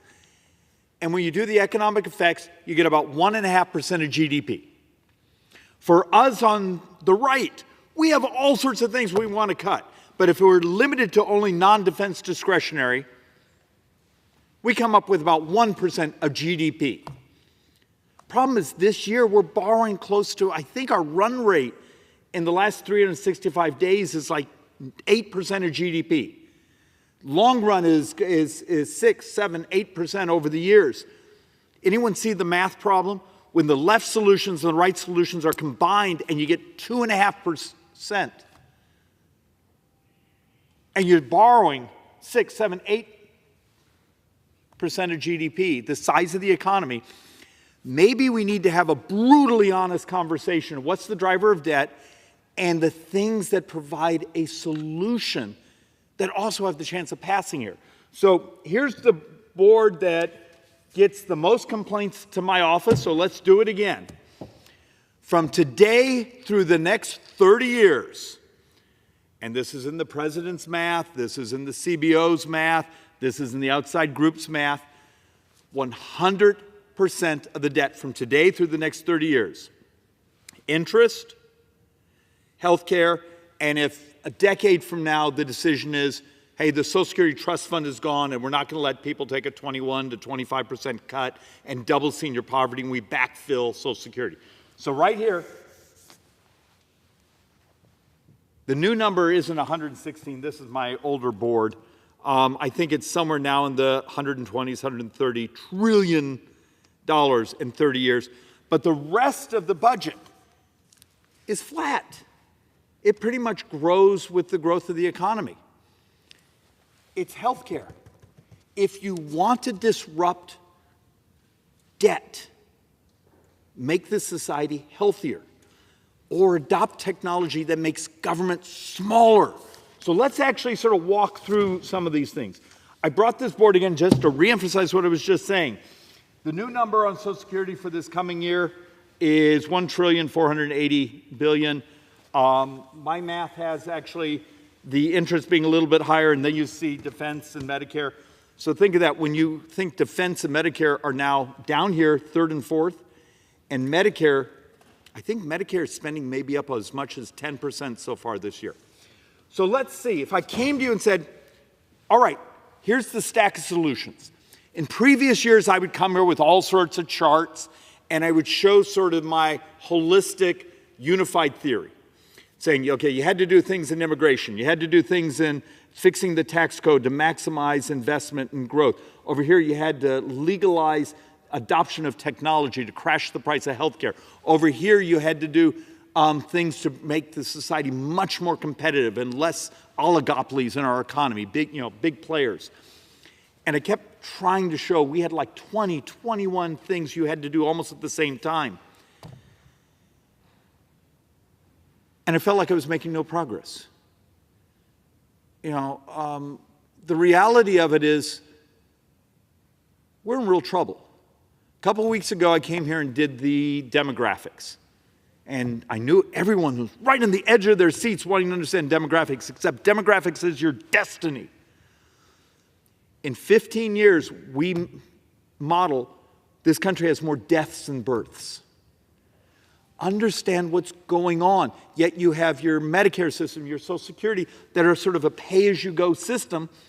But the number of children, the number of young people, the number of future workers we're going to have in this society, we're in trouble. So you're going to have to do things like technology substitution. And what the hell does that mean? We're going to walk through some of that. So I have a stack of articles, some boards, and we're going to sort of walk through one of those pillars that we talk about. The two biggest changes I expect in society, in the economy, in the world over the next decade or two will be synthetic biology and artificial intelligence. So let's talk about just one of the things on our list of like 21 disruptions of what we could fixate on policy-wise to make government smaller, more efficient, more moral. And maybe your retirement doesn't have to implode on you, and maybe my little kids, yes, I have young kids, have a future, because the math says right now that child that's young today will be poorer than their parents. First generation U.S. history, the expectation, the math says, this young generation is going to be poorer. Does anyone see just the apocalyptic morality in that? So what's going on here? Why are we so terrified to tell the truth? Well, I'll tell you one of the reasons you tell the truth. You come here and you walk people through the actual math of Social Security, the actual math of Medicare, how we're going to save it, what we have to do, and you will get attack ads because, God forbid, you told the truth, and this side, particularly over there, cares much more about winning the next election than saving this country, saving your retirement, the morality of you actually receiving the earned benefits you worked for. Because the politics are so much more important. Winning the next election is so much more important than doing what's right. So let's actually sort of walk through some ideas here. First off, I'm going to do this in the next couple of weeks. There's now starting to be economic models and discussions talking about how the debt is going to make us all poor and how it's starting to do that. You know, the fact that how much of your taxes, when I've shown things here where every dime a member of Congress votes on today is on borrowed money. And so far this fiscal year, every dime of discretionary, every dime of defense, and actually like a quarter of Medicare are on borrowed money. And the fact that this year you're going to spend about $1.2 trillion of your tax receipts in interest. And remember, last fiscal, or actually over the last 12 months, I think we've had 1 or 2 months, maybe 3 months, where we actually had to borrow money to pay for our borrowed money, to pay the interest. Think about that. And the fact of the matter, now we're starting to see the economists do articles explaining we are all going to be poorer because of the financing costs now on this debt and deficits. So let's actually walk through, what would you do? If I came to you right now and said, you live in the time of miracles, we're curing diseases and we're going to cure more diseases. We don't have to live with misery. There's ways, we're on the cusp of having major disruptions in diabetes, in other diseases. We could make government more efficient and smaller. So let's actually just talk about AI tonight. Article from Stars and Stripes, talking about the Pentagon being substantially unauditable. We do not know where almost $4 trillion in assets are. So there's parts of this article, parts of the other articles here, talking about things that the Pentagon buys things because they don't know if they have it in inventory. Other articles that we could actually use technology to actually crawl through government and it would be the ultimate whistleblower. And so some of us have been trying, saying, why don't we do something creative? I need you to think so. If you watch too much cable television, over here, AI is going to destroy the world. Okay, there's generative AI that crawls through and can write its code. Over here is a stack that just wants accounting data, that just is looking for assets and inventories and liabilities and those things. That's what we're talking about at this moment. How about if we did something creative? If you've just had, I think, the 8th year where the Pentagon has functionally come back as unauditable because we can't do the asset list, how about allowing an AI crawler, an AI accounting package, to go up and down those asset lists and identify what we own, what we don't own, what we think we have, what we don't think we have, what we really own? So you don't get crazy articles like this one from Stars and Stripes basically saying, this was not surprising. Pentagon again fails its audit. And $3.8 trillion in military assets, we're not sure where the hell they are. Well, we're going to offer this as an amendment in the next day or so on the National Defense Authorization Bill. We'll see if our brothers and sisters here are willing to say, hey, maybe some technology is better than building after building after building full of people looking at accounting lists and can't figure out what the hell it says. Maybe we should actually protect the American taxpayer, but also protect our national defense by knowing what we owe and what we don't own. It's a simple solution. It's also the adoption and the future of what could you do in this government if you would allow AI crawlers to go up and down inventories, assets, where there's maybe misallocation, where there's proper allocation, where there's people maybe playing games with resources. Why wouldn't you do that? You know, the Government Accounting Office can only do so much. But the crowdsourcing of the data, the constant crawling, this exists today. Let's do it. And it's just, once again, the concept of, can we use technology to make government smaller? Of course we can. And look, I got to be brutally honest. Here's an article that was talking about using AI in certain parts of healthcare. And it crashed and burned. But if you actually get into the academic article, it's an academic article, they were using ChatGPT. May I suggest you don't try to use Chat as your diagnostician, okay? But it turns out I have 4 or 5 times more articles talking about when they use specific AI designed to look at cancer, to look at other things. It was remarkable. So let's actually sort of go on through the changing of government. What would happen if you've had the experience of trying to call the IRS? And you call them, and you call them, and you call them, and you sit on hold, and you sit on hold, then you get to someone, talk to someone who may not have the specialty, may not understand what you're asking. So there's been an experiment. I got to give the IRS credit on this one. It's a small experiment. They did it last tax season, this tax season. For a small portion, when you called, you were actually talking to a chat AI. But think about the experiment that they agreed to do and where this may take us. Imagine if you called the IRS and it stays on the phone with you because it picked up the phone, because it has ultimate capacity, because you're actually talking to a plain language computer that sounds every bit like a person, but stays on the phone with you, listens to you, walks you through on how to fill out your form. If you need the form, it can email it to you, it can text it to you. It can even actually walk you through other forms you might need because of what you're doing. That's morality, and it would make government less expensive. It would shrink the size of government. This is heresy, and it's brutal, but the fact of the matter is people are really, really expensive in government.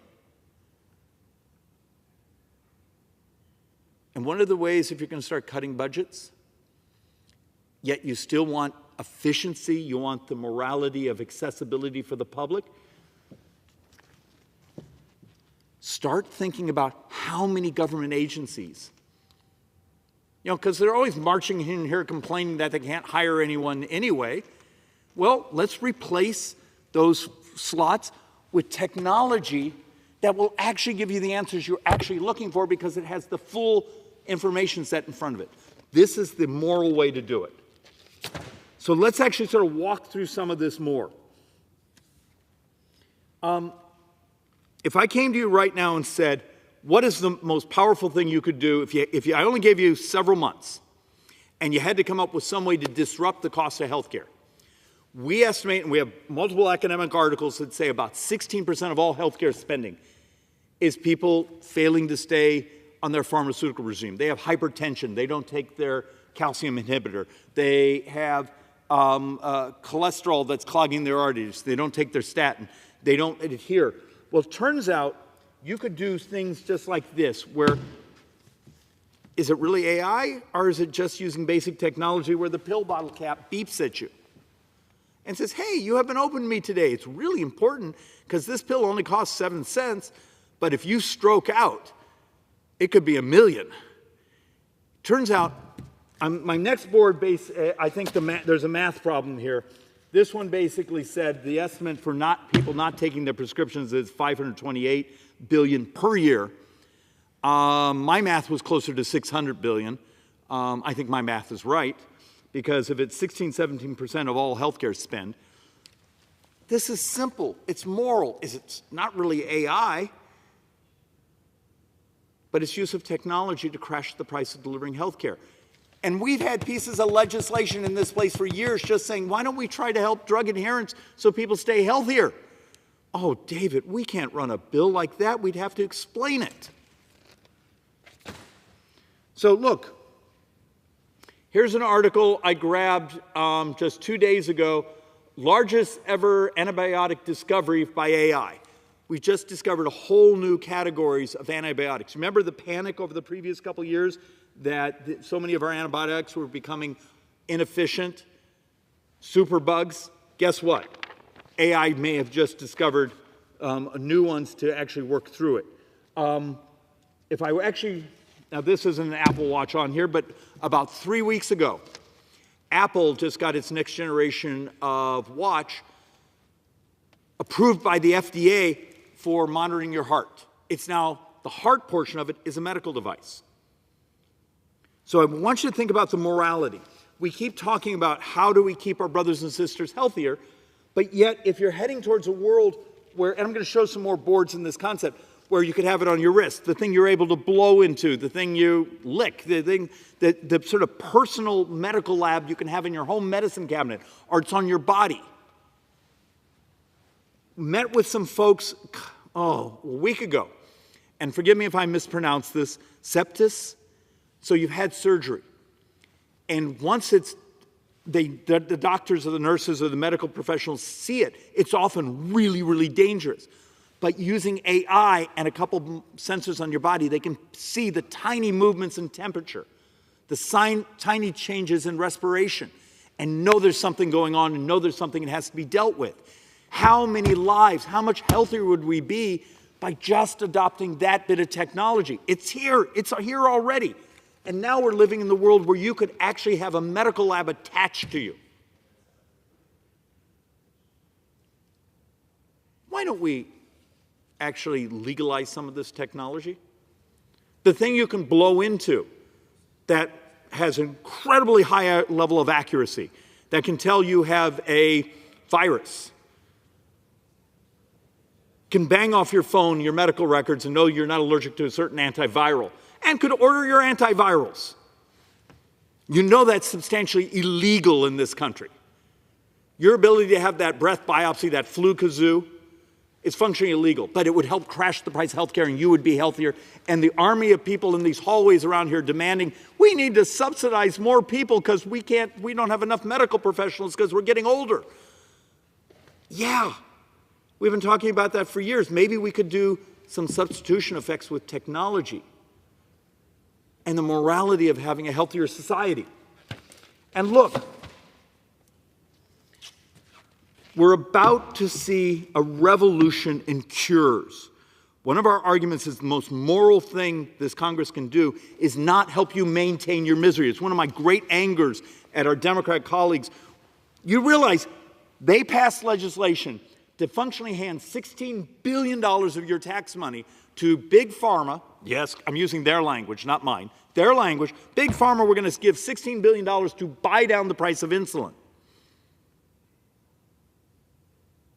And at the same time, 75 miles from here, there's a co-op making three types of generic insulin. Go look them up, Civica RX.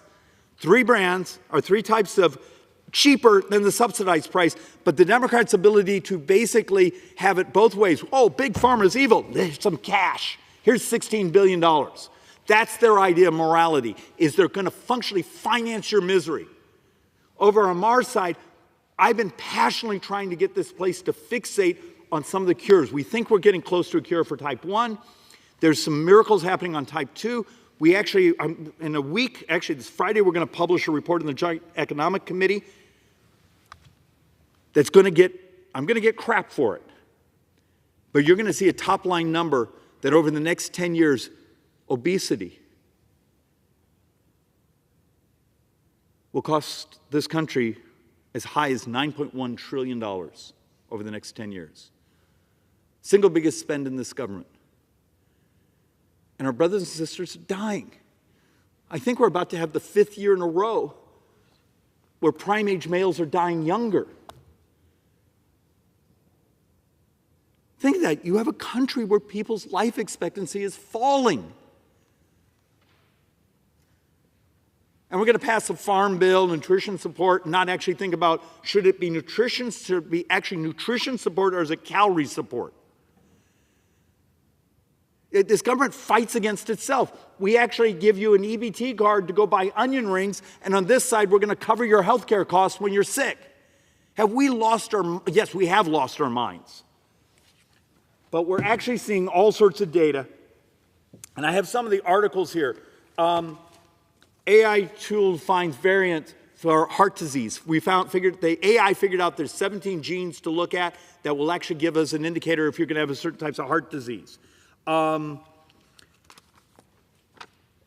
traces mysterious metastatic cancer to its source.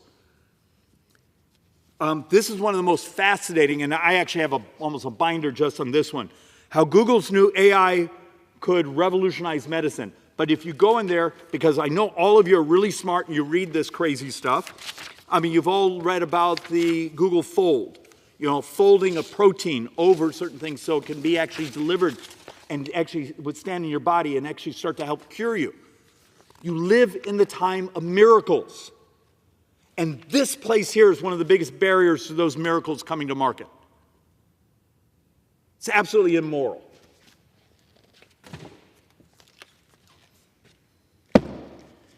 And we're actually, in some ways, the way we have... Look, FDA does some amazing things. But it was designed decades and decades and decades ago. Can we make sure they have the tools to understand? We have these things called supercomputers today. We have AI that can grind through data and look at article after article and population statistics and these things. There's actually lots of data right now saying we could cut the time down in half, bringing cures and miracles to market. I would argue this is our obligation. This is people's lives. Besides the fact of the morality, it's also really good economics and would be great for the borrowing. Remember, we're hovering between sort of $80,000 and $100,000 a second borrowing. Majority of that growth in that borrowing is interest and healthcare costs. Crash the price of healthcare.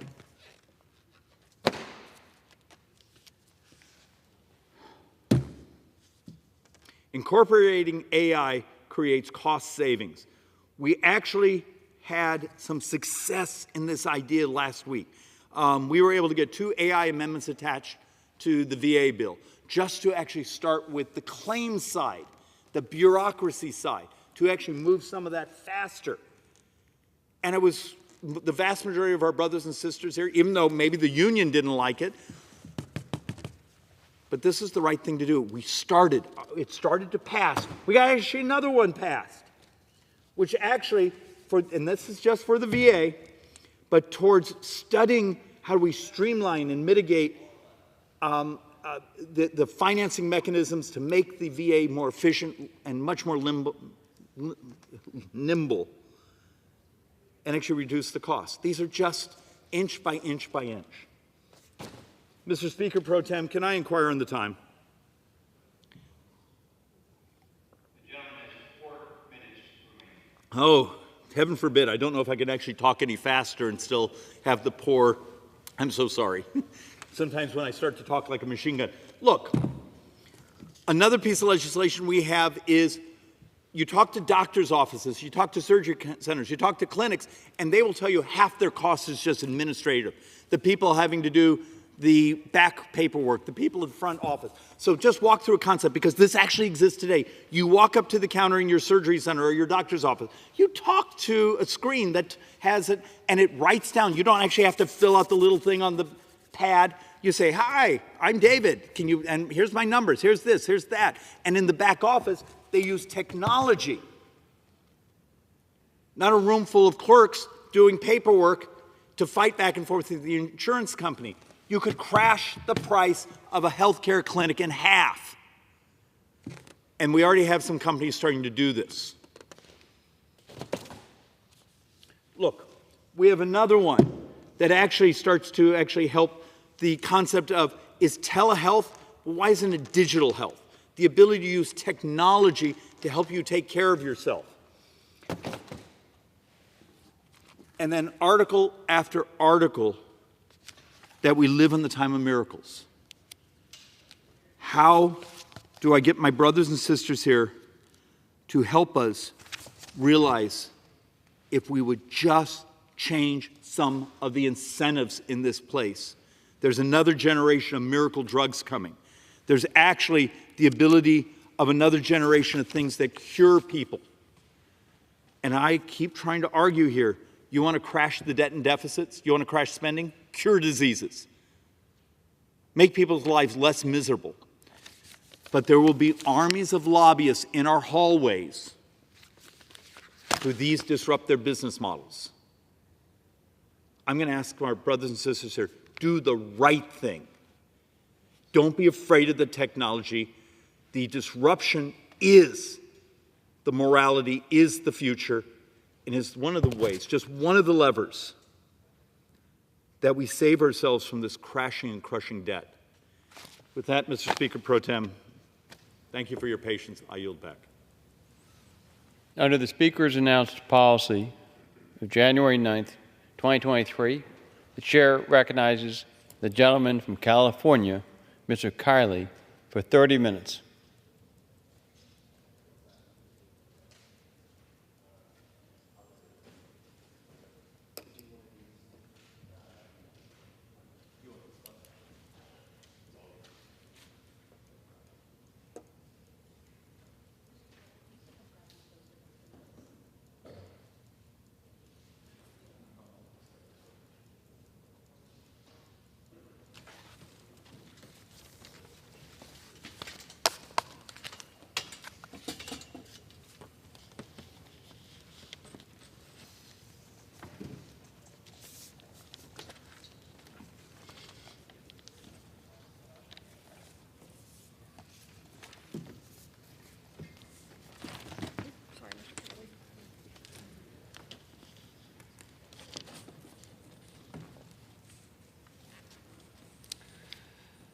Mr. Speaker, I rise to name the following members of the Placer County Sheriff's Office to the 2024 3rd Congressional District Police Honor Roll.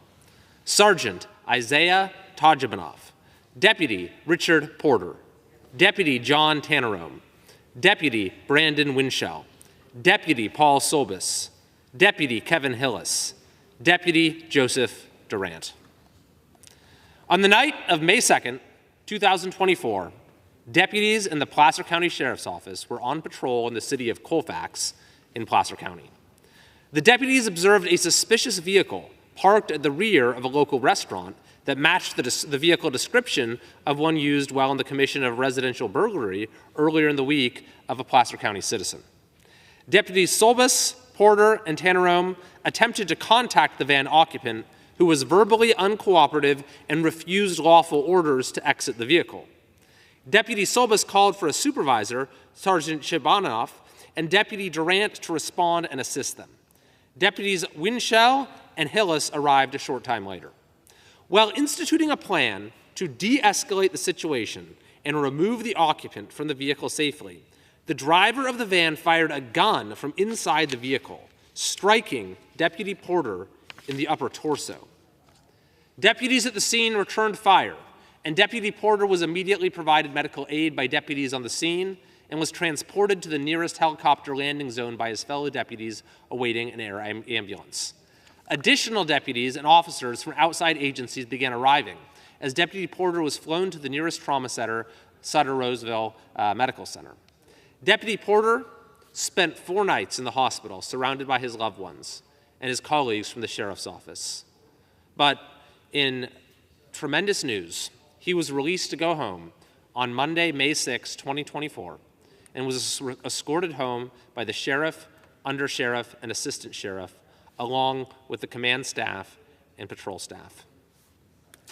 These law enforcement officers acted with the utmost professionalism and bravery on May 2nd, 2024. They trusted the advanced officer training the sheriff's office had provided and were calm, committed, and focused. That night was a true testament to their unwavering commitment to the community they serve. Their actions embody the core values of the Placer County Sheriff's Office, and all Placer County residents can take enormous pride in these outstanding officers. For their bravery and dedication to public safety, I am honored to include these fine law enforcement officers in the 2024 3rd Congressional District Police Honor Roll.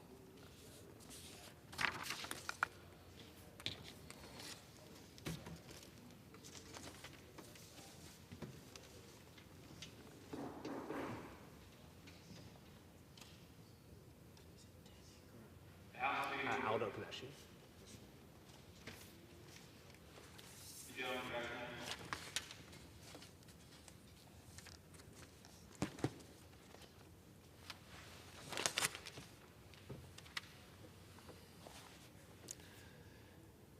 Mr. Speaker, it is with a very heavy heart that I wish to take a moment to honor the memory of Aldo Panesci, a Roseville resident and community leader who passed away a few weeks ago on May 28, 2024.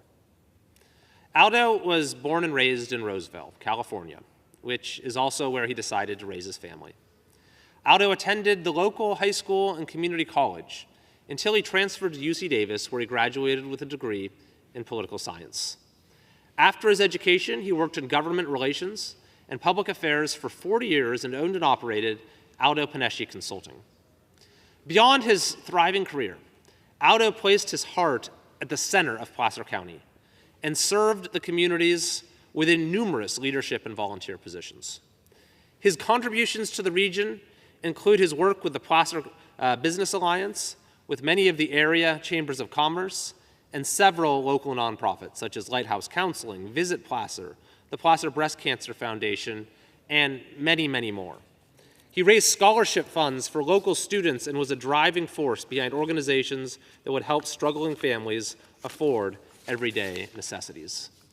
He had a strong commitment to and understanding of the pulse of the local business community and was an invaluable contributor to the economic vitality and success of the region. Aldo's wide diversity of accomplishments improved the quality of life and experiences for residents, businesses, and visitors in the area. It is because of the exceptional leadership and passion of people like Aldo Panesci that Placer County and the communities that comprise it are such a great place to live, work, raise a family, and retire. Aldo will be remembered for many, many things by his countless friends in our county, for his wise counsel, his innate kindness, and his care and consideration for those around him. As a pillar in our community, I am confident that the remarkable legacy he left behind in Placer County will be felt for generations to come. Therefore, on behalf of California's 3rd Congressional District and the United States House of Representatives, I want to offer a heartfelt condolence to Aldo's wife, Leslie, children, Evangeline and Anthony, and the countless other lives that he touched throughout Placer County and the surrounding region. Mr. Aldo Panesci will be greatly missed, but his legacy will be felt for a very, very long time to come.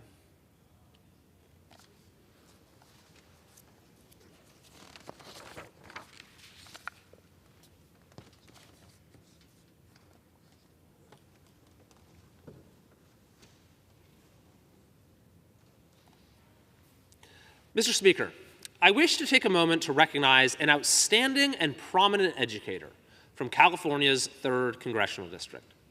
I'd like to highlight a teacher from the Eastern Sierra Unified School District, Joanna Tackett, who has dedicated 22 years towards a career in education.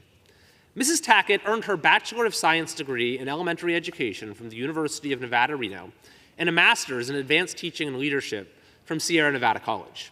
She proudly teaches at Antelope Elementary School in Colville, California, where she has instructed classes of students in the 3rd grade and transitional kindergarten and kindergarten.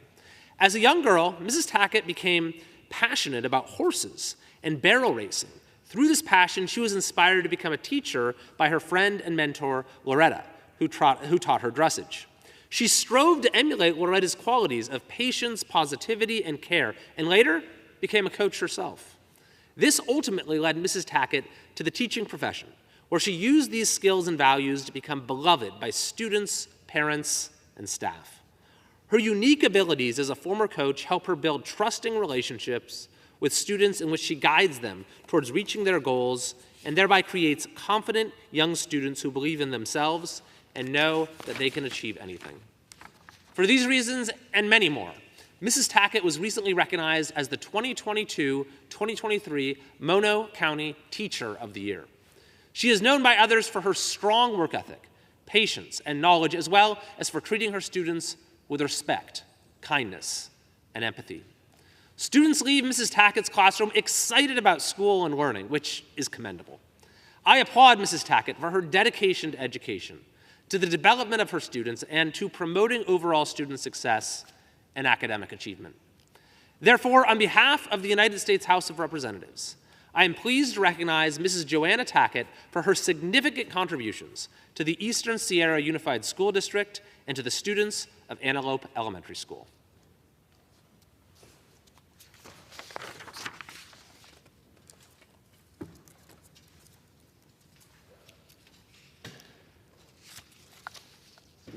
Mr. Speaker, I'd like to take a moment to recognize the Tahoe Forest Health System for 75 years of providing exceptional healthcare services to the Tahoe region. In 1949, Richard Joseph and his family donated the land necessary for the construction of a new hospital in Truckee. The donation was made with a desire to care for their local community members and in memory of their son, Levin Joseph, who was tragically killed during his military service in World War II. The community rallied behind the idea of a new hospital, and under the legacy of generosity, the Tahoe Forest Hospital District was formed. In 1952, the hospital facility named the Tahoe Forest Hospital officially opened its doors. The original hospital consisted of 15 beds and 2 physicians. Since its inception, the Tahoe Forest Health System has grown along with the community it serves. The Tahoe Forest Hospital expanded to 25 acute care beds and 36 long-term care beds, while also providing a wide array of critical rural health care services, including community health outreach programs. The hospital's service area now covers 6 rural counties, 2 states, and approximately 3,500 square miles. The hospital is further developed by building the Gene Upshaw Memorial Tahoe Forest Cancer Center and the Incline Village Community Hospital, a 4-bed critical access hospital offering 24-hour emergency care, as well as a variety of other clinical health services. The Tahoe Forest Health System has contributed to the health and well-being of Tahoe residents and visitors for more than 7 decades, and is a vital resource for our local mountain communities. Tahoe Forest Health has earned multiple awards, partnerships, and recognitions, and sets a high standard for excellence in rural health care. Therefore, on behalf of the United States House of Representatives, I am honored to recognize the Tahoe Forest Health System in celebration of their 75-year anniversary, and I applaud them for their ongoing commitment to providing quality and compassionate health care services.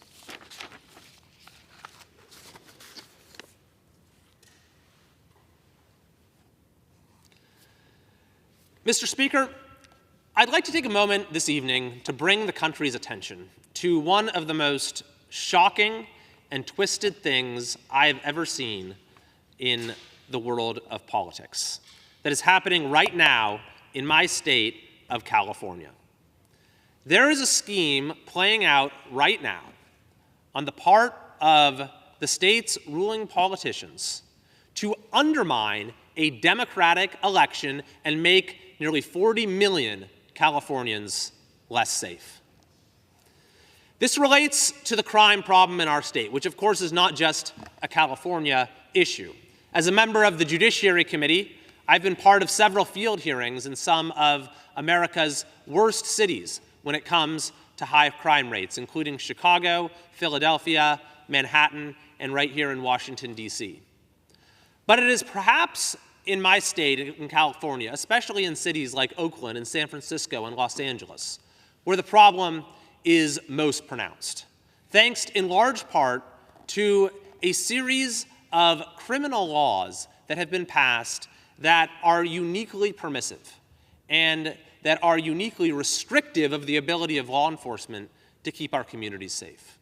But there is one law in particular that is at the root of many of the problems that we see in California when it comes to homelessness and open-air drug markets, and when it comes to retail theft and smash and grabs. And that is an initiative known as Proposition 47, which was passed in 2014 under the false name of the Safe Neighborhoods and Schools Act. And since that time has caused an epidemic of retail theft by eliminating virtually any consequence for stealing. It has also had the tragic consequence of making it so we cannot get drug addicts who are living on our streets in many cases, dying tragically on our streets in many cases for fentanyl and other drugs, where we can't get them the help they need now because it's decimated our drug court system. Prosecutors no longer have the ability to use a possible felony conviction as leverage to get offenders to sign up for treatment. So for the last decade, this very misguided initiative, Proposition 47, has caused these problems to build and build and build in California, and has made our communities less and less safe, has made our quality of life in California lower and lower, has been a major reason why people have been leaving our state in record numbers when, for much of its history, California has been the state that everyone wanted to come to. So after a decade of living with California, over the course of the last several months, there has been a citizen-led effort in California to overturn the worst provisions of Proposition 47, to restore consequences for retail theft, to revive drug treatment for those who need it, to take on the scourge of fentanyl that is ravaging far too many of our communities. And the people of California responded overwhelmingly, with over 900,000 people signing the petition to get this measure on the ballot. And just about an hour ago, this evening, it was officially announced by the California Secretary of State that the initiative has qualified, that it will appear on the November ballot, and all indications are that the people of California will vote for it and end this radical, failed experiment in our state and set our state on a new course. But unfortunately, there are some who hold power right now in California who do not want that to happen. And I want to be very clear that this is not a partisan statement because the initiative has broad bipartisan support. For example, it is endorsed by the Democrat mayor of San Francisco, the Democrat mayor of San Jose, the Democrat mayor of San Diego, because it's just common sense that we need to restore public safety in California. And yet, at the state level, the supermajority in the legislature, along with Governor Gavin Newsom, have decided that they should take matters into their own hands and deny voters the opportunity to pass this bipartisan initiative. So how might they do this, do you ask? It's already qualified for the ballot. The people have made their voice heard. It's official. What's their plan?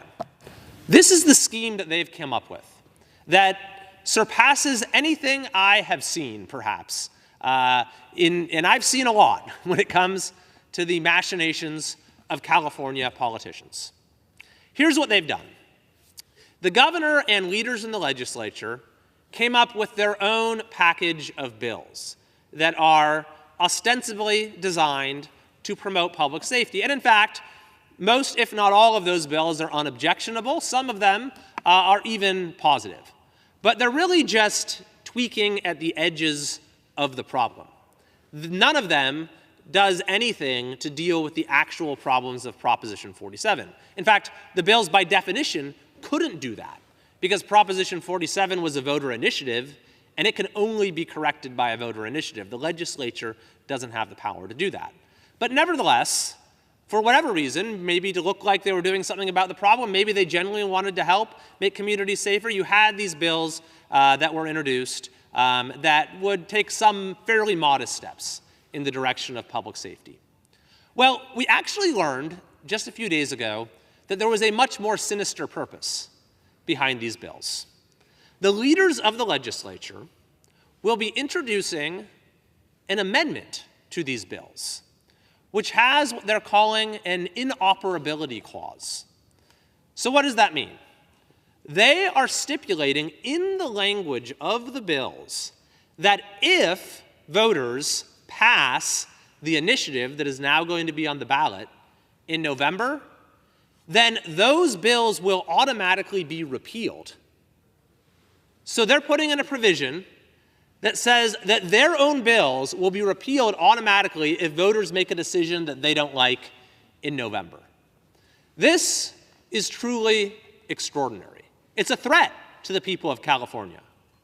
Don't pass this initiative or we will weaken other criminal laws. It's a loaded weapon because the effect is automatic. The threat doesn't even need to be carried out. It's just there the moment the initiative passes, at least this is the way they've designed it, then those bills will be repealed. But truly, the purpose of this is even worse. The true purpose is to mislead voters and give them an upside-down description of what this initiative will actually do. Because in California, the language that appears on the ballot when you go to vote that says, here's what this initiative will do, that language is written by the Attorney General, who is himself a statewide elected official. So the point of including this, some are calling it a poison pill, which says that if you pass the initiative, then these public safety bills are going to be repealed, is to influence the way that the initiative is written. So that an initiative that is supposed to be about helping to limit crime, reduce crime, and restore consequences, they'll describe in precisely the opposite way. On the ballot, it will now say, oh no, this initiative is going to repeal these public safety measures. It is a deeply cynical scheme designed to undermine a popular voter initiative that is desperately needed to get our state back on track. And so I think that when people ask, whatever happened to California? How did our beautiful state come to have all of these problems where, you walk through the streets of San Francisco or Los Angeles and you can't even believe that you're in the United States of America? How did this happen? This is how it has happened. Unfortunately, we have political leaders who are willing to go so far as to undermine a democratic election and to make our state less safe in order to advance their own particular political goals. Mr. Speaker, I think it is absolutely shameful. However, I have faith that at the end of the day, the will of the people will win out. And I think that people are frustrated with what has happened to our state. I hear it every day. They're frustrated with machinations like this, and that the people of California will find a way to make sure that this change that is desperately needed happens and that our state gets back on the right track. Thank you, and I yield back. The question is, gentleman has a motion. Mr. Speaker, I move that the House do now adjourn. The question is on the motion to adjourn. Those in favor say aye. Those opposed, no. The ayes have it. The motion is adopted.